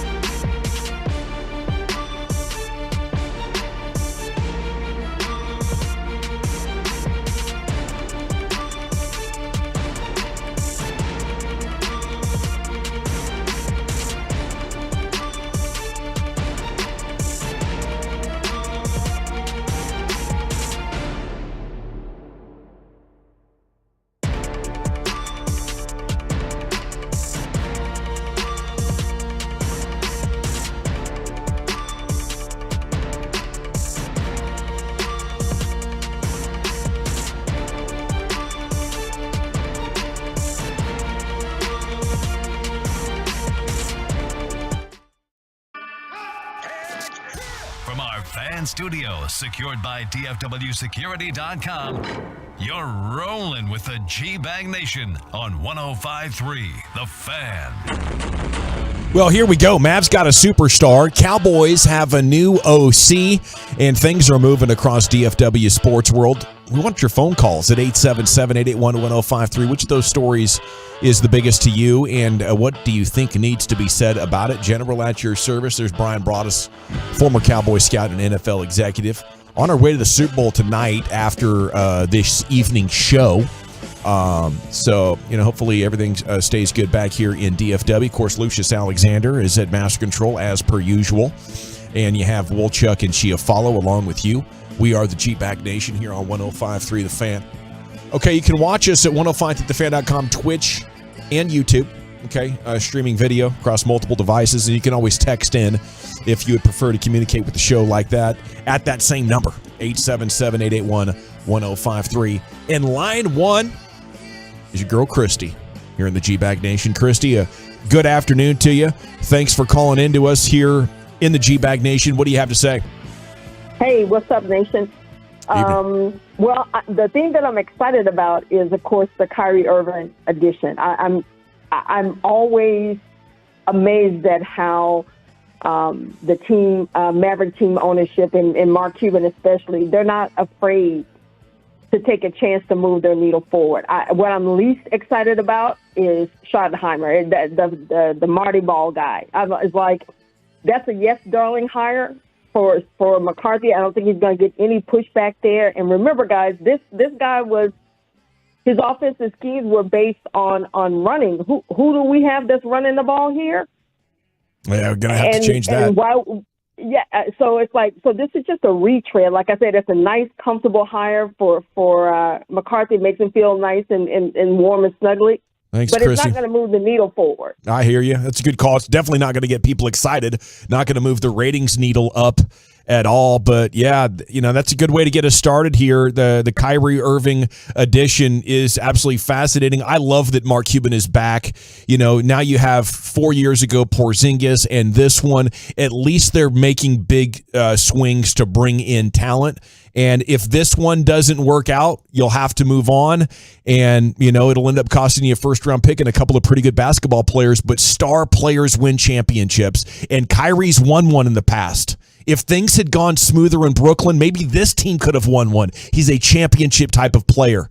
And you can say whatever you want about Kyrie Irving, but if that doesn't get you excited as a Mavs fan, I don't know what will. Yeah. Because I don't know how much better it's going to get as far as an acquisition. It's all about that potential. And Brad Townsend tweeting out that he's also told that part of the Mavs' desire to acquire Kyrie, besides what they believe is a strong fit with Luka, is his proven track record of recruiting star teammates. Let's go. Which is somewhere where the Mavericks have just not been able to do in the past. So this could also be something where the Mavericks are thinking, you add a guy in Kyrie, maybe you're able to add a third piece to this thing in the offseason if indeed he decides to stay in Dallas. Going big fish hunting, boys. Trying to get the 3-star combo going down. They're trying to go super team on us, huh? Maybe. And he got a big history of it. I mean, Tatum and Brown in Boston, Harden and Durant, and then Ben Simmons, and played with LeBron James, and now Luka. That's all this guy does is play with Hall of Famers. It's a good point, Townsend. Line 2's Larry. You're in the G-Bag Nation. Larry, which of these big DFW sports stories has you most fired up right now? Hey, how you doing, guys? Thanks for taking my call. Sure. I just figured out, I think we're having a big problem overall in trying to recruit, find the right recruiter for all three of our sport connects here. Rangers, Cowboys, and Mavericks. We can't seem to find the right recruiter for any of this. And I'm not much of a basketball fan, so Kyle Irving, he's a good ball player, but I don't know. I think he causes a lot of problems wherever he goes. Appreciate you, Larry. Yeah, I think the Rangers did do a hell of a job recruiting. They did a nice job. Yeah, they did. Chris Young coming in and kind of really changing things up over there for sure. Yeah. Ownership the last couple of years too have been super aggressive with the money. If you think about it, I mean, Chris, they move on from JD, who's been a long time employee here. Philosophies, Chris Young comes in, a guy that we've talked about a bunch of people around the league really wanted him as a potential general manager. Rangers got him. He's convinced ownership to spend money the last 2 years. They've done that. They've spent that. I mean, if you're a Ranger fan, you have to be super excited about what's going on right now. They added Ian Kinsler today to the front office. He is now the new assistant to the GM. So congratulations to Rangers Hall of Famer Ian Kinsler. I bet he doesn't wish we go 0-162 now. No. You know what I'm saying? No. That is a good point. Well, I think the biggest mistake with the Mavs in recent years was hanging on to guys and overvaluing the guys that they liked on their team that were tryhards. Tim Hardaway Jr. and Dwight Powell. That's $30 million right now in cap space that you would absolutely love to have going into this offseason. And, I guess you'll recoup part of that with Powell. But the continuation of Tim Hardaway Jr.'s contract is a major anchor right now. The biggest problem you have in the front office is over-evaluating your team and falling in love with your team. The minute you fall in love with your team, you're going to have issues. I think Mark fell into this. Well, we're not really championship contenders, but I like these guys and the fans like them. So let's give them a 4-year deal. And you never know when things are going to turn around and all of a sudden you need to be flexible. And now nobody wants these guys because you were nice and overpaid them. And I'm not exaggerating.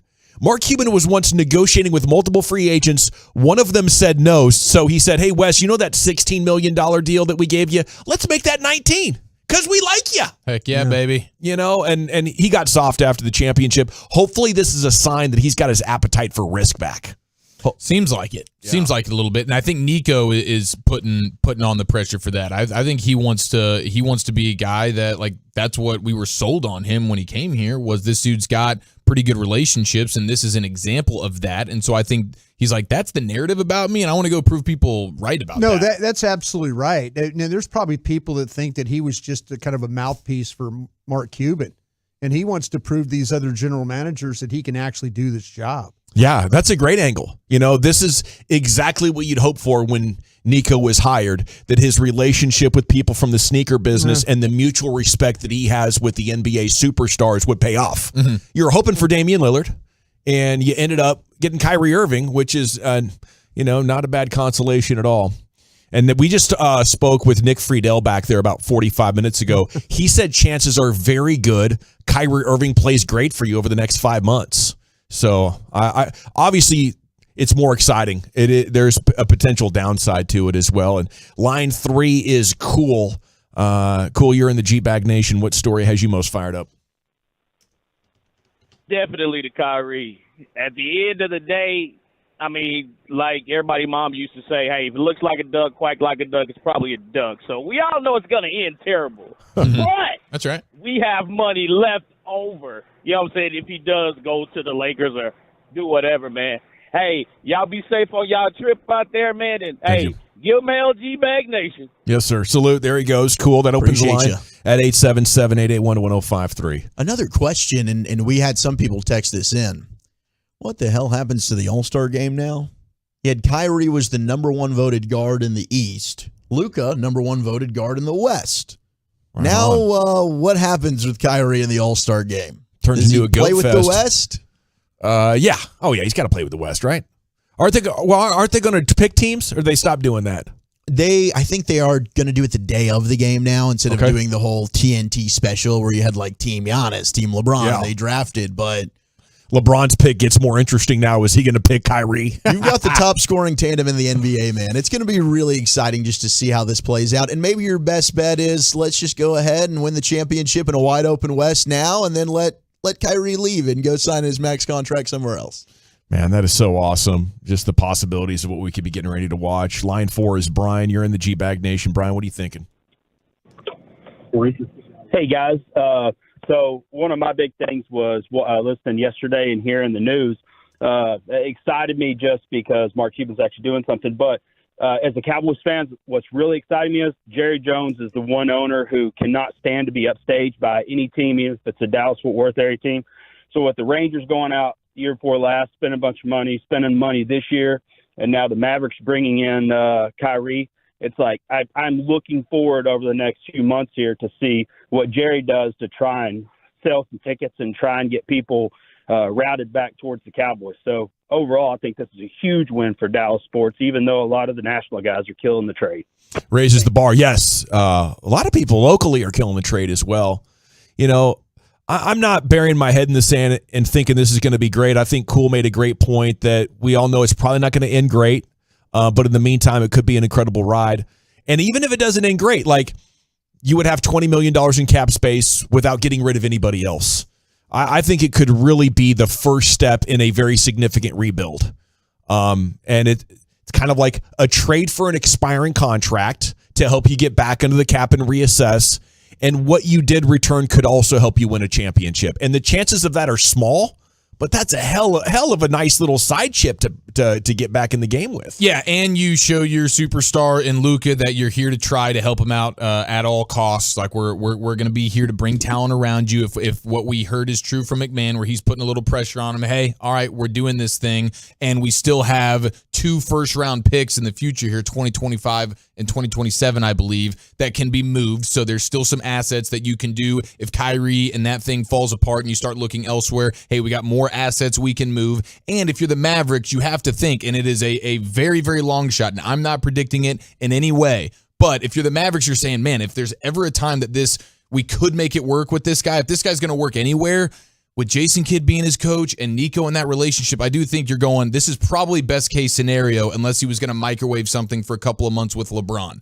And it's like, okay, we've seen that work before, even though even that doesn't work for years and years and years. That works for a split second and then boom. So that's the one hope you're going, if he's going to work anywhere, wouldn't it be with the comfort of that and playing alongside a guy in Luka who is top 3 in the sport? LeBron's saying he's very disappointed that deal was not able to happen to get him back to LA. We'll see what happens in the offseason, but I love the cap aspect of this if he does move on, and we'll see if the Mavs make another move before the deadline, because a lot of reports right now from NBA insiders, they're still working those phones. So maybe you can still get rid of that THJ contract, or maybe it's Bertans, although I doubt that it's Bertans. Well, this super excites me over the next 48 hours or whatever the deadline is.